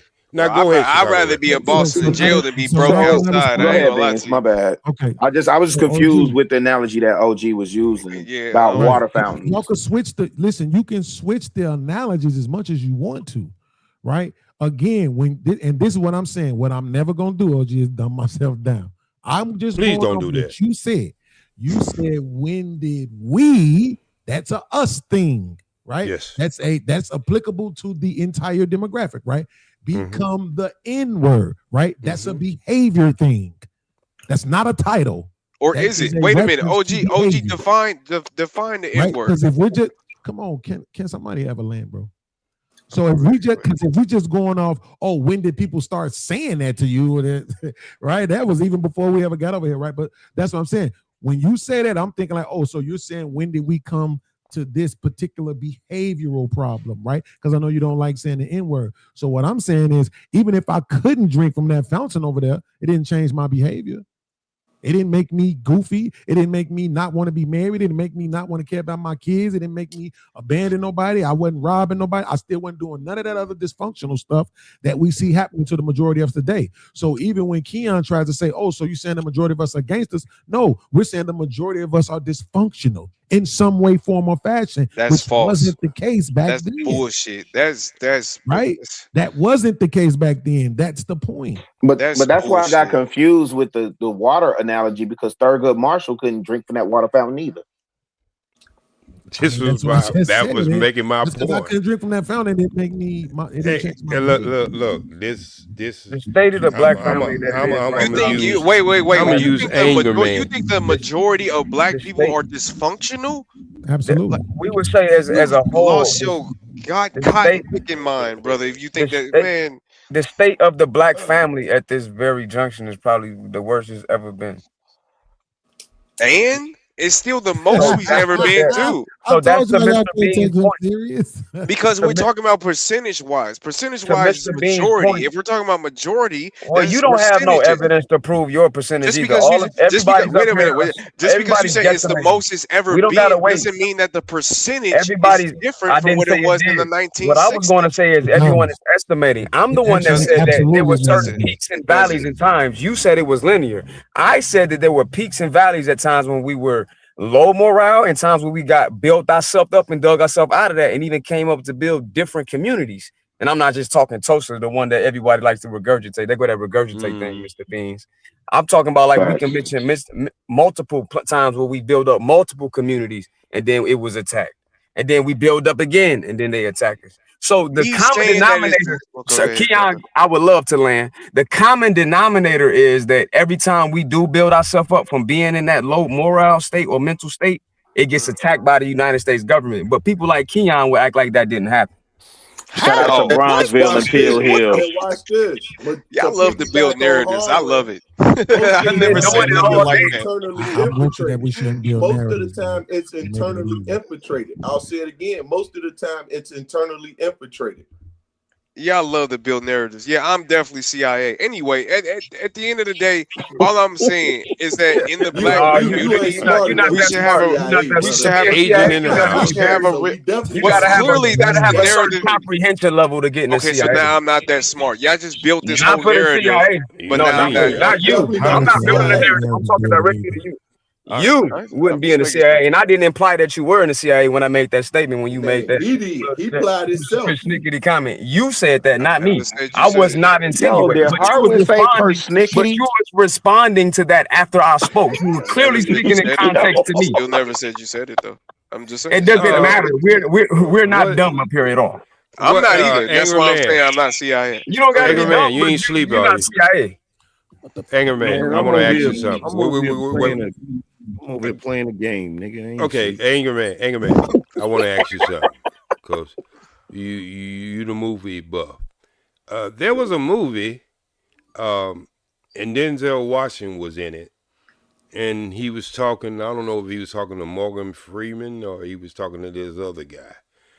I think he was talking to this other guy. What did he say in that movie? Talking about A Soldier's Tale? Yeah, something like that. No, it was the Civil War one. Oh, you talking about Glory? He talking about Glory with Matthew Broderick. I haven't seen it. I haven't seen it in a while, so you're gonna refresh my memory. It started off something like you can act like. Oh, he was basically saying you still a nigga. Okay. No matter how you behave, no matter how you act. And when did Glory come out? Probably in the early 90s. Late 80s, early 90s. If I'm late 80s, early 90s. Okay, what year is it? What year is it? Keon. Okay, my it bad. Probably came out. Keon. It probably came out when somebody should have put a condom on. Yo, oh geez. I was born in '98, so that don't apply to me. Yo, wait, you were born in '98? I was born in '98, so yeah, that don't apply to me. So Keon, if I may, I'm with you on the not building a narrative thing, right? So here's what I just some research I just got, right? Data shows between 1920 and 1940, up to 75% of Black adults were married. Right? By the 1950s, 70% of Black households were two parents, and out of wedlocks were as low as 15%.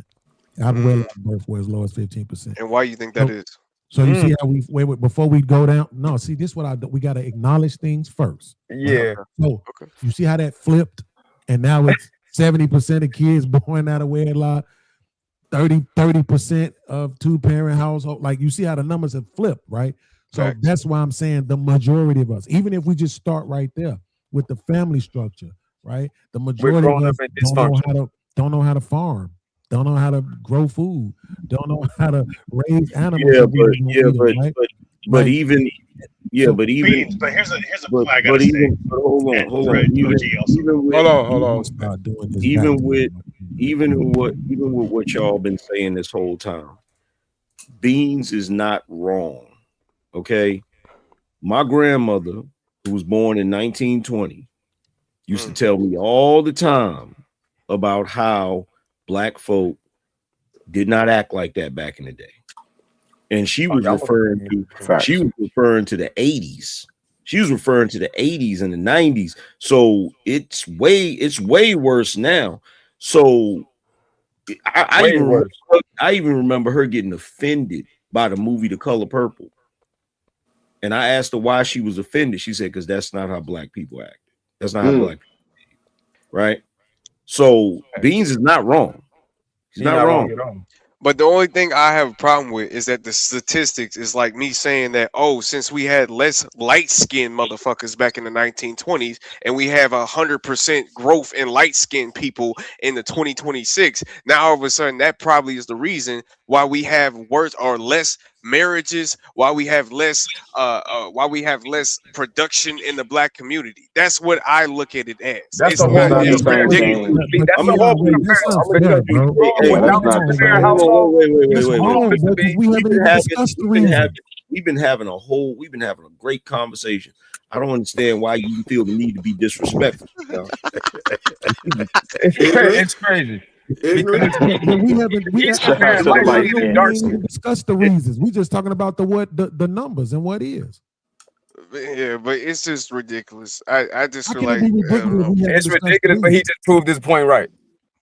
Yeah, because my point is that it's a fact that we do have more light-skinned people. When you grow up in a household without two parents, it's a fact you're more likely to go to prison. I didn't have no parents.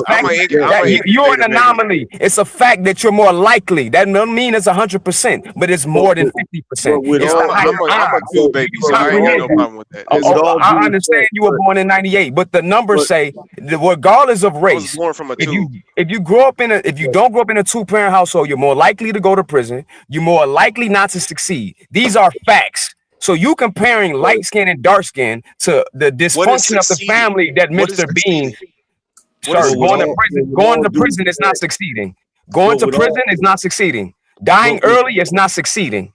But with all due respect, Keon being born in '98, he doesn't really have a frame of reference. I'm born. Hey, we're not making excuses, Angry Man. I was born in '90. That's 20. I was born in '90. I got a good 8 years on them. No, listen what I'm saying. Right?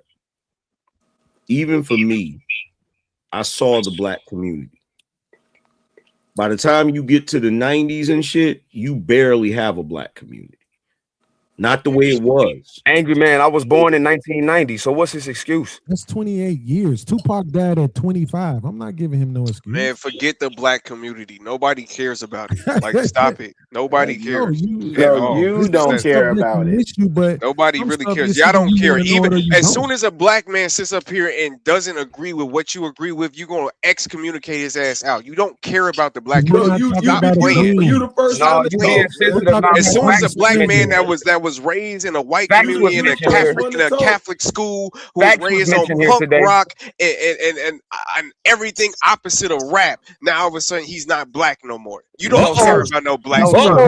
Be honest. That's your peer group. He's projecting. That's your peer group. Wait He's not wrong. He's not wrong about that. Hold on. One mic. I'm not gonna let you get that off either, AM. You can't do that. One mic. Wait.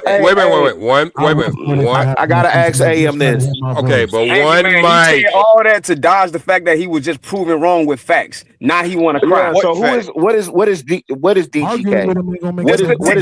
What are you talking about? What is DGK? Do we need to bring up the statistics of what it's like to grow up without a two-parent household? No, we don't. We need to understand. I'm talking to Keon because he said we ain't mentioning no facts. Hold on. We can't have the conversation with him. So why are y'all trying to force it?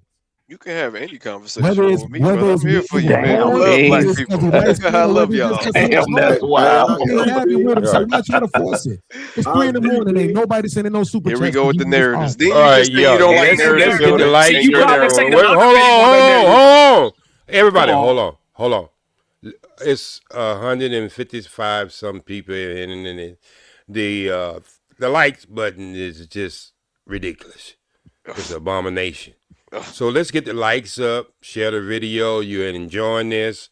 We're having a good conversation. Every once in a while it be like a church choir, but other than that, we're having a good conversation. And let's get the lights up. And if you want to send super chats in, I receive none of this. I don't take money from nobody on my channel or nobody else's channel. So, but Trey, he's giving you this platform. So if whatever you can send in, 99 cents, $1, $2, or whatever. Let's keep this thing going, because a lot of these guys, Angry Man, Beans, Peace Murphy, Hollering, Johnny, and Chicago Rilla, and my brother Keon could be somewhere else doing some other shit right about now. So, continue, people. So, Peace Murph, earlier when y'all was playing that video, the one issue that I did have with that video was that it's not, I'm saying it wrong, so don't. Say it how you need to say it, Beans. I don't take it personal unless you say that shit. The foundation of what they were building was the religious part, the religion part, right? So no, it wasn't the religion part that was the foundation. They used the religious part as a foundation, just to be correct, right? So if I was a Muslim or fully practicing Muslim, I could go there and but it'd probably go against your belief. Nah. But so that's the only reason why I'm saying, that's why I'm trying to make sure, like, Muslims probably not invited, right? Yeah, it's gonna probably go against your belief, right? Okay, so now, that's if what I'm you come saying. in with an open mind, I don't think it's gonna be non-accepting. So Trey made a comment one time where, and don't quote it, but he was like, man, you don't want the brother to come to your church. I said, no, I want him to come to my church because he may open his mind to something different. You understand what I'm saying? So I want them to come. I'm not telling you don't come. Just like I'm saying, it's not a white man or a black man or an Asian man thing. It's whoever have that mindset to say, I want to take my family away from the norm, what we seeing, and put them in a place of people that's like-minded so that we can build together. And once again, they don't have to build skyscrapers. They just want to have peace where their children can run about. They can eat from the land themselves. They know what they're consuming because they're planting it. They're growing it. You see what I'm saying? And then we got a super chat. The basic principles, Bean. So I'm never gonna get this. Well, let's get this super chat out of the way. Can somebody see it? Y'all know. No. I went to third grade, so. Well, I can see it. I can't. What's the name? I know it's Chicago Rillo. The Chicago South Side Wild Wild. Really, $20. Thanks, big dog. As always, love and respect. Wow, hundreds. What we talking about? Nigga said peace to the gods. This Chicago South Side. Wow. Exactly. The reason this may catch y'all by surprise. The reason I asked that. No gang banging on the panel. OG. Okay. Wow. Go ahead, B. I'm a new try. Okay, I'm sorry, B. I got, I'm old. Shit. No, it's not your fault. I'm just trying to say, like, I've never. Go ahead, get it in. Pause, but get it in. Bro, it's like, it's ridiculous. Go ahead. So what I'm saying, so this was my thing I was trying to say, peace, man. Go ahead. I wasn't trying to get a soliloquy out of you. I was just trying to say that's the only thing about the video that was kind of bothering me, right? It was the white dude, and then it was the religious thing about it, right? Making me feel like, well, then you're not inviting other people to be able to have that same sort of sacred environment. But I completely understand it when I deal with people, and I'm moving it away from Keon, but I'm just saying, when I deal with people who are trolling, right? Or people who I know aren't communicating for the purpose of understanding. And I understand when you have the same faith and religious foundation and principle, it's going to be easier for you to get to an understanding, right? So I can't even be mad if that's what they doing. If they saying, nah, only our religion, I can't necessarily even be mad, even though it's like, but dog, what if I really own what you own completely as it pertains to in our lives? I'm on exactly what you own, but my spiritual base might be something else. I might be praying and using words that you don't use. I might have a faith or a belief system that's not the same as yours, but I want the same thing for my wife and my kids. I want, when they said that they was getting 9.5 pH out that water, my eyes was big as hell. Go back, like, wait, what? Y'all getting alkaline water out the ground? Right? I'm like, I want alkaline water out the ground. Like, what we talking about, right? So, but I get it. You never lived in the country, have you? Hell no. The deeper you go, the less alkaline you get. Say that one more time.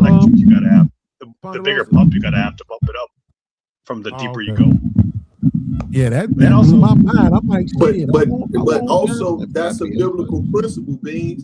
How can two men walk together unless they agree? Right? Otherwise, that's why when we come to certain things, the first thing we bump heads at is because this is what I believe. This is what I believe. So we're not on the same page. But if we believe in the same thing, you're gonna go in that same direction. I don't think it goes far away. You don't hear me. OG always says he's a Muslim. I don't go against OG. We agree majority of the time. Yeah. So we ain't, man, I ain't forcing what I believe on him. We believe the same thing. Facts. Yeah. So it goes back to the discipline, right? I love all my brothers. So I only go against those that go against me. If you challenge me now, I'm going to challenge you because I'm a man at that point, period. Now, if me and Harwin, similar. I grow my own vegetables. I'm a vegetarian. So we going to always draw closer together. Hey, bro, I want to go out to eat. You want to go to the steakhouse. I don't want to go to the steakhouse. Now, I may go with you, but I go to the steakhouse. They may not even have what I eat.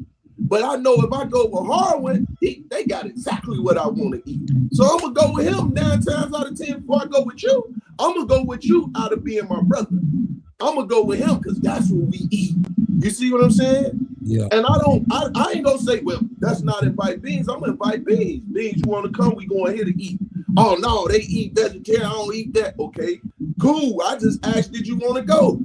That's Somebody got something going on with a mic. Yeah, I think would you, Johnny, could you, there we go. Thank you.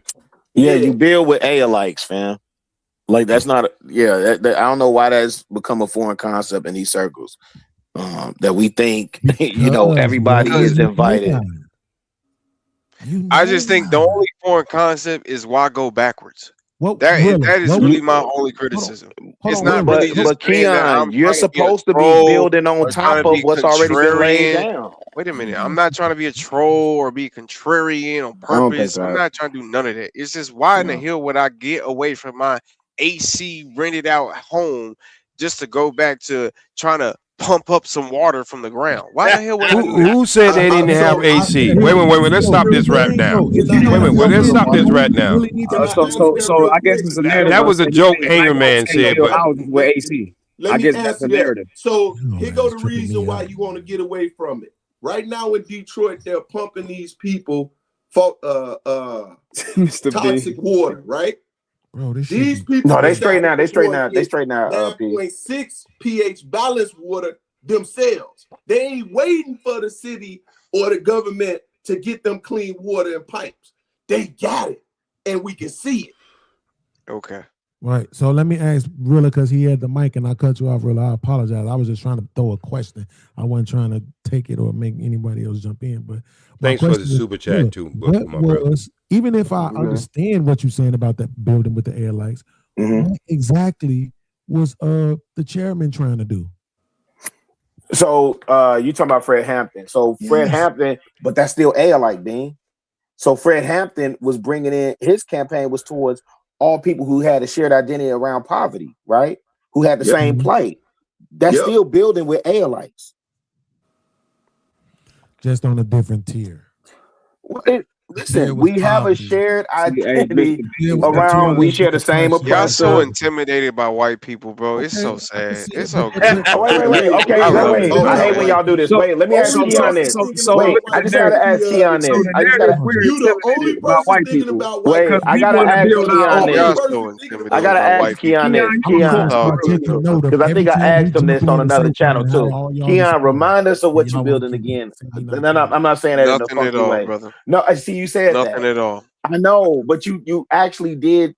I'm really trying to give you the space to elaborate, because I think I think the easy thing is to get triggered off of what you said, right? But I'm of show and prove.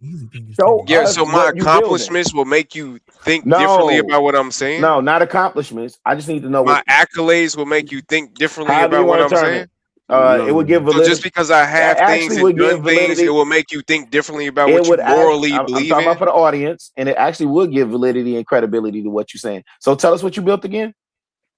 Nothing at all. Okay, but he eventually said, I just can't remember what you said. You said it on the other show the other day, brother. I actually was trying to be honest with you, man. So lesson learned, right? That he's not. So really, no, he is, but he being funny right now. Then okay. No, I'm being sarcastic because it doesn't matter. It doesn't. I'm not a boisterous person or boisterous or Has nothing to do with that. But Beans, I think don't when boast people, in myself. The reason why I asked him that is because I think when people make statements like that, it's easy for us to get triggered. And I just, I come from the era of show and prove, right? Show and prove. So if you ask me what I'm doing, and I'm going to point you specifically to Roseland, right? I'm going to tell you what I'm doing in Roseland, right? And why I tend to build with alikes, right? I don't want to be around people that's going to tell me to go against either my intuition or what my eyes can see, right? Especially when I'm producing results where I am locally. I'm always going to be hyper-focused local. So that's why I was asking him that. Because the idea that somebody is intimidated by white people is just, that's a crazy statement. But there's the thing, though. So, like, back to the point about the chairman, right? Yeah, go ahead. My bad. Okay, you're saying that their foundation, right, or their alike was the poverty and oppression. Yeah, when you talk about Young Lords, the Panthers, the Cubs, yes, sir. Rainbow Coalition is what you're talking about. Right? It was to my Rainbow knowledge, Coalition, the information I got, he originated that coin. That's a fact. Yes. Rainbow Coalition, right? Or whatever it was, Rainbow. Jackson coined it, but yeah, he originated. Yes, that's going to be. It wasn't that other rainbow though. That's going to be different. Cut it out. Where did the Rainbow Coalition come from? We just told you mobs per se, right? Because our mob is basically our mob's literature is rooted in Islam. Right? I don't know but I would just assume that is probably not written in Islam, right? No. So you got two different religions there, right? Then he was trying to incorporate the white people. Yes. Right? Poor white peoples, a lot of them people from up north. He was trying to incorporate the Hispanics. Yes, the Young Lords, right? yes. You know what I'm saying? So that it's probably as it pertains to that, like that religious part or any of the core beliefs, they like their external, and this is the thing, I'm saying their external existence, they had way more in common than they didn't, right? They didn't, man, he was trying to stop them from allowing their internal beliefs to stop them from networking. And that's why I'm saying, to me, if I see something like that, when I heard about them 19 families that bought that land in Georgia, I was like, damn, that sounds fucking amazing, right? Like that. Let me go look this up, right? Mm-hmm. And they got the women out front with the shit, right? Which I kind of think actually is kind of smart. I didn't think they should have been talking about it on the news that early, though. I think that's probably what damaged them. The media coverage, yeah. But that's the thing. I think majority of black people don't want their own nation, though. And shit with the money and all that, but it seemed like majority don't. You're right. Yeah, I don't think majority do. For me personally, I wish I could see it. That same thing that we saw in that video, but somehow it wasn't based on religion. Beans. Right? I even because it was nothing wrong with religion, Beans. You go, come on, brother. Ain't nothing wrong with religion. Let's hold I'm not saying it is. So this is wait. So Anchorman, so I am Anchorman not looking at something to offend you by saying this, but I am going to intentionally insult you. The reason why we can't build unless it's on the religious principle is because our well-to-do, successful brothers, like this guy that be on the internet called Angry Man, right, is telling people that we can't build on our blackness. Successful. That we can't, that when we go outside the country, we get treated as Americans, so that we need to operate more like Americans and not on our blackness, which I think is a detriment. That's a fact. Because you're not an African American. Go ahead, Angry. All right, but you are Americans. That's a fact. As the nationality. What happens outside of the country should give me more. I should be more focused on how I'm perceived outside of the country, inside of the country. No, we live in a country that is a melting pot. No, but it's only in your. Here's the thing, right? And I know y'all gonna disagree with me on this, right? I might not. Y'all are still operating like it's y'all are still operating in the mindset that it's 1950. Thank you. And it's not. And it's not. It's just not, right? So right now, this concept that we're separate from America or separate from Americans is ridiculous. All of us are Americanized. All of us. The bad part. You said what? The bad part, though, right? What's the bad part? When you talk about being Americanized, right? You talking about like no, he's talking Western just totality. I don't mean. I'm not talking about a bad part. I'm talking about culturally. Right. Culturally, we are Americans. Culturally, and you know that's diversification, right? So everybody not going to live on a 40-acre farm. A lot of people gonna stay in the city. It's okay. If you want to stay in the city in your AC, to a building where 100 people live in it, or two families, or one family itself on a block with multiple, that's okay. Just like it's okay for those that want to go out and raise their goats and raise their own corn. It's okay. That's what America is. You go throughout America, it does not look just how it looks in your city. I done went through mining towns. It don't look like it did. Mining towns right outside of Reno, that's a nice city. Outside of in the city, where they got cows and horses in the city in Phoenix. I can go on one block, they got chickens, horses, they got all these things, and then I can go on another block, all of a sudden it's the college. You know what I'm saying? Ain't nothing wrong with that. That's the beauty of America. So when we talk about, we forget, when there was natives here, they were different tribes. Some tribes believed in the sun god. Some tribes believed in pyramids. Some of them believed in structures. Some of them believed in statues. That's okay. If that's what you want to believe in, God gave you the freedom of will to believe in that. That's why, once again, I don't push what I believe. If you ask me what I believe, I'm going to share it. If you don't like it, I disagree with it is, that's you. My family is good in what we at. And if I'm here begging and asking for your help, that's another thing. But if I'm saying, yo, this is how I live, I don't eat pork. I don't eat meat. I do eat fish. So if you come to my house, I'm gonna cook you chicken, but believe me, it's not gonna taste how my fish gonna taste. But you're welcome to my fish. Now, if you don't like neither of the two, why you at my house for? That's all I'm saying. You brother. All right, so before we get any further with this, I tried to do this earlier, but Bean had something he wanted to say, and I wanted him to say it. Reason why I asked everybody when you thought we became that ugly word, I just want to get some perspective of how each one of you think. Because my belief, we have never been niggas. And we'll never be niggas. That was a construct someone come up with. I'm talking about this land only. To make you think different about yourself. And they used it against you just as the melanin in your skin. So when people say, well, when we start acting this way, and I'll say, define the word, because I don't see brothers say, that's my nigga. I don't see brothers say, I'm going to kill you, nigga. I'm going to see all types, this word used, cross the board. And it's very vague because it was a construct.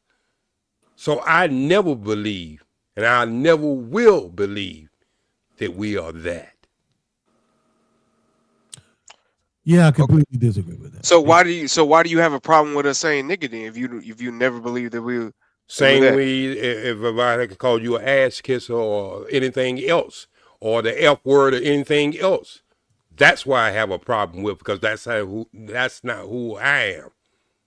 Now, you can use it towards each other all you want to, but I choose not to be called that under any circumstance. What about I don't have to wait for my grandfather to be born in 1920. My father was born in 1912.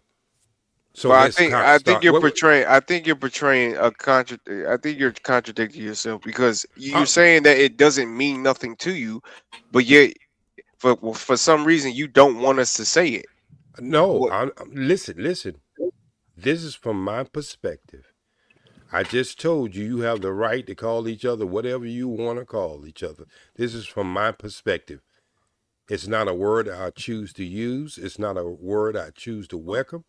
It's not even a word that I even try to define because it's so everywhere. Okay. All right. Angry man, my bad. OG, this is the thing though, right? So I think that a nigga is basically a black man acting like a white man, right? He's just following the white culture. That's all it is. I thought it was a coon. So at the end of the day, they just trained you to be like them. So they could judge you and point the finger at you and say, look, world, we tried to tell you. So that's why we was beating on them and sicking dogs on them and didn't want them to live with us and go to our schools. They made you the very thing that they tried to pretend you were, savages, in order to treat you the way that they were treating you. I get that.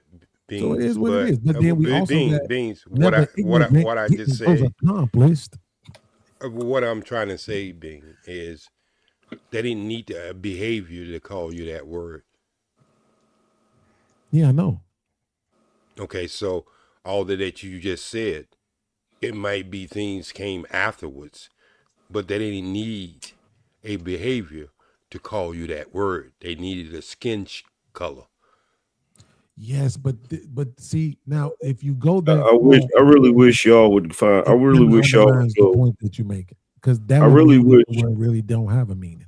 I really wish y'all would go look up the origins of that word, so you can stop giving it that type of power, because it was really white folks saying a word that already existed in an ignorant way, but that word was not originally ignorant. And it's crazy how y'all give white people so much power psychologically over it.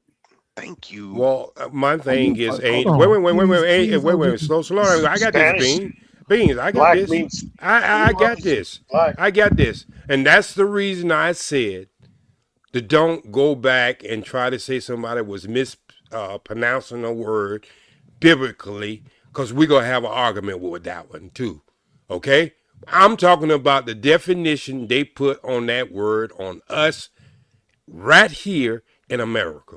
Ain't you the original? Wait. If you want to say it gives. Wait. If you want to say giving the white people more power, I say is you are empowering white people by using it. No, you're not. Are you the original man? Most certainly. Did they invent writing in words and shit? Every person on this on this earth did. That's not true. To answer your question, no. Okay, so number one, that word has an origin, and they don't even say it properly. If you go say Niger is the same thing as nigga, then me and you will have the same kind of. That ain't what I said. Man, it don't matter I don't think it matters what the origin is. Fuck white people. That's the point. Fuck white people and fuck what they got to put on you and what they categorize you as. It doesn't matter what they put you as. It's what you want to do with what you are. And that's simply what it is. If you want to sit up here and say that nigga or Niger, whatever you want to call it, is what you call it and embrace your people, then that's what it is. Okay, wake up tomorrow and call your mama a bitch. Man, all right, bro. If you wanna put those so on wake the up same tomorrow level, and call your mama you, bitch, bro. then. Okay, Since words don't have definitions, since words don't have anything, just call her that and see what happens. How that work out for you? That's not the same thing. So number one, is the same thing. You just don't look at it in the same way. It's the same thing. It's not the same goddamn thing. Okay, you can cuss all you want to. Anger man. Define me what nigga means. Give me the definition right now. Anger man. We can have the conversation. Right now. We can have the conversation. We can disagree, but we can have the conversation. Look, we can disagree, but we can have the conversation, brother. Give me the actual definition of nigga right now. I just told you, if you were listening to me earlier, that word is so vague that we use it for we use it for endearment, we use it for hate, we use it for every. So we don't use that word for endearment. It ain't vague. Let me ask you a question. We use that word for endearment? It ain't vague. Yes. Okay, so do we use that word for hate too? Do we use that word for hate, Beam? Since nobody wants to answer. Yes. Okay, so where's the clear definition of it? No, we're not doing that. We're not doing that. Y'all niggas try to lead people down the damn path you want them to go down because you're trying to push the goddamn narrative. Damn. I can choose. Right now, I asked you the definition of nigga, and the only thing you want to do is give me a cracker's definition of it, and they didn't even invent the goddamn word. I didn't give you just a cracker definition of it. I said endearment. That's exactly No, he didn't give a definition. If you telling me the word nigga, hold on. If you telling me the word nigga is negative, you are. Why you can't get rid of it then? Goddamn it! Why you can't get rid of it? Why you can't get rid of it? If you wait a minute, why is it you can't call your brother nothing else? You are absolutely. You cannot call your brother nothing else. Absolutely. If you give me the negative definition of that word, you are absolutely giving me the white man's definition. It ain't no different than that damn swastika that they took. So from Africa. When you used it, wait a minute. When you say there was a difference between black people and the N-word, what was your definition? It ain't no different than numerous things they have taken and given their own definition to it, and you niggas agree with the definition because you okay. Agree So I'm asking you the question again. When you used it earlier to describe a certain type of black people, and you wasn't saying it in a positive way, what way was you using it? You still ain't gave me the definition. No, I'm asking you a question because I can't give you the definition. I just told you it was vague. I got a question. So it originated from Latin, Spanish, Portuguese, a term for black. The color black, yes. Huh? Yes, the color black. They actually say in. So here's my question. Since we can use that definition. That's one of the definitions, but we can use that one. So let me ask you a question. Does OGJ Speed have a problem? Does OGJ, the Latin word is Negros. Does OGJ Speed have a problem with calling any one of you black man? No, he hasn't. Exactly. But I can call him Asian black man too. I see what you did right now. Check this out. Not long ago. Cameron was saying to 50 Cent, Curtis. He was trying to use it like an insult. And you know what 50 Cent said? He said, my mama called me Curtis. Y'all let white folks adopt shit and give it their own spin on it. And then all of a sudden it's law because they said it. Say that shit. Well, let me put it this way. You sit up here tonight on this panel. I sure did. And use it in the most negative way it could be used by describing black. Well, listen, look what I'm saying. You did. You sit up here and say there was a difference. I sure did. And you use it in two different positive. Matter of fact, you didn't even use it in positive. You were speaking on a negative. So you doing the same thing that you just accused me of doing. Let me ask you a question, OGJ Speed. You did the same thing you accused me of doing. Let me ask you a question. Yes, sir. Let me ask you a question real quick. So when you bring that up, right? When I said it, did you understand what I meant? I totally understand what you meant. That's why I said okay, then that's the damn point. But I'm just saying does that have anything to do with the origin of the word? Well, I stopped it from the beginning and started the word from here. As we use, wait, because I don't think none of us was back there using that word originally, wherever the fuck it came from. I'm talking about how the word was applied to us in this country, and that's where I started from. So we can apply. So we can constantly talk about everything else dealing with fucking Africa except the origin of the word nigga. Well, so we can talk about everything else. So we can talk about everything else. We can take pride in everything else that come from Africa except that. Okay, so what I'm saying is, happens to be the one thing, which just happens to be the one thing that white people adopted to try to have some kind of psychological power over you, which is working. It may be working on you more than it's working on me. No, it's working on you. No. I mean, listen, what I'm just saying, you did the same. Wait. How could you accuse me of doing something that you just did almost 45, let's say, an hour and 10 minutes ago? I don't have an issue with it. No. Listen, what I'm just saying, you describe a certain set of black people that you pointed out in the negative way from that white word that you just got through telling me. I also said on my show, I'm a real nigga. Okay, that's good. But also said that. Well, let me ask you something, Angry Man. I did not come in and try to punch anybody in the face about what I said. I just said. Wait, let me finish, and then I'll give it back to you. I did not punch anybody in the face when I said what I said. I said this. I don't believe. And I have a right to believe, right? Would you give me that right to believe? Absolutely. I don't believe that we was never that. And I'm going to stand 10 toes down on that. But I didn't punch nobody in the face by ever using or whatever. And believe it or not, you don't even see me get angry when people call me that word, because reason why I don't get angry is because I'm starting to understand that maybe we might just be spoils of war and we're acting like spoils of war. And so I had to be a little considerate, just like I would be considerate with the people who have mental challenges and drug addiction in my house.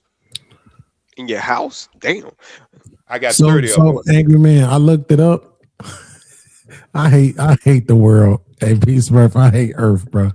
It says that the shit is actually pronounced Niger.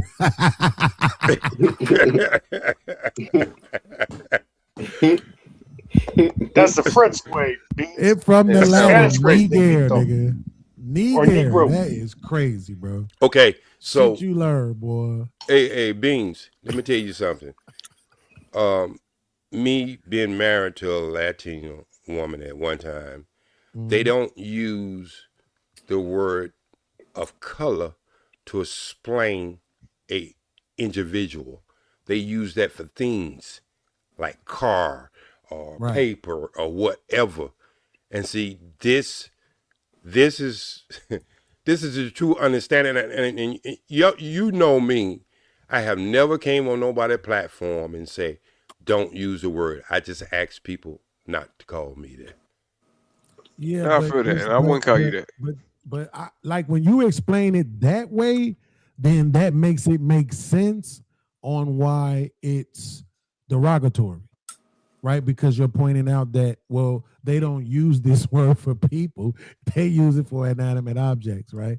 Right. So when they're saying it towards you, they absolutely mean it in a derogatory way. Not to mention the fact that technically we aren't black, right? Right. So it's kind of like black is a political term, bro. Somebody like said black ass, they do not mean that in a nice way. That part, right? But so, you've been with me years, and Anger Man been with me for years. I have never ever told nobody to stop using the word. Okay, we heard you. That's what I want you to do, Bean. That's what I want you to do, Bean, since you're looking stuff up, right? This is what I want you to type. I want you to type Negus. Type that and look that up. Oh yeah, we know that. That means king. We know that. Okay. That's about have you ever seen white folks mispronounce shit? All the time. Yes. Have you ever seen them mispronounce? I've seen them get on TV numerous times and say Farrakhan. They do that shit on purpose. Okay. So what I'm trying to explain, what I'm trying to explain to OG is that the Southern whites who were very uneducated because they came from a part of Europe that was very uneducated. They took that word because they knew it did associate with us. They mispronounced it and used it as a slur. And now today, because of what they did, we gotta forever be under the yoke of, oh my God, somebody said nigga. Yeah, but Angry Man, this is what I'm gonna look up because I should look it up before I make this statement. In But it's Spanish, okay. I like to self-correct in front of people. But Angry Man, that wasn't this. That's what I'm saying. This wasn't the mispronunciation of niggas, right? This was the Latin version and them using the word that describes black. Now the question is, because I've heard people say that which is what everybody. Black. So the question is, were we actually referred to as that prior to? Which is what everybody. Look, here's the thing: when it comes to black, we started being called black by a Portuguese dude back in the 1400s. He wrote it in a book. And he was referring to Africa at the time. That's when they used to call it the dark continent, right? He started using the word. He started using the word black. But here's the thing: this is what makes it relevant. Okay, if you are going to be offended by the word nigga, you have to equally be offended by the term black. Agreed. Is anybody up here offended when we refer to each other as black man or black? That's a fact. Not at all. I'm a Negro, black nigga. I count it all. I'm the lineage of all that. Foundational Black American. I'm all that. I consider it all. The only way you can be super offended, by that word is if you still believe the way black folk believed back in the day, that what white folks say is law. So if they take something and they want to apply it in a negative way, then that's just what it is, because now it's written in stone because somebody white said it. That's the entire premise of white supremacy. So that's not what happened on this panel, though. Wait. Let's get some law. Wait. Peace Smirk. Let's go, because we trying to act as if that wasn't applied in a negative way on this panel. We act as if we took the word and we called everybody who we call the N-word is an angel, and that's not the way it was applied on this panel. And that's my question. If that's going to be the case, if that white man took that word and turned it in negative, well, we can't use it or whatever, and then we take it and we said okay, we're going to take this word and we're going to change it into putting a hello over a black person here. But we know that's not the way it's applied in our community. Okay, so let's do this then. I'm going to ask Beans, P. Smurf, and everybody up here. I'm going to give you a scenario. Black man walks out to the crowd, looks around and says, these niggas ain't shit. White man walks out to the crowd, looks around and says, these niggas ain't shit. Is it the same thing? Because you don't say it the same way. No. Get the fuck out of here. No. Do he says the same way? Wait. Do we call the hard ER or do we not say that? The hard ER. I'm not even talking about the hard ER. Here's the answer, Angry Man. The answer is it could be. Because I said it when I said I'm not being disrespectful, but more often than not, hell no, it ain't the same. No, it ain't the same. Hell no. If I got to put my money on it, no, it ain't the same. I'm gonna say, we may be talking, you may say something that I like, Angry Man. I'm gonna be like, man, you ain't shit. Right, I say it all the time. You see what I'm saying? So every day, this nigga it always is context, right? And I'm educated enough to understand when people come in my presence, I'm not tripping. That's why I always say my nationality is this. I'm gonna separate from everybody else in a sense and say this is my nationality. So that now you get the right to come to me and say, okay, what's your name? Because I don't want to be referred to what you want to refer me to. Let's hold on. Let's be clear, right? Go ahead. There are a lot of words that it's one word, but it has multiple meanings depending on the inflection of how you say the word or what it's applied to or what the context is, right? Rest in peace, Bernie Mac, motherfucker. Yeah, so that's one. Go That's ahead. one. You can make that word mean a bunch of different things, right? So that's one, right? Yeah. But here's the other thing, right? Beans. You got brothers, right? That's right. We will make your mouth bleed. Now, with your brothers, right? You got an issue with your brother, and you like, man, my brother ain't shit. You get to say that, right? Mm-hmm. Do a nigga outside of your family get to say that? Yeah, not likely. No. Not likely. Okay, so here's the thing. The same way for I don't know how long in the black community, we call each other brother and sister, right? Yep. We one family, right? Because we don't know what tribe or whatever anybody came from, so we just look at each other like brother and sister, right? Yep. I can call you nigga all day long. That ain't the same thing as somebody outside this race calling you nigga, and you know it. Unless you see somebody take a gun and blow somebody's head off and call them that, brother. Oh my God! But you do got your chosen few, because you see the Mexicans. Oh, wait, slow down. I ain't just pull that out of the air, angry man. I'm in California where I actually see this stuff played out. OG, whether you call somebody a nigga, whether a black man called another black man a nigga or not when he blew his head off, the biggest issue is him blowing his head off, not the word nigga. Well, that's why he might have did it. I can call you a nigga and give you a sandwich. That's why he might have did it, because you can't see him being anything else. But this the thing, though, OG. I like what Angry Man is saying, right? But I gotta cook him up real quick, because y'all didn't take that stance with Black Fatigue. That shit was hijacked and stolen. I ain't seen none of y'all taking that stance. Who didn't take that stance? Who gives a damn about a phrase? If you like, did, just say you did. Don't try to make me look stupid, nigga. Just say. I don't even know what you're referring to, Beans. We got him smiling again. He all right. Angry man, we got you smiling. Let me ask you a question, OG. Let me ask you a question. Yes, sir. Like a let me ask OG a question, right? Yes, so, sir. OG, let's say for argument's sake, you got a classic car from the 50s, mint condition. Yes, you take it to the car shows and all of that, right? Mm-hmm.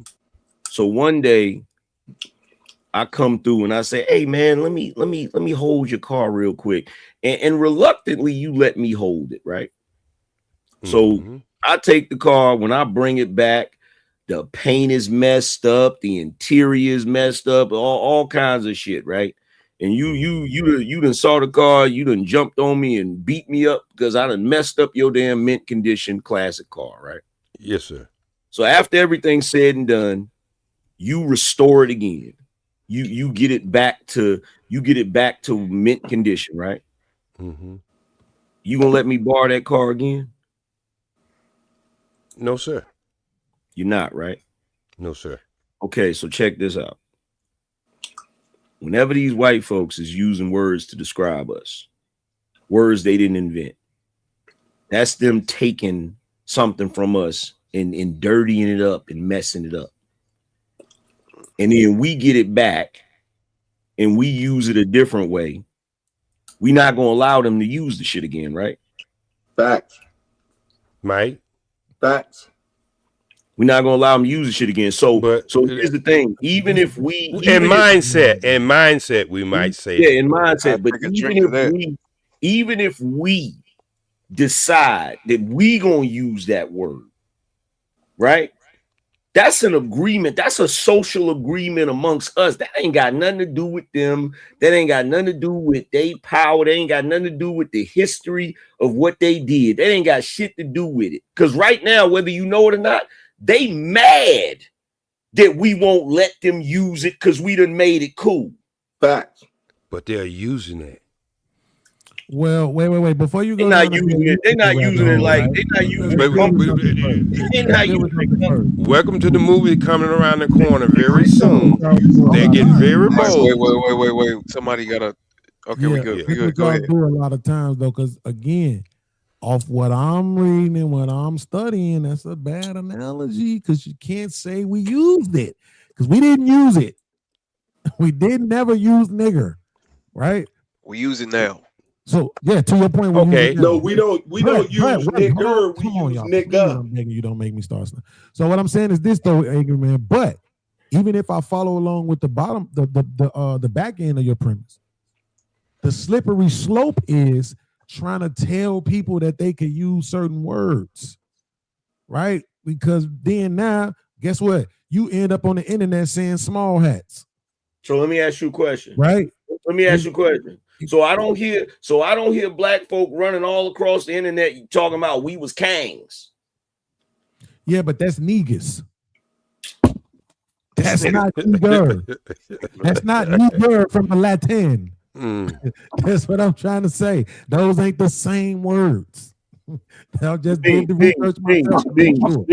Beans. You literally spell your name with a Z, nigga. Yes, because I want to be different. No, nobody else spell it with a Z. I promise you. Everybody else who texts me, they spell it with an S. I swear. Are y'all hearing this? Even my mama. But it's still the same word, right? But it's still the same word, right? That's a fact. Yes, but this ain't.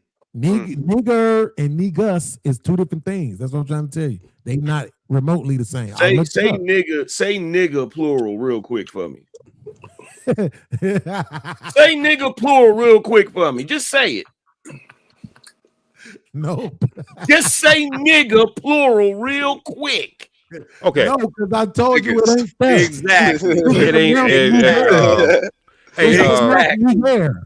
So it would be niggers. So let me ask you something, angry man. I'm looking at it. The French might be regardless. Either one you use, if you're using the one you're talking about, it still means black. If you're using the one I'm talking about, it means king. Right. Neither one of those things. Check this out. Neither one of those not things. The same word. But listen. Here's the thing. Right. Here's the thing. Even when we're talking about black. Black is not negative until white folks define it as negative. Facts. It's negative if that's not what I am. I'm saying this because I'm saying this, angry man. I seen a few years ago, some pictures of some niggas from Africa, and when I tell you them motherfuckers skin like was really black. black. Was black, yes. Yeah, if you go back far enough, the original man is gonna have damn near pitch black skin. And what I'm trying to say to you, is that if you know the science behind black, you know black is beautiful. I know I'm not the only person up here that came up in pro-black freaking ideology. We know black is beautiful. Yeah. What's today's math, son? Yeah. I love my black skin. What you talking about? Well, I do have a question because I think it's only fair. Because Angry Man asked me a question. Angry Man asked me a question. I think it's only fair for me to ask him a question. So, no, it's not. I think after the last 3 episodes on Angry Man, I got a question, a good question. 20th ain't wisdom cipher.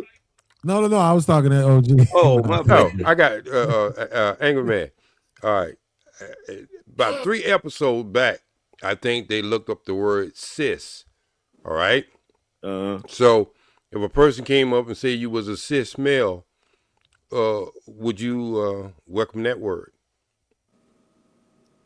Hell no. What the fuck? You a male, nigga? Well, first of all, OG. This shit finna go left. Hey, this shit finna go left.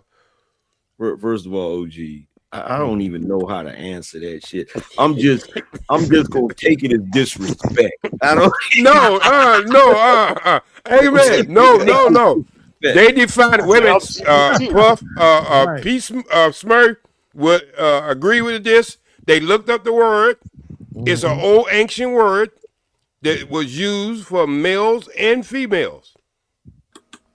Okay, so, but I'm not. Just say that shit. We don't know it's true. I'm man. No, that we they pulled up the definition. Trey pulled up the definition, showed it on the panel, the original of the word, and I'm asking anyone, will you like to be called a cis male?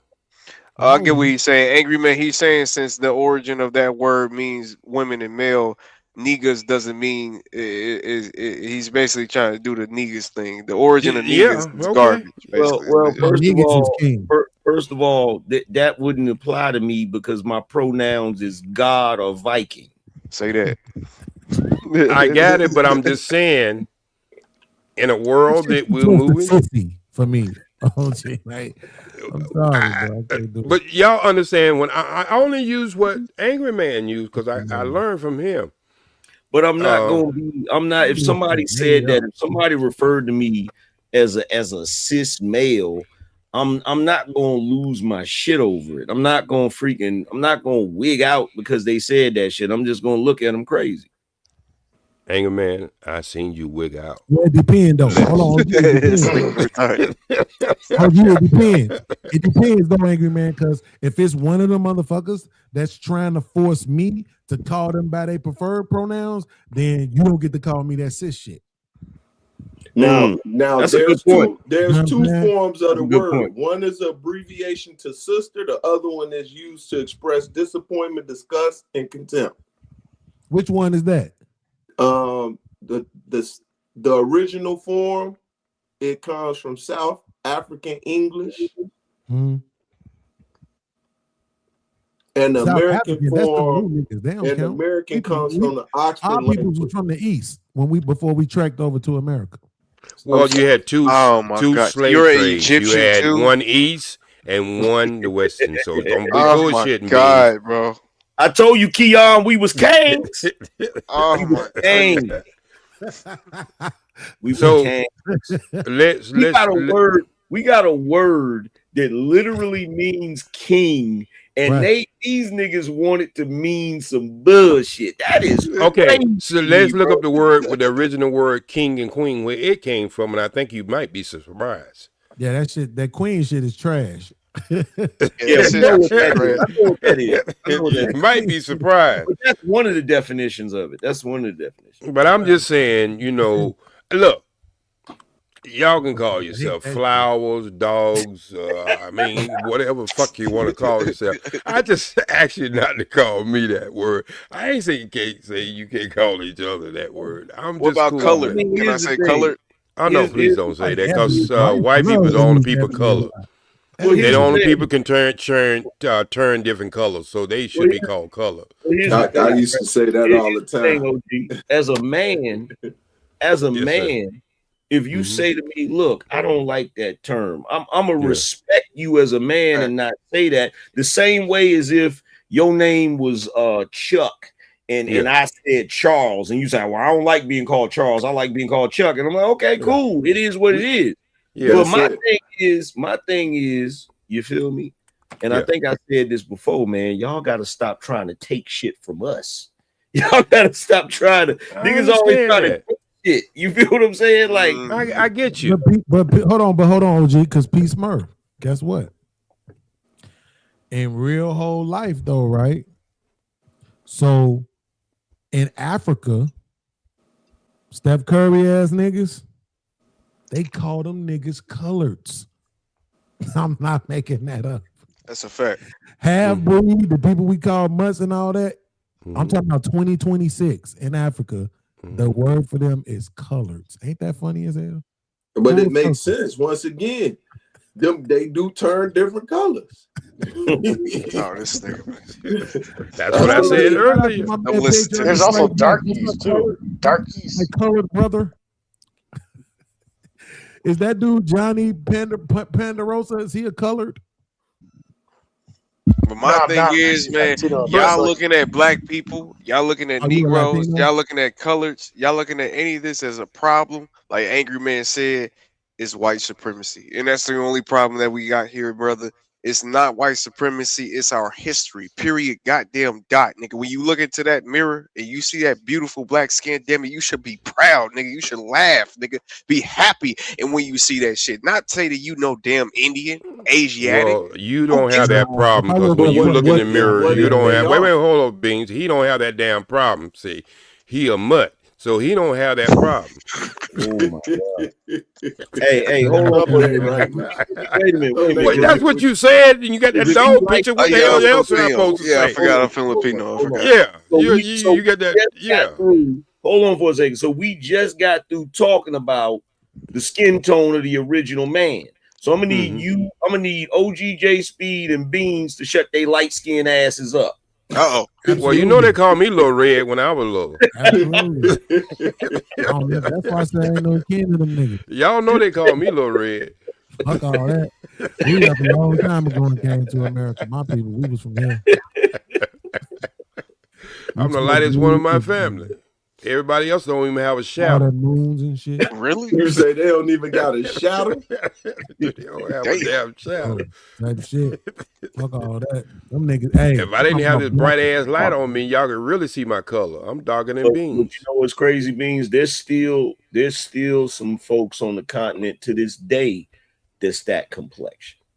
I know. One of the motherfuckers was in the Big Pimpin' video. Go back and watch the Big Pimpin' video. Oh, I seen it. Black as hell, bro. I'm talking about little like Pittsburgh sweater, boy. Stop playing. I remember. Look like his hoodie, boy. Black. For real. Like my dude. Black, boy.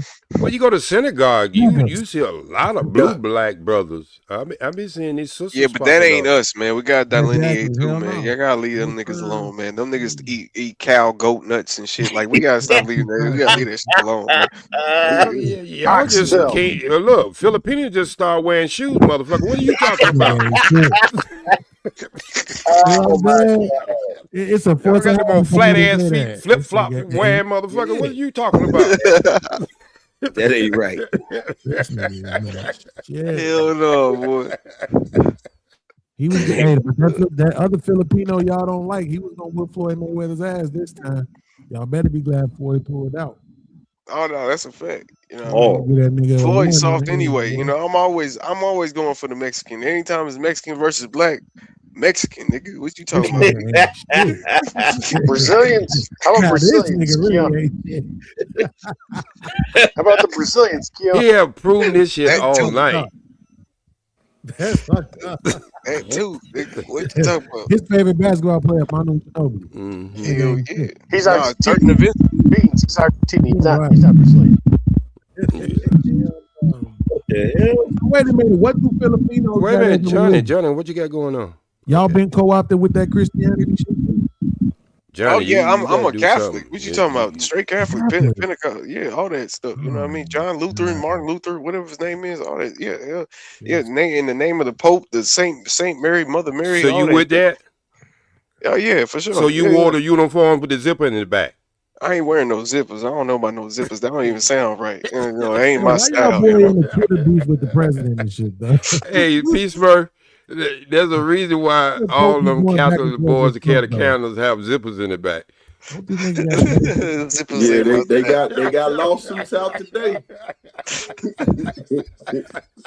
But you, hey, yeah, the new Pope, that motherfucker is from Chicago. Oh yeah, that's a real nigga. A whole beef with Trump too. Oh yeah, man. They told him off. As he should. He should have a whole beef with Trump. Trump fuck with shit. Yeah, angry man. Ain't you a Trump supporter? God damn it. Yep, so is BMC. Absolutely. Now one of you want that smoke, so don't even try. Man, angry man say he's been waiting for the Antichrist to come along for years. That's funny. That motherfucker's a real piece of shit.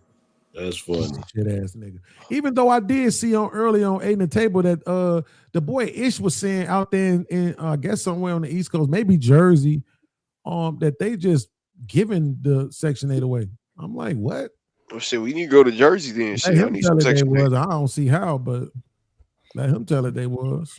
Yeah, man. I think he said what did he say? Like 3,000 was the median rent now out there, or average rent like 3,000 a month. No, that's bullshit. They did some kind of some kind of survey or whatever where they said you basically need $300K as a family with one kid.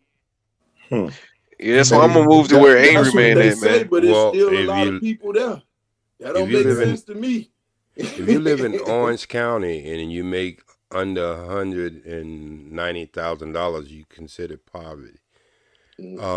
Angry Man, you wasn't here earlier, so I want to get your thoughts on this thing that happened with the children. The father, 7 of the children was his, and I think 1 was not his.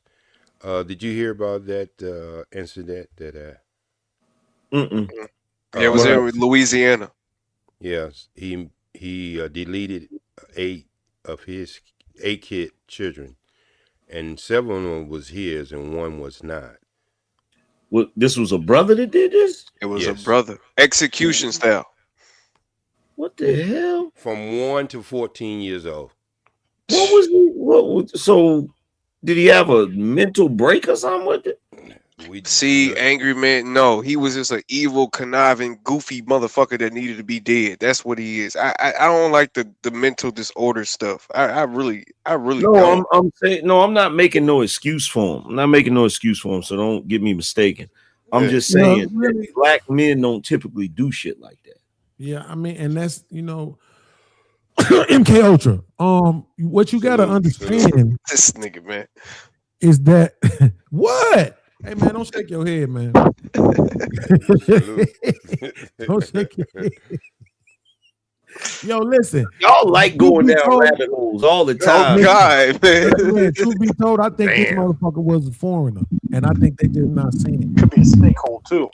Yeah, it looks different. Did y'all see? Look different. Let me pull his picture up so y'all. Yeah, pull the picture. And the eyes are dead. A tether, huh? He was a tether. Bro, when you see the picture, did they arrest him or did they take him out? He gone. Yeah, he gone. Well, they off him. They blew his ass away. That's weird. A lot of time. That's weird because, like, first of all, like, how often do you hear about a brother doing something like that? That's don't. Weird. That's weird. Mortal Kombat Ultra. Yeah, they said that he was in the army early. They were trying to make an army argument earlier. No, wait, Keon, don't you start the bullshit. Don't you start the bullshit. All right. You see, you try to keep up some shit on the page. I don't know what the hell you agent or what, but you starting the bullshit right now. Okay, here we go. Here it is. So let me. I'm just saying, for all my army veterans out there, they have a possibility of executing 8 kids. I guess, I'm just saying. Absolutely. Wow. You closer to the experiments. Yes. Wow. Okay. All right. Shout out to the veterans, man. I love them. Man, y'all better go watch what's in it. There you go, right there, Angry Man.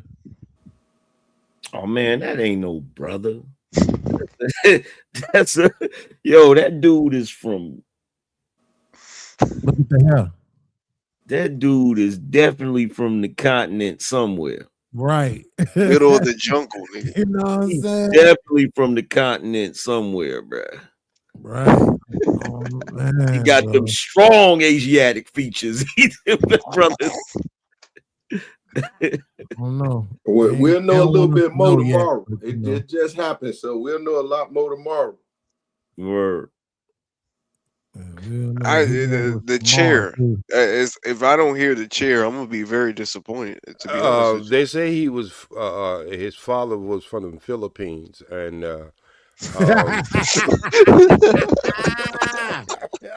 Ain't shit. Get him. Not from Thailand. You got the wrong. Where was the mother at? He popped her ass. He shot her. I mean, he popped her too. Yeah. It was 10 total, and it was another kid who actually got away. 8 children. How he was and shooting him and the mother. And another person too. He injured another person too. I think it was kind of like that kid injured himself because he ran. They say he jumped off the roof, and so he kind of like messed up a couple of bones jumping off the roof, but he got away.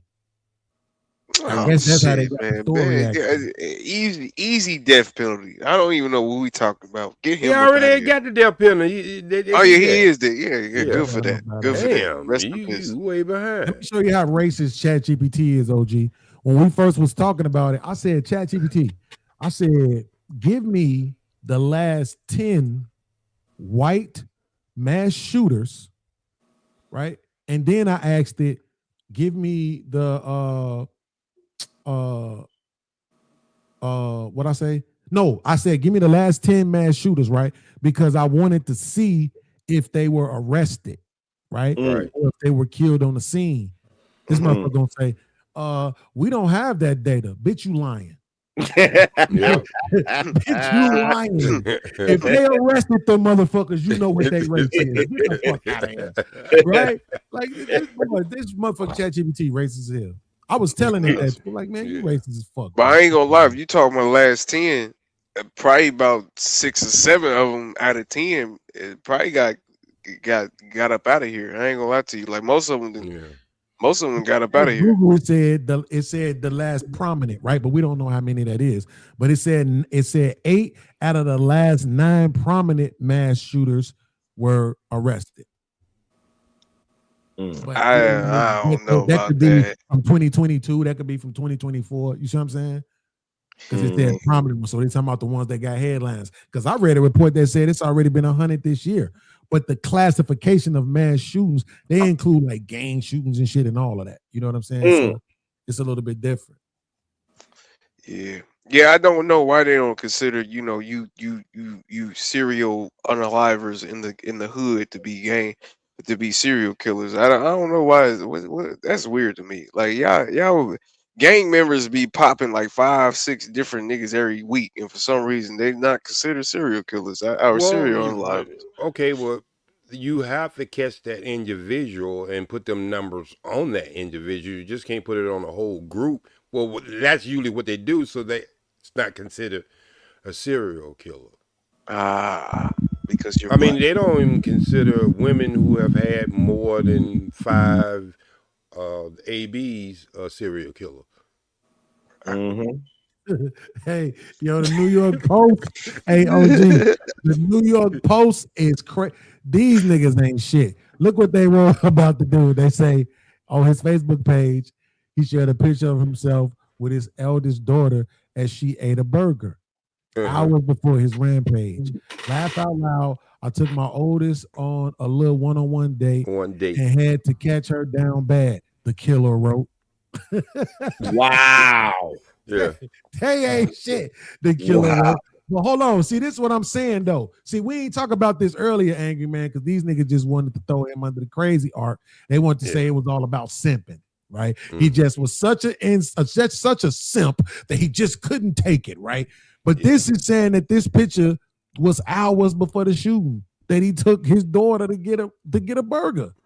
You see what I'm saying? So come on, y'all. Let's just keep it 100. Niggas will probably take their daughter, son, grandmother themselves. Shit, they'll probably go to McDonald's by themselves and still be thinking about how they baby mama ain't shit. I be thinking about that shit all the time. What you talking about? My baby mama ain't shit. What you talking about? And you still ain't murked her. That's a fact. That's a fact. That's a fact. Nigga, don't put that on me. They activated this nigga. I don't care what y'all say. They activated this nigga. So what was the trigger? What was the trigger then? But why? That's the point. Probably the smell of ketchup. Who knows? Oh hell. Who knows? I'm just trying to tell you. Who knows how it go? I don't know. But I'm just telling you, they activated this nigga, bro. Come on, man. This motherfucker wasn't that. Oh man, he had a bunch of girls. I thought, Anger Man, I thought you had been on heard that. I thought you'd be all up on top of that one. No, I hadn't heard about it yet. Yeah, I hadn't heard about it. Yeah, I definitely would have been talking about it. He did put something in one of his posts. He said, if he asked all men, if you had a chance to have babies, your children by another woman, would you do it and have the same children? That was one of his quotes in his Facebook page. I mean, and that's a regular thought.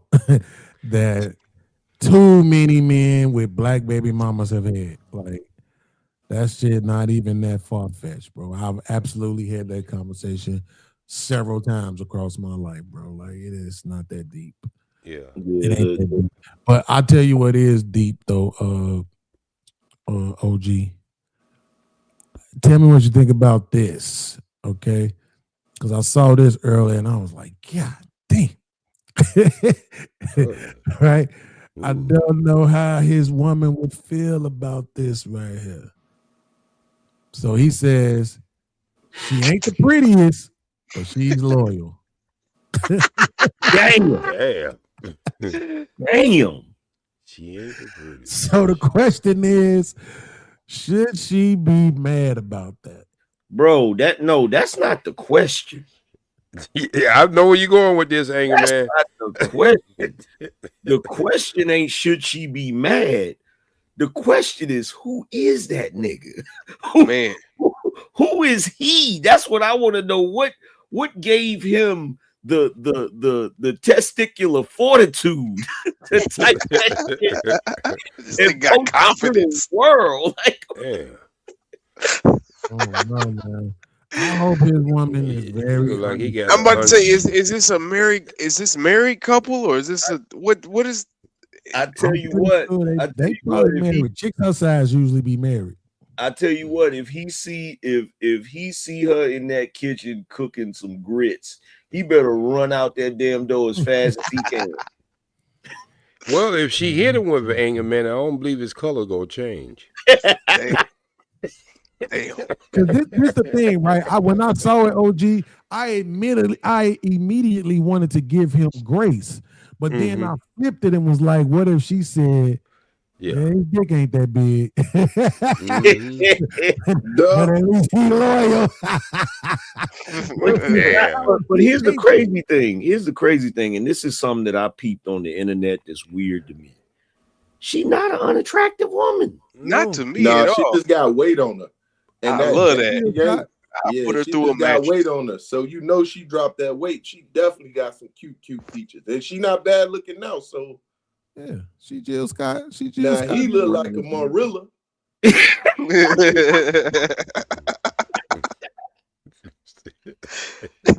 Yo, all I know is this. He never did nothing to you.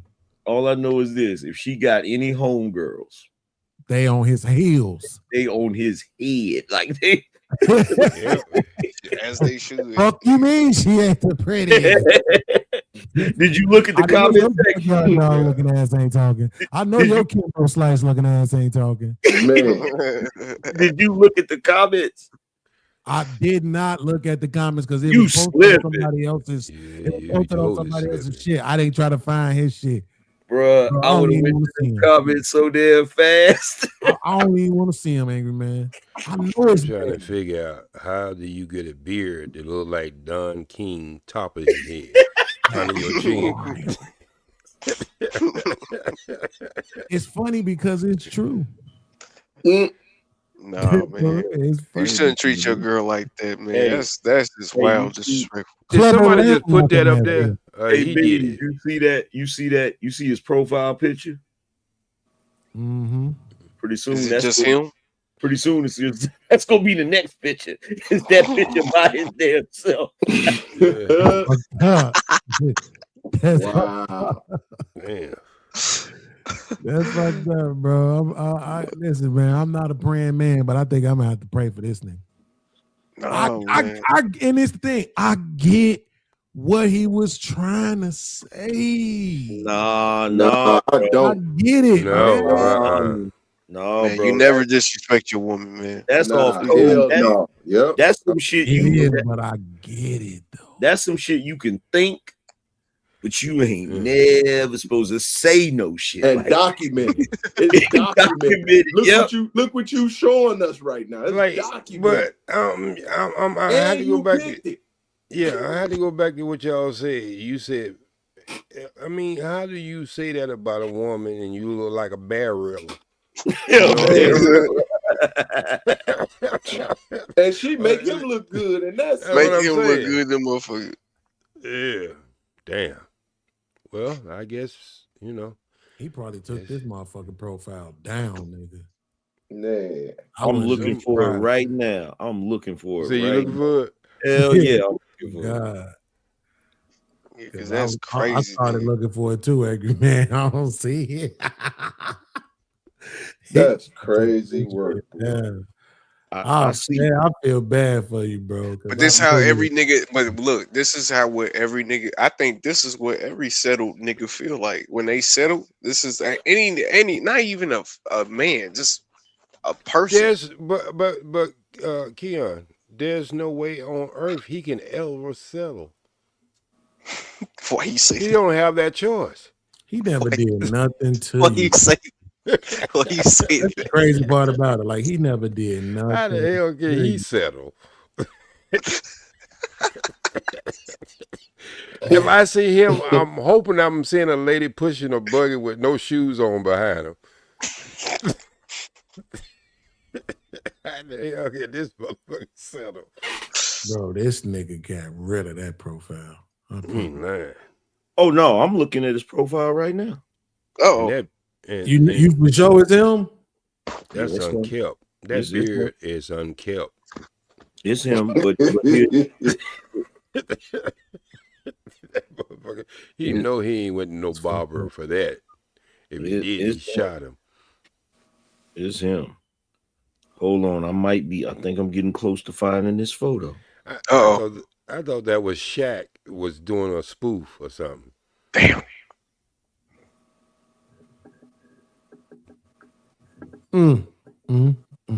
Find this photo. Because I got to see that comment section. Bro, it's a whole YouTube video about it. Wow. Money looks good. Don't forget. It's a whole YouTube video about this shit. Yeah, man. The black patriarchy need to stop disrespecting black women, man, because the black woman is God. I'm already I'm just they got another picture from 9 hours ago. This nigga ain't. No, but that picture's gone. That post is gone. I bet.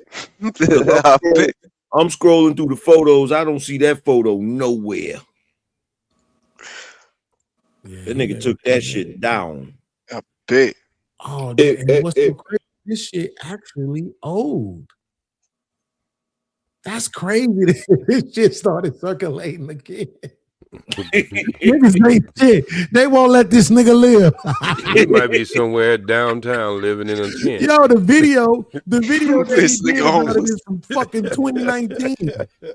With that same suit on, like this nigga been homeless for a year. Heartbeat came back and said, "I want to join the group again." Yeah, all that old shit.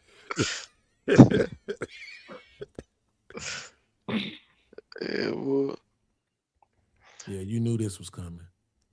She nicer than him, though. That's Why are you with someone that you don't feel like is attractive? That's fucked up. He did not say that. That's crazy. But that's the insecurity, though. You know what I mean? It's just he know what he got. He know what he looked like. It ain't no comparison, bro. But for him to feel better about himself, he's got to go. You know, he got to step against it. You know, step against the grain. So just say some stupid shit just because. You know, but we all see you. Bro. We all see you. Reality have set in somewhere with him. I'm glad he got rid of that shit, bro.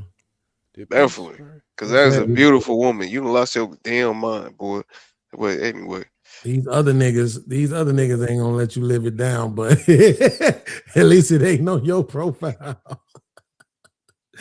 Cause nigga, oh my god, bro, he like, god damn. Yeah, man. That's why I like the Lizzos out here. You know what I mean? You know, well, that's a little much.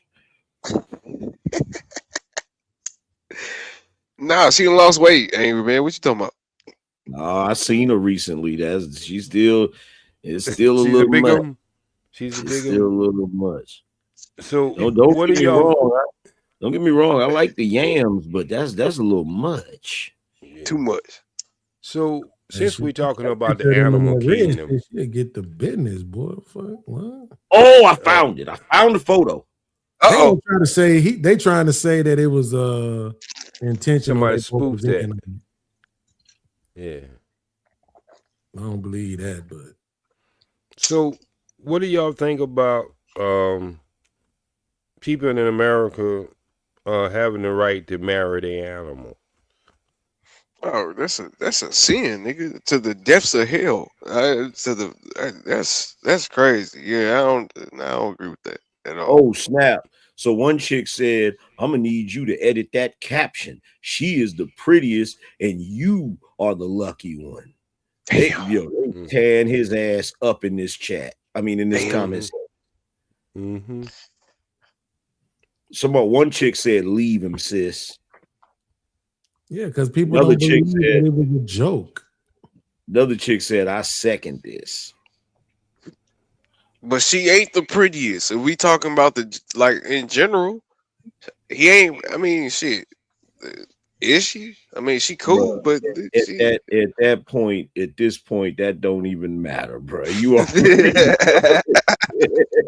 that shit don't even matter, bro. I want to ask the chat. Do y'all think that was inappropriate for him to make that comment about that beautiful woman? Hell yeah, it was inappropriate. Especially if that's your wife. You'd have lost your damn mind. You lost your mind, brother. Why would you say that? Why would you say that about somebody? They still together. Why would you say that together? About somebody that cook your food? Look, and then look, in the picture that he posted 9 hours ago, he said, I'm just decoration. Yeah. He's trying to clean it up. That's what he's trying to do. I wonder if man. Some niggas got pool like that though. You know, you would say whatever you want to a woman. They'll still say. They tan his ass up in this thing. Hold on, I'm gonna get the link for y'all.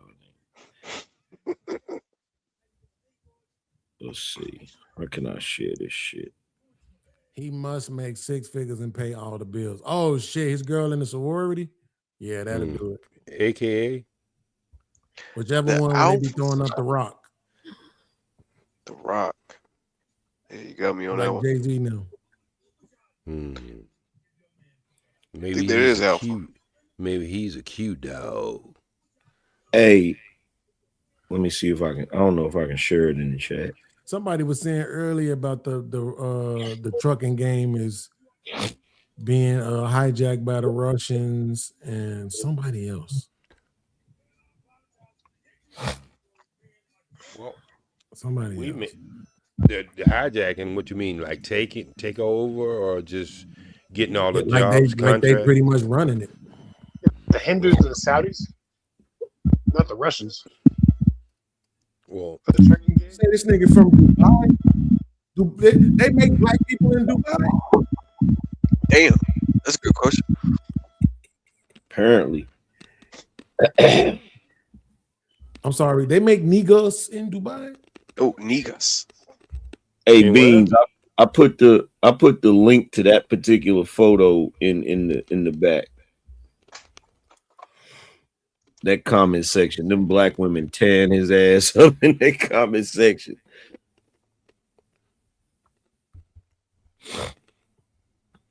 Wait, can we share it? I don't even know. Can we share it? Because I can share it. I put it in the private. I don't know if we can share it because Trey sleep. I think. Yeah, I think Trey sleep.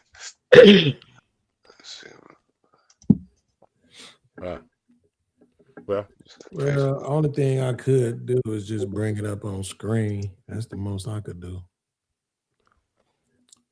Can't do a whole lot more than that. And I'm not even logged in, so they might not let me do that. I'll be logged in on the book like that. Let me see. Okay, so it's on the screen. What it look like for y'all? Yeah, that's about it. That's the only. I can't even make it no bigger than that without you. Excuse me. She's beautiful. If you think less, she needs to leave you. How dare you? Hey, listen, what you expect? Yada mean. And she a little thick too, boy. Man, you She got some cakes. That's what I was saying. She got cakes. Shit, you know what I'm saying? Damn, y'all must got good I'm talking about she got a little bit of cakes, man. That boy. Which one? I'm trying to figure out, is that a dress or some kind of That's pull-out? pants. That's pants. Because I'm not logged in, it won't let me scroll. It won't even let me scroll anymore. And the crazy thing about it is, I don't even remember my login information. Tough. You'll be like me. The next time I get logged off, I ain't gonna know how to get back to this shit. Bad caption, Phil. Yeah, I mean, look, she ain't the prettiest. It's a literal statement that ain't that bad, right? But it's the connotation that everybody is going with that makes it seem like it's worse than what it really is. Yeah. You know what I'm saying? And it's one of them things where it's almost like, okay, I can't even. It's one of them times where I can't pretend like I don't get the people going with the connotation instead of taking the literal sense of it. Put it in the back. Let me see, can I pull it up? It's in the back. It's in the private. That's how I got it. Okay. Freedom, Georgia. Hey, them ladies who was in front of that Freedom, Georgia shit, they all married too. Shout out to them. Shout out to them black ladies for being married and not getting their husbands killed by putting them on TV and telling the world they trying to start a black town. Wait, is marriage needed? I think marriage is kind of overrated. Y'all still want to get married? Ain't you, man? You married? Oh shit. Yep. But marriage, it is overrated, but not when it's working. The marriages that's working is the best shit ever. Yeah.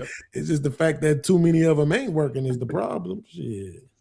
Yeah, man. That's what I'm saying. I don't roll the dice and get a snake eyes. You know what I mean? I'm not trying to get a snake eyes in my marriage. I'm just trying to be happy, man. You know what I mean? So you're not married. If you don't mind me asking, how old are you? 27. Exactly. You're supposed to think like that because you're stupid. What I'm saying is, the worst thing in the world for you to be is alone. Right. I promise you. Why is that? You just got the bag because everybody believe for some reason they're gonna be rich, even though 85% of people ain't. But everybody think they can make it. So if you just got the bag, then it might be a little bit different because now you can get multiple women to fulfill those needs of cleaning, cooking, taking care of laundry, all that other shit, including sex. You know what I'm saying? But hell no, if you just a regular ass nigga, work a job, 9 to 5 ass nigga, the worst thing you want to fucking be is 50 years old and alone. That shit is trash, bro. Sounds like me. I'm 40. Yeah. So you think about that because you ain't gonna always be 26 or 27 as you are. So a lot of people don't think about that in the long run. And just like everything have shelf life. And what you can get today, you won't be able to get tomorrow. So you have to start thinking about stuff like that.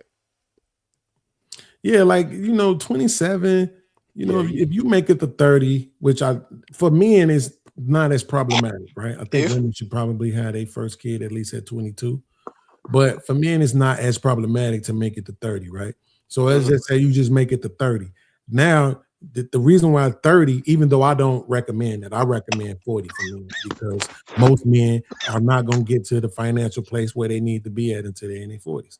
So, but let's just say you make it to 30, right? You end up in some kind of tech career somewhere, you making more money than the average man. 30 is a good area because of two things. One, you get to get your woman right, and as y'all growing, you get to share with her let me rephrase that. When I say share with her, I mean express to her, story tell to her about the first 30 years of your life. But then now from 30 to 50, when y'all get to 50 and beyond, now y'all get to say, ooh, remember when we did this? Remember when we went there? Remember that time, that silly shit? Remember when we went to that? You know what I'm saying? That's the one thing about it that I don't think people really give enough credence to, is being able to look back and have these stories, and she was right there with you, or he was right there with you. Y'all had these stories in common. People don't value that enough. You get to 50 years old, you're trying to find some new motherfucker to make memories with when both of y'all ass about to die in 9 years. Like, no. That shit ain't No, I agree. I feel like you should be at your best self before you even think about getting married. And I guess you can never be your best because I mean, how can you determine it? But I still think that you can be at least a stable area before you start looking towards marriage because it don't make sense.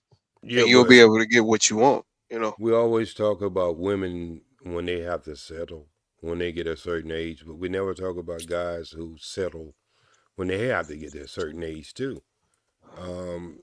Your choice is, you know, as you know, just like everything else in life. You know, when you get a little older, the things that you could get now at 27 and have that life and have that journey together with that young lady, it's not what you're going to be getting on the other end. That's a fact, man. That's a fact, man. You gotta know what you can get. Yeah. That's why, honestly, I don't think that people should even be like. Look. I'm with JP. I'm punching down. You know, I'm going to your local shelter. You know what I mean? That's what I'm doing. Yeah, I'm So not. you're going down to the welfare office looking for women. I'm going down to the welfare office looking for women. Yes, sir. Yes, sir. Yes, sir. I'm Bible punching. in one hand, Bible in one hand, and D in the other hand. Okay. Exactly. Passport bro. Be a passport bro. Yeah, he man. ain't passport. He's a county bro. He going down I'm to already county bill. knowing. I'm already knowing my next woman is homeless. I know she is. That's what I'm saying, man. Might as well shit. We might as well go get some homeless women. We ain't gotta do too much. I'm tired of doing too much. Like, why I gotta talk to her nice and do all that? Man, fuck all that, man. There ain't no time for that. So, in the best scenario, what you think? What kind of quality you gonna get in a homeless woman? What quality do I need? I'm a quality within my damn self. I don't need no quality for no I'm just goofy saying ass you're woman. bringing that person into your household, right? Okay. And so the first 2 weeks, she got a tent in your living room, living in it. How you gonna get her to the bedroom, brother? She doesn't have a grill. Once I show her those Versace plaid, you know what I mean, the plaid Versace. You ever heard of that plaid Versace? You know, linens on the bed. You know what I mean. She gonna want to be in that. She don't want to be in no damn tent. She gonna want to be in the comfortability of that. You know what I mean. Can I prove to you that obviously in the 40 years I've been an advocate for homeless people, we have put people in their apartments and they put tents in their front room. That's a personal problem, brother. That's because you ain't do it right. You say I had something to do with that shit. So you got to understand, people become a victim of their own environment, and they become used to what they're used to. So your bedroom would be nice for you, but she'll probably have your ass over there in her tent. You gotta be fucked up. you gotta be damn I will. Their mind's stuck in survival mode. That's just how it is. So you gotta understand, some of these people have been out there for 20, 15, years out there on the street when that's what they got used to, and we have to understand how the human mind works. We get in an uncomfortable zone regardless of our condition and where we at in life, and that's what we like. Nah. Once she see that refrigerator full of that food, you know what I mean. I think she gonna change her mind. You know what I mean? Or he, for the females out there, we got 80. You know what I mean? Okay, well I ain't even worried about the he.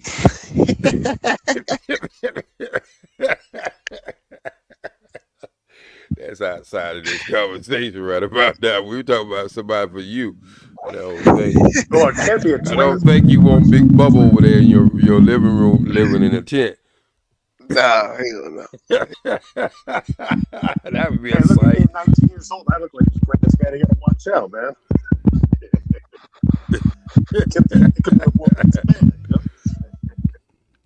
You know, one of the things they're finding out, and especially in California, one of my ideas was to open up some of these closed malls, since the malls are going out of brick and mortar, is going out of business, was to open up a community inside of there for the homeless people, where you can have a satellite police station or a medical center in there. You could have a lot of things, because the malls are really built for that. And so one of the things I brung to the mayor was, if you take some of these buildings that ain't been used in the last 20 years, that you really could, you can make a nice closed-in community. And not only that, the outreach would be so much better, because then you would understand the medical needs or the mental needs that people might need. And they didn't take the idea up.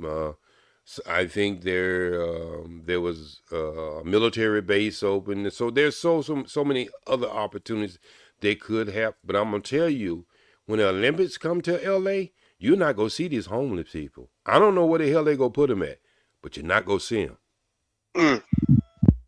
They're gonna send them to Sacramento, where I'm at. I don't know where the hell they gonna send them at, but we still got over 9,000 people missing from the uprising that happened with Rodney King. So ain't nobody been knowing where they was at or know where they went at. So they have a way of moving things around when it's going to affect the way the people would look at the city. And anybody who ever been to LA can tell you, LA is, especially downtown, is the worst. To me, it's the worstest downtown that was seen in any metropolitan city in America. Nah, I can see that. Yeah. It smells like a New York elevator, and it just looked terrible. Maybe Houston, Texas, comparable, but yeah, LA. I think Atlanta got one of the best downtown. They kind of like keep that clean. I stayed there for about 20 years. But LA, now when you see it at nighttime, you just looking at the building, you know that any city can look good like that. But when you actually go and put your feet on the ground, it's something totally different, bro. You wouldn't even expect it would be something from LA. And that's not only just LA, that's Hollywood too. Because a lot of time people be thinking they're looking at Hollywood, but they be looking at West Hollywood. They be looking at the Ventura County? Huh? Ventura County? It's West LA too. Well, West LA, well, that's a whole nother thing. Yeah, that part can look like when you get over in the Avenue of Stars and all that other kind of stuff. That could be fool people that you're actually in LA. See, what people don't understand, LA, the city itself, it's not that big. It's all the communities around it, that make LA. Because when you start talking about Culver City, Hollywood is not even really a city. They don't even have an election for a mayor. It's volunteer. When you start talking about all these little cities that make LA, Culver City, Long Beach, and all these other places, Compton, Inglewood. Yeah, Compton, Inglewood. So a lot of people have a totally misconception of what LA is and what it looked like, because Hollywood have changed geographical areas and they make you think it's one thing, but it's something else.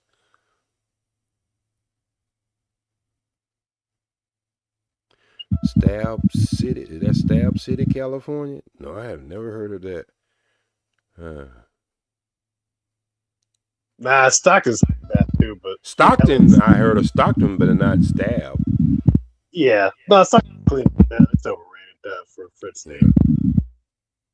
Yeah, and that's what I wanted to say earlier, that a lot of the police who who are in LA, they live in Simi Valley. You know, they don't live in LA. So they have no connection to the city other than just working here. And believe it or not, like police here, they get their homes half price.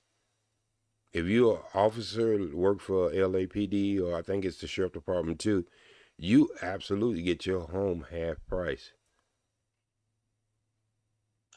Yeah, I was just gonna ask you a question about your idea of the 40 acres for California. I don't know if you know that you can't split Williamson Act land, ag land, to keep it under the like the half price property tax for farmers. You can't split land parcels under the Williamson Act less than 160 acres. They try to go down to 80 acres.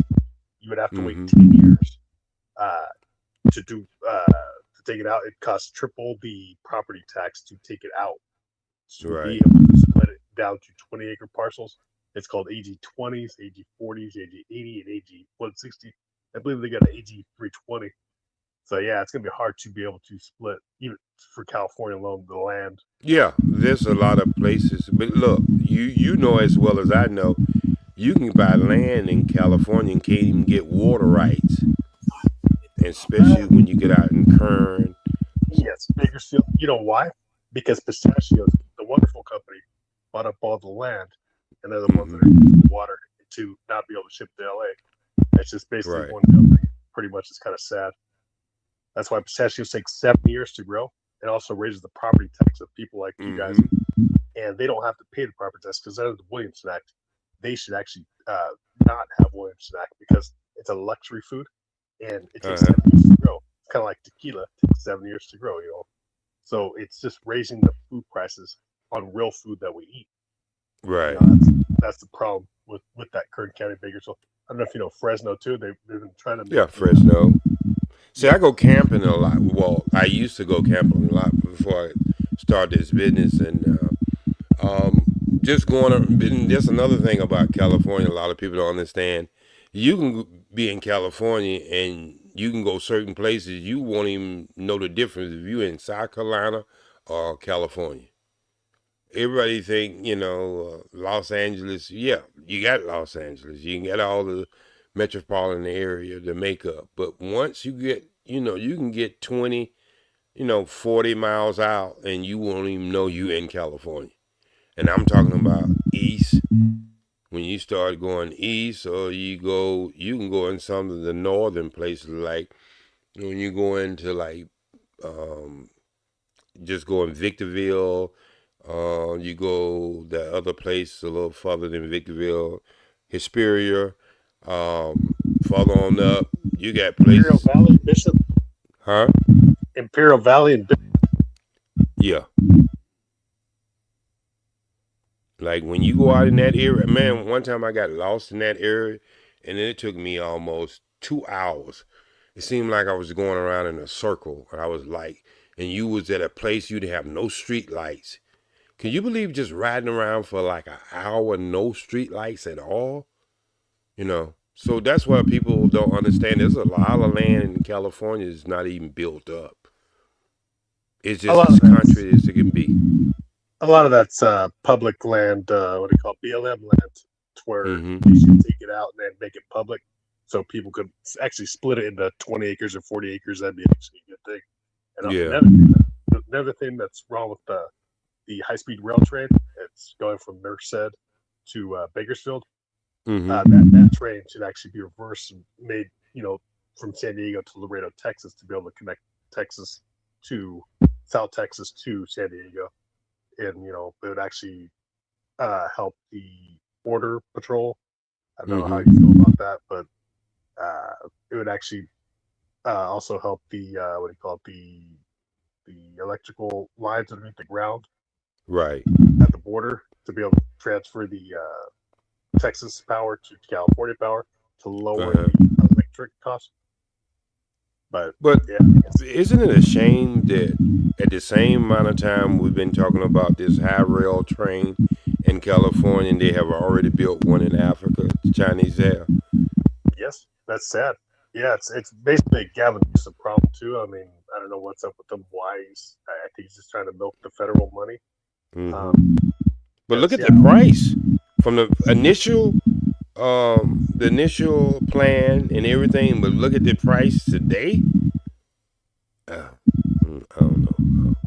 Well, it's actually right there. They got in Fresno, but where Madera County, which is the center of California, and Fresno are. They just got piers up, and that's it. They haven't built no actual rails. It's an aerial frame. It's kind of sad. Yep. Yeah, in my opinion, they should use that for something else. Well, I'm I've been trying to leave here since 2017, and I got trapped into a business, and none of my family members wanted to take it over. So, but I'm not looking for a place here. I'm looking for a place that I can retire and just, don't have to worry about my pension or anything, or my monthly bills or anything, that it's all gonna be paid for. But I'm looking at so many different countries now, and I'm really studying them. I was fortunate enough to work in Hollywood for 30-something years and was able to do some international traveling. And I'm just looking for something a little slower and a little easier on the bank account. It's not that I can't afford it, but I'm looking for something that I don't have, the money. There's so many places, and I'm gonna do this show on Trade Show, and I'm gonna show people. There's so many places that you can live for $500 under, and I'm talking about luxury apartments. I'm not talking about shacks outside of this country. Well, where all your bills could be right on about the $600 mark, and that's including food, electricity, and your overhead. And you'll be surprised of some of these places. Most of the people who live, especially in California, they living from paycheck to paycheck. Yes. And they have to have, there's a lot of people here now build back houses in front, and they have the front houses, so they have family members living right on the same land. That's the only way they can make it. There's no look, man. You paying $1,700 for a studio? Yeah, no, that's about right. Yeah. Now, you get anything under that, you might need to have a bulletproof vest and a helmet. But we're not even talking about a 1-bedroom, 2-bedroom. Oh no, you could go to the hills. Oh yeah, but look what you got to deal with, that weather and the high bills, like electrical bills or whatever. So, and then the commute is gonna run you crazy if you absolutely work in the city and you commuting from like Hesperia, Ontario, Victorville, or Barstow, in them places, man. You have to get up at 3 o'clock in the morning just to make it to work at about 8 o'clock. Well, I'm actually talking more about Sacramento or Northern California, but yeah, wildfire areas. The problem with that is you live in the hills. The wildfire insurance is tripled, so that's the problem. You can't live in the hills anymore even. Yeah, well, a lot of them places in the hills, when you buy a house, you can't even get insurance, especially in Kern County. Oh no, everywhere in California, man. Even Redding, yeah. It's okay. Tripled. And you can't get it. That's true. Yeah, that's why because they have so many fires, nobody go invest in that, knowing sooner or later they go lose out. Somebody says Sacramento is cheap. I have never, did it in it diving. It's not cheap, man. But I'm thinking about places like Ecuador. I'm thinking about places like that. Anywhere like my mind was set on Costa Rica one time, and then I found out that it has become a tour spot, so everything is as overinflated. The food is still cheap. I did a movie called Congo over there, and I stayed over there for about 2.5 months. And but I'm starting to look at other places now. I'm not getting to places like the DR or Colombia, I'm not looking for them type of places. Huh? Mozambique. Believe it or not, the gentleman was on here early. The Philippines. I've been looking at places like that. Oh yeah, North Philippines. Yeah, by Taiwan, man. That's a good place. Thailand scares the hell out of me. Why? The overflux of tourism. I'm pretty sure I could live outside, some of the city, but that whole setup. That's why it scares the hell out of me, because it's almost like a old man's paradise, and you know what I'm talking about, right? Yeah, no, I'm not your age yet, OG, but I can understand. 43. Yeah, so that would scare the hell out of me, because it's so easy. You understand what I'm saying? It's like going to a lake that they just keep stocking up, and they only let so many people in to fish. And as soon as you get your hook in there, you got to fish. You know what I mean? So you couldn't fish with one fishing pole anyway. I just don't. I don't want to be in a place like that for some reason or another. Yeah, it kind of reminds me of Brazil. How south of Brazil they just kept on stacking it up. North Brazil. And then you got the ladyboy factors. You can't. Asians are some of the people you can't tell the difference sometimes. You understand what I'm saying? Like, you got an American who's 5'9", size 16 shoe with an atom apple, big as a real apple in their throat. But when you start going to these Asian places, the techniques they use, that's where a lot of the operation, Indonesia, Thailand, most of all the women got false breasts there. You understand what I'm saying? Yeah, so, Cambodia. Yeah, so, and then you got the small size, so they look like women. So, no, I don't want to be in a place like that, where I had to define and try to, try to figure out who I'm talking to. Yeah, I got you. Yeah, over here you can tell, you know what I mean.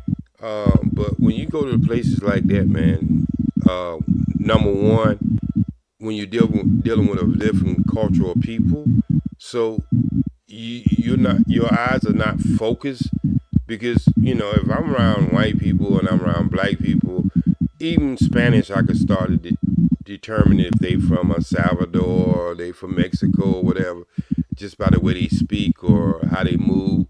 But when you start talking about these Asian companies, we don't come in contact with a lot of Asian people, and they're a small group of people. You can do so much. You understand what I'm saying? Yeah, you ever heard of Chile? It's where Elon Musk is taking a lot of lithium, the country of Chile. Mm-hmm. It's I had a dark horse, man. Yeah, you say from Chile? Chile, yes. Yeah. I used to live in an apartment, and there's a guy named Alice. He used to be a photographer, a well-known photographer. He was from Chile with his wife Nancy.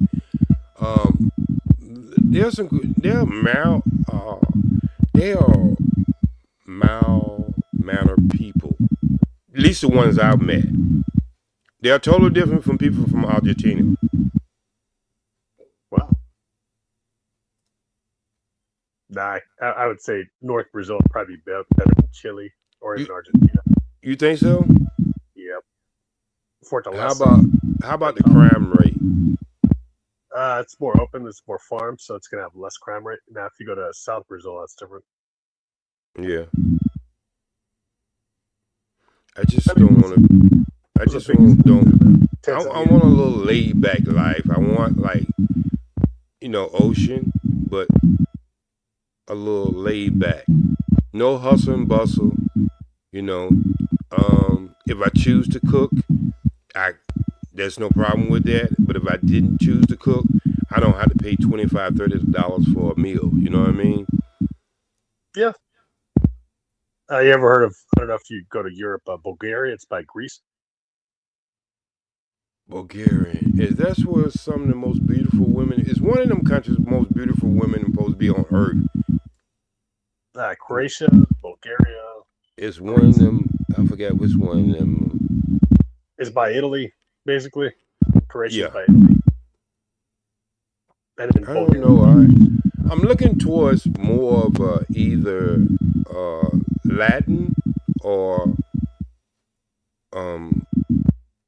but I really wanted to go to Ghana. Believe it or not, my bags was packed. You know what they did? They put a military base there. Sounds like Philippines, man. They got military bases to spy. North Philippines got military bases to spy on Taiwan. Yeah, so I don't know. I just want to do something. I ain't gonna have that much long on this earth. When I say that much longer, it could be 25, 30. I'm real healthy, 66 years old, but nobody can tell my age when they really meet me. But just the way I've taking care of myself. So I'm still active. There's nothing hold me back from even doing sports. No, I'm not going to jump in a ring with some 20-year-old and try to give him a boxing lesson. I'm not going to do that. You know what I'm saying? But I still get out and I play basketball. I swim at least twice a week. So I'm active, and I just to be honest with you, Johnny, I don't want to take care of people anymore. Gotcha. I raised 5 kids. My oldest son is 50. My youngest is 28. I just want to have my time now. Yeah, no, you ever thought of Alabama? You don't pay property tax if you're over 61. Where? Alabama. Like Montgomery's the capital. It's by Pensacola. It's probably going to be Mobile's got more hurricane, but Montgomery, Alabama's the capital by Pensacola, Florida.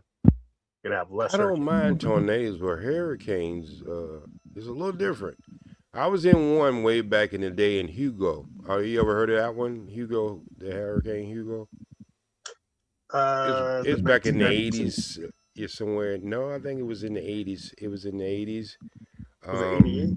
Yeah, it was in the 80s. Yeah, somewhere like that. Because when I came to California, it was 1990.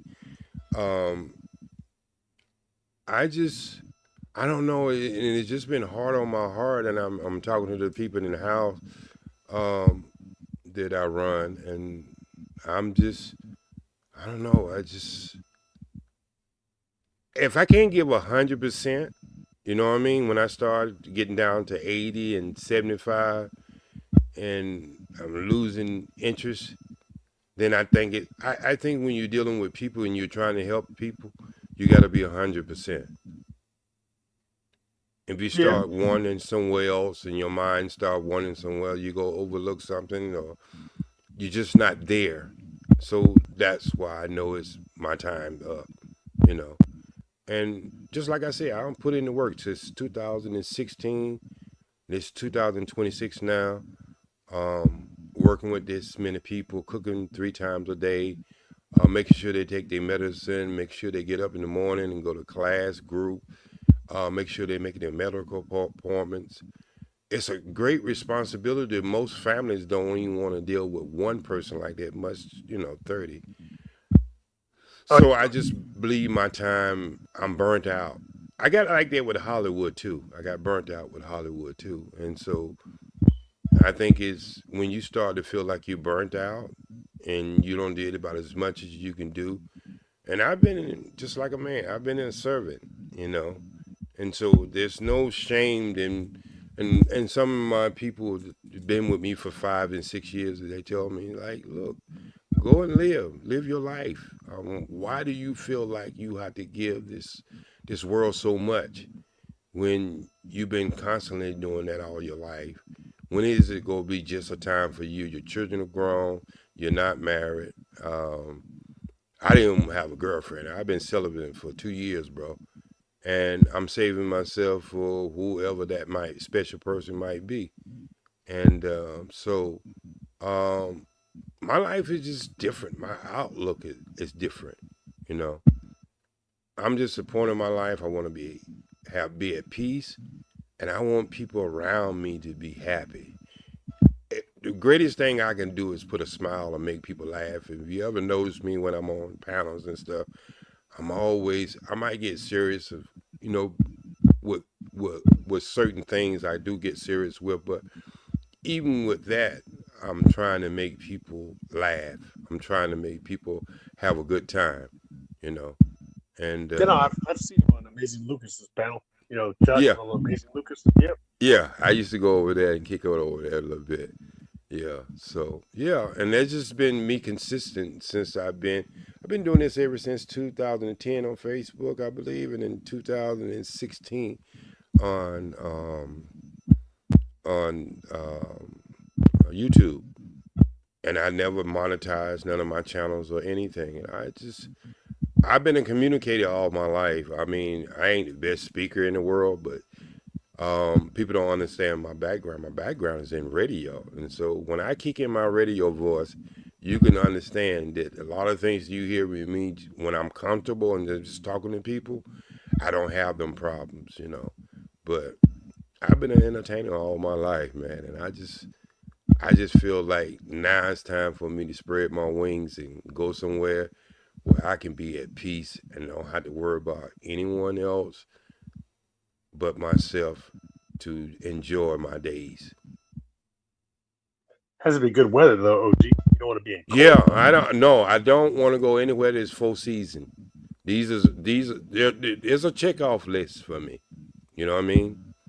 I have a checker. I'm a summer baby. I was born in July, so I like hot weather. I don't mind I don't mind tornadoes because that's what I was growing up in Charlotte, North Carolina. So I've been around tornadoes all my life. I got used to earthquakes out here. We don't have them as much as people think we have. Hell, they have more earthquakes in Colorado than they have here in California, but we have more of the big ones. Oh, you got earthquakes go all the way to Oregon, Washington, and West Canada too. So I'm looking for a place around that don't get like under 50 degrees. That's what I'm looking for. Year round. Yeah. Yeah, it's gonna be South Texas, Alabama, Georgia. No, I'm not looking for anywhere in the States. I gotcha. I'm looking outside the country. Equatorland, I'd say North Brazil, Mozambique, Angola. Yeah. What is the average apartment or condo or lease in Northern? Also Portugal, man. It's got a good weather. Yeah, I've been looking at. Well, that's where one of the guys who a content maker and yeah, that came. This video I've been looking at is the 10 most inexpensive places to live at that are gorgeous. That's the name of the video, and that's what I've been looking at. And when I look at videos like that, I just don't take what a person is saying. I go and try to do research and saying exactly just give me the hot spots or the good things about the city or country versus, is it something else? Yeah, no, actually, I don't know if you know the islands of the Azores, the center of the Atlantic Ocean. Right. That's where my dad's from, so it's Portuguese, but yep. Oh, okay. Yeah, Portuguese did come up in that video, and it looked nice. I don't know about all the demographics, and that's one of the things I check out too, the demographics. The only problem with that, OG, is you got to be in the island of Terceira,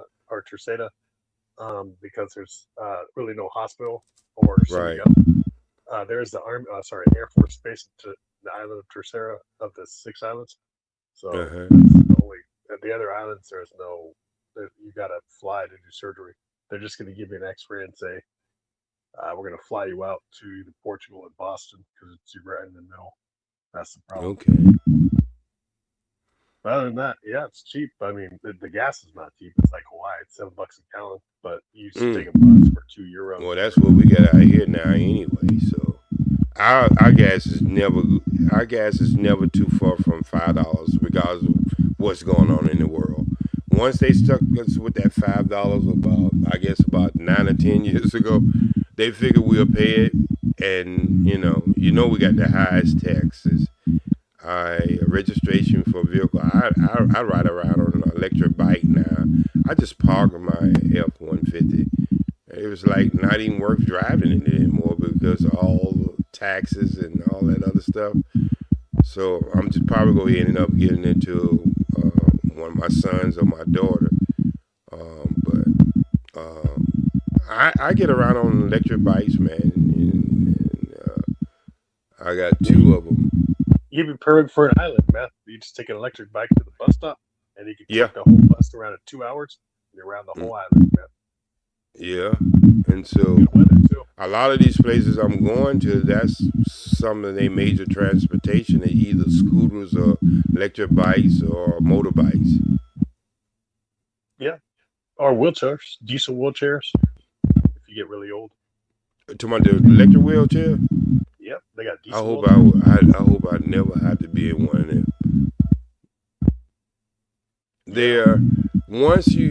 One of the things I found about even with this job I have, if you do a lot of sit down time, you get a lot of stiffness. You know what I mean? And I guess companies are starting to find out that too. People who do a lot of sit down. I think this is one of the reasons that we become obese in this country, not only just our diet, it's because we got a lot of jobs that we're not moving around. I be looking at people doing jobs with no shoes on in India and be making some of the stuff that comes out of our country. Everything from brake shoes to recap ties to everything else. They make everything over in India. The black toothpaste that I use, it comes from India. Yeah. So these people are amazing.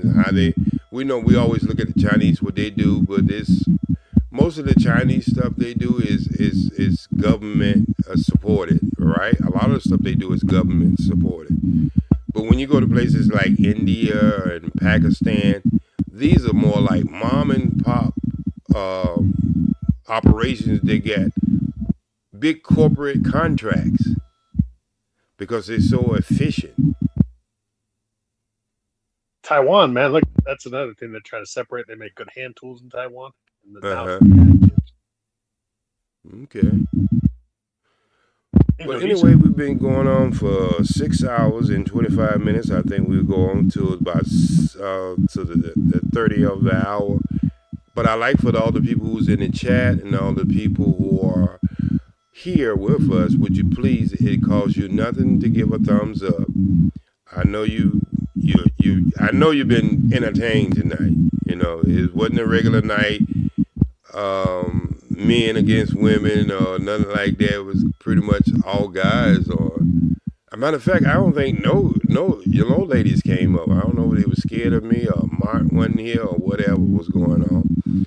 But anyway, I enjoyed doing this show right here, and thanks to Trey, he let me do it because I just came up with this last night, and the thing that happened with the children who lost their life.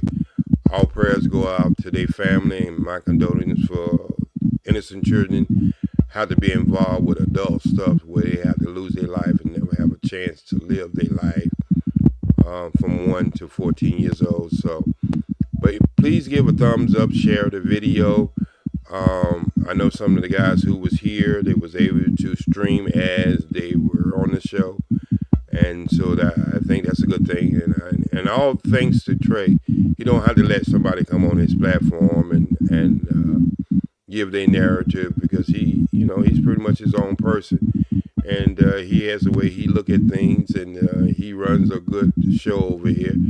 And I've been with him pretty much ever since he's been over here. And I really appreciate him allowing me this time to spend time on his show, and run his show and have enough confidence in that I'm not going to come over here and tear up his house.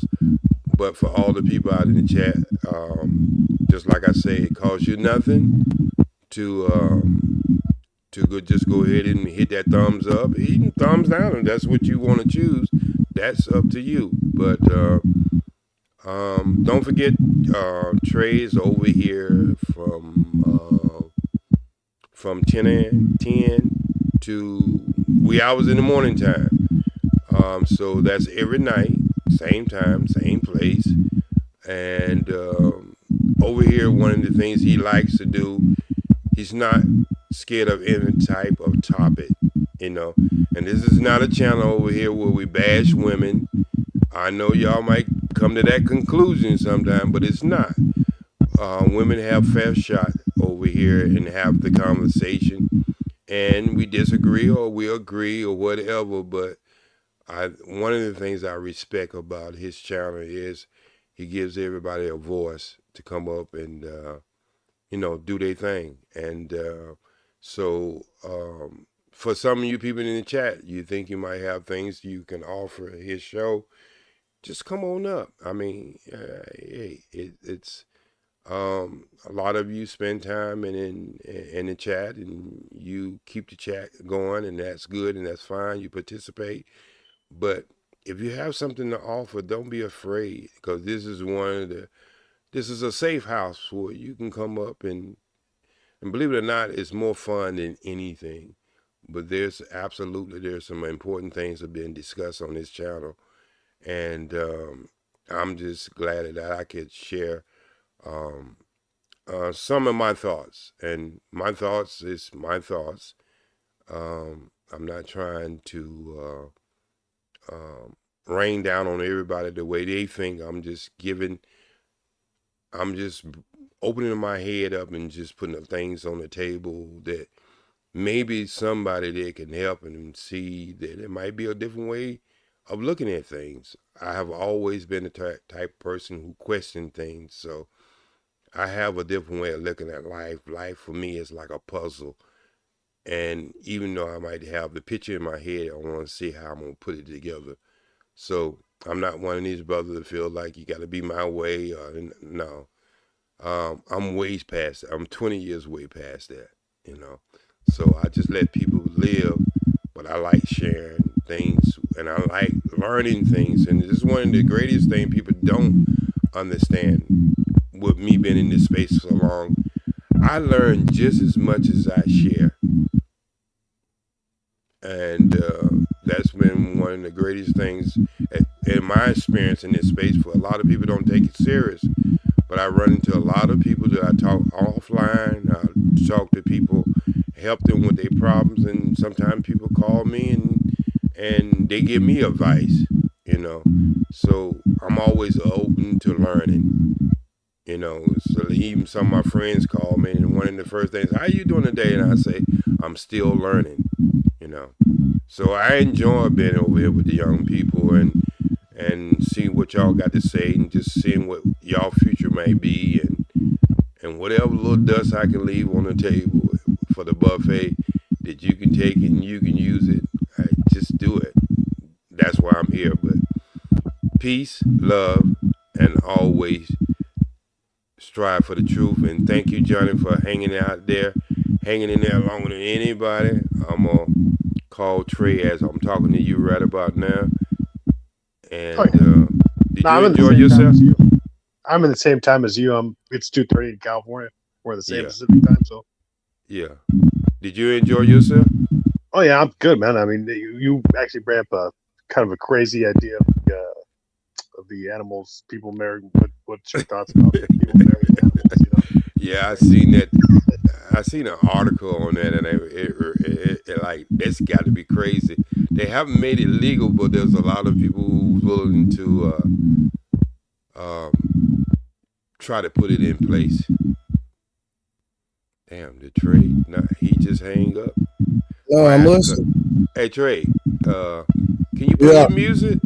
We about ready. Ain't nobody here but me and Johnny. Can you play How your did music? it go? Hey, it went great, man. We kept a steady around about 175, 180 people in it. It went great, and I think everybody enjoyed it. I think even now we still got something like 120 something people in.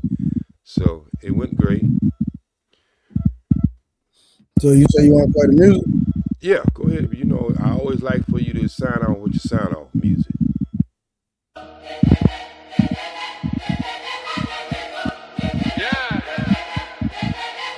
Hey Johnny, hit your mic. Yeah. cheap, but the real high. Learn early how to move, learn the word, book alive, and I did it. Like a true breeze, no cap in my tongue. Hard like stinky fridge. Now the stash got grown. 8 out of my steps, try to live in my pace. Ain't hoes wanna eat with the food on my plate. I remember being hung, stimming tight with the stress. Now the pressure's your fuel. I just answer with chance.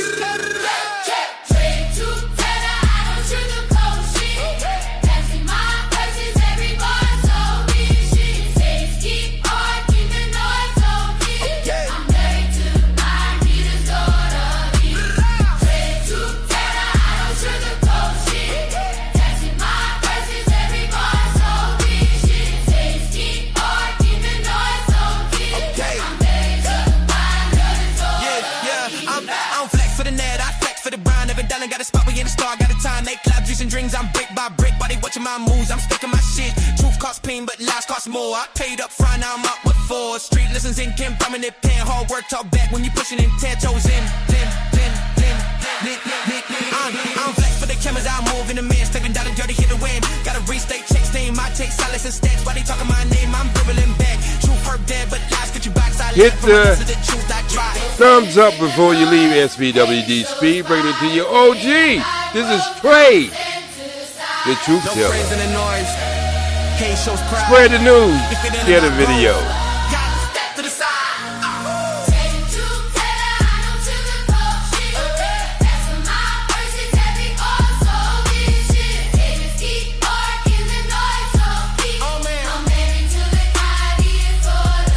Don't flex it, don't flex it, don't flex it, don't flex it, don't flex it, don't flex it, don't flex it, don't flex it.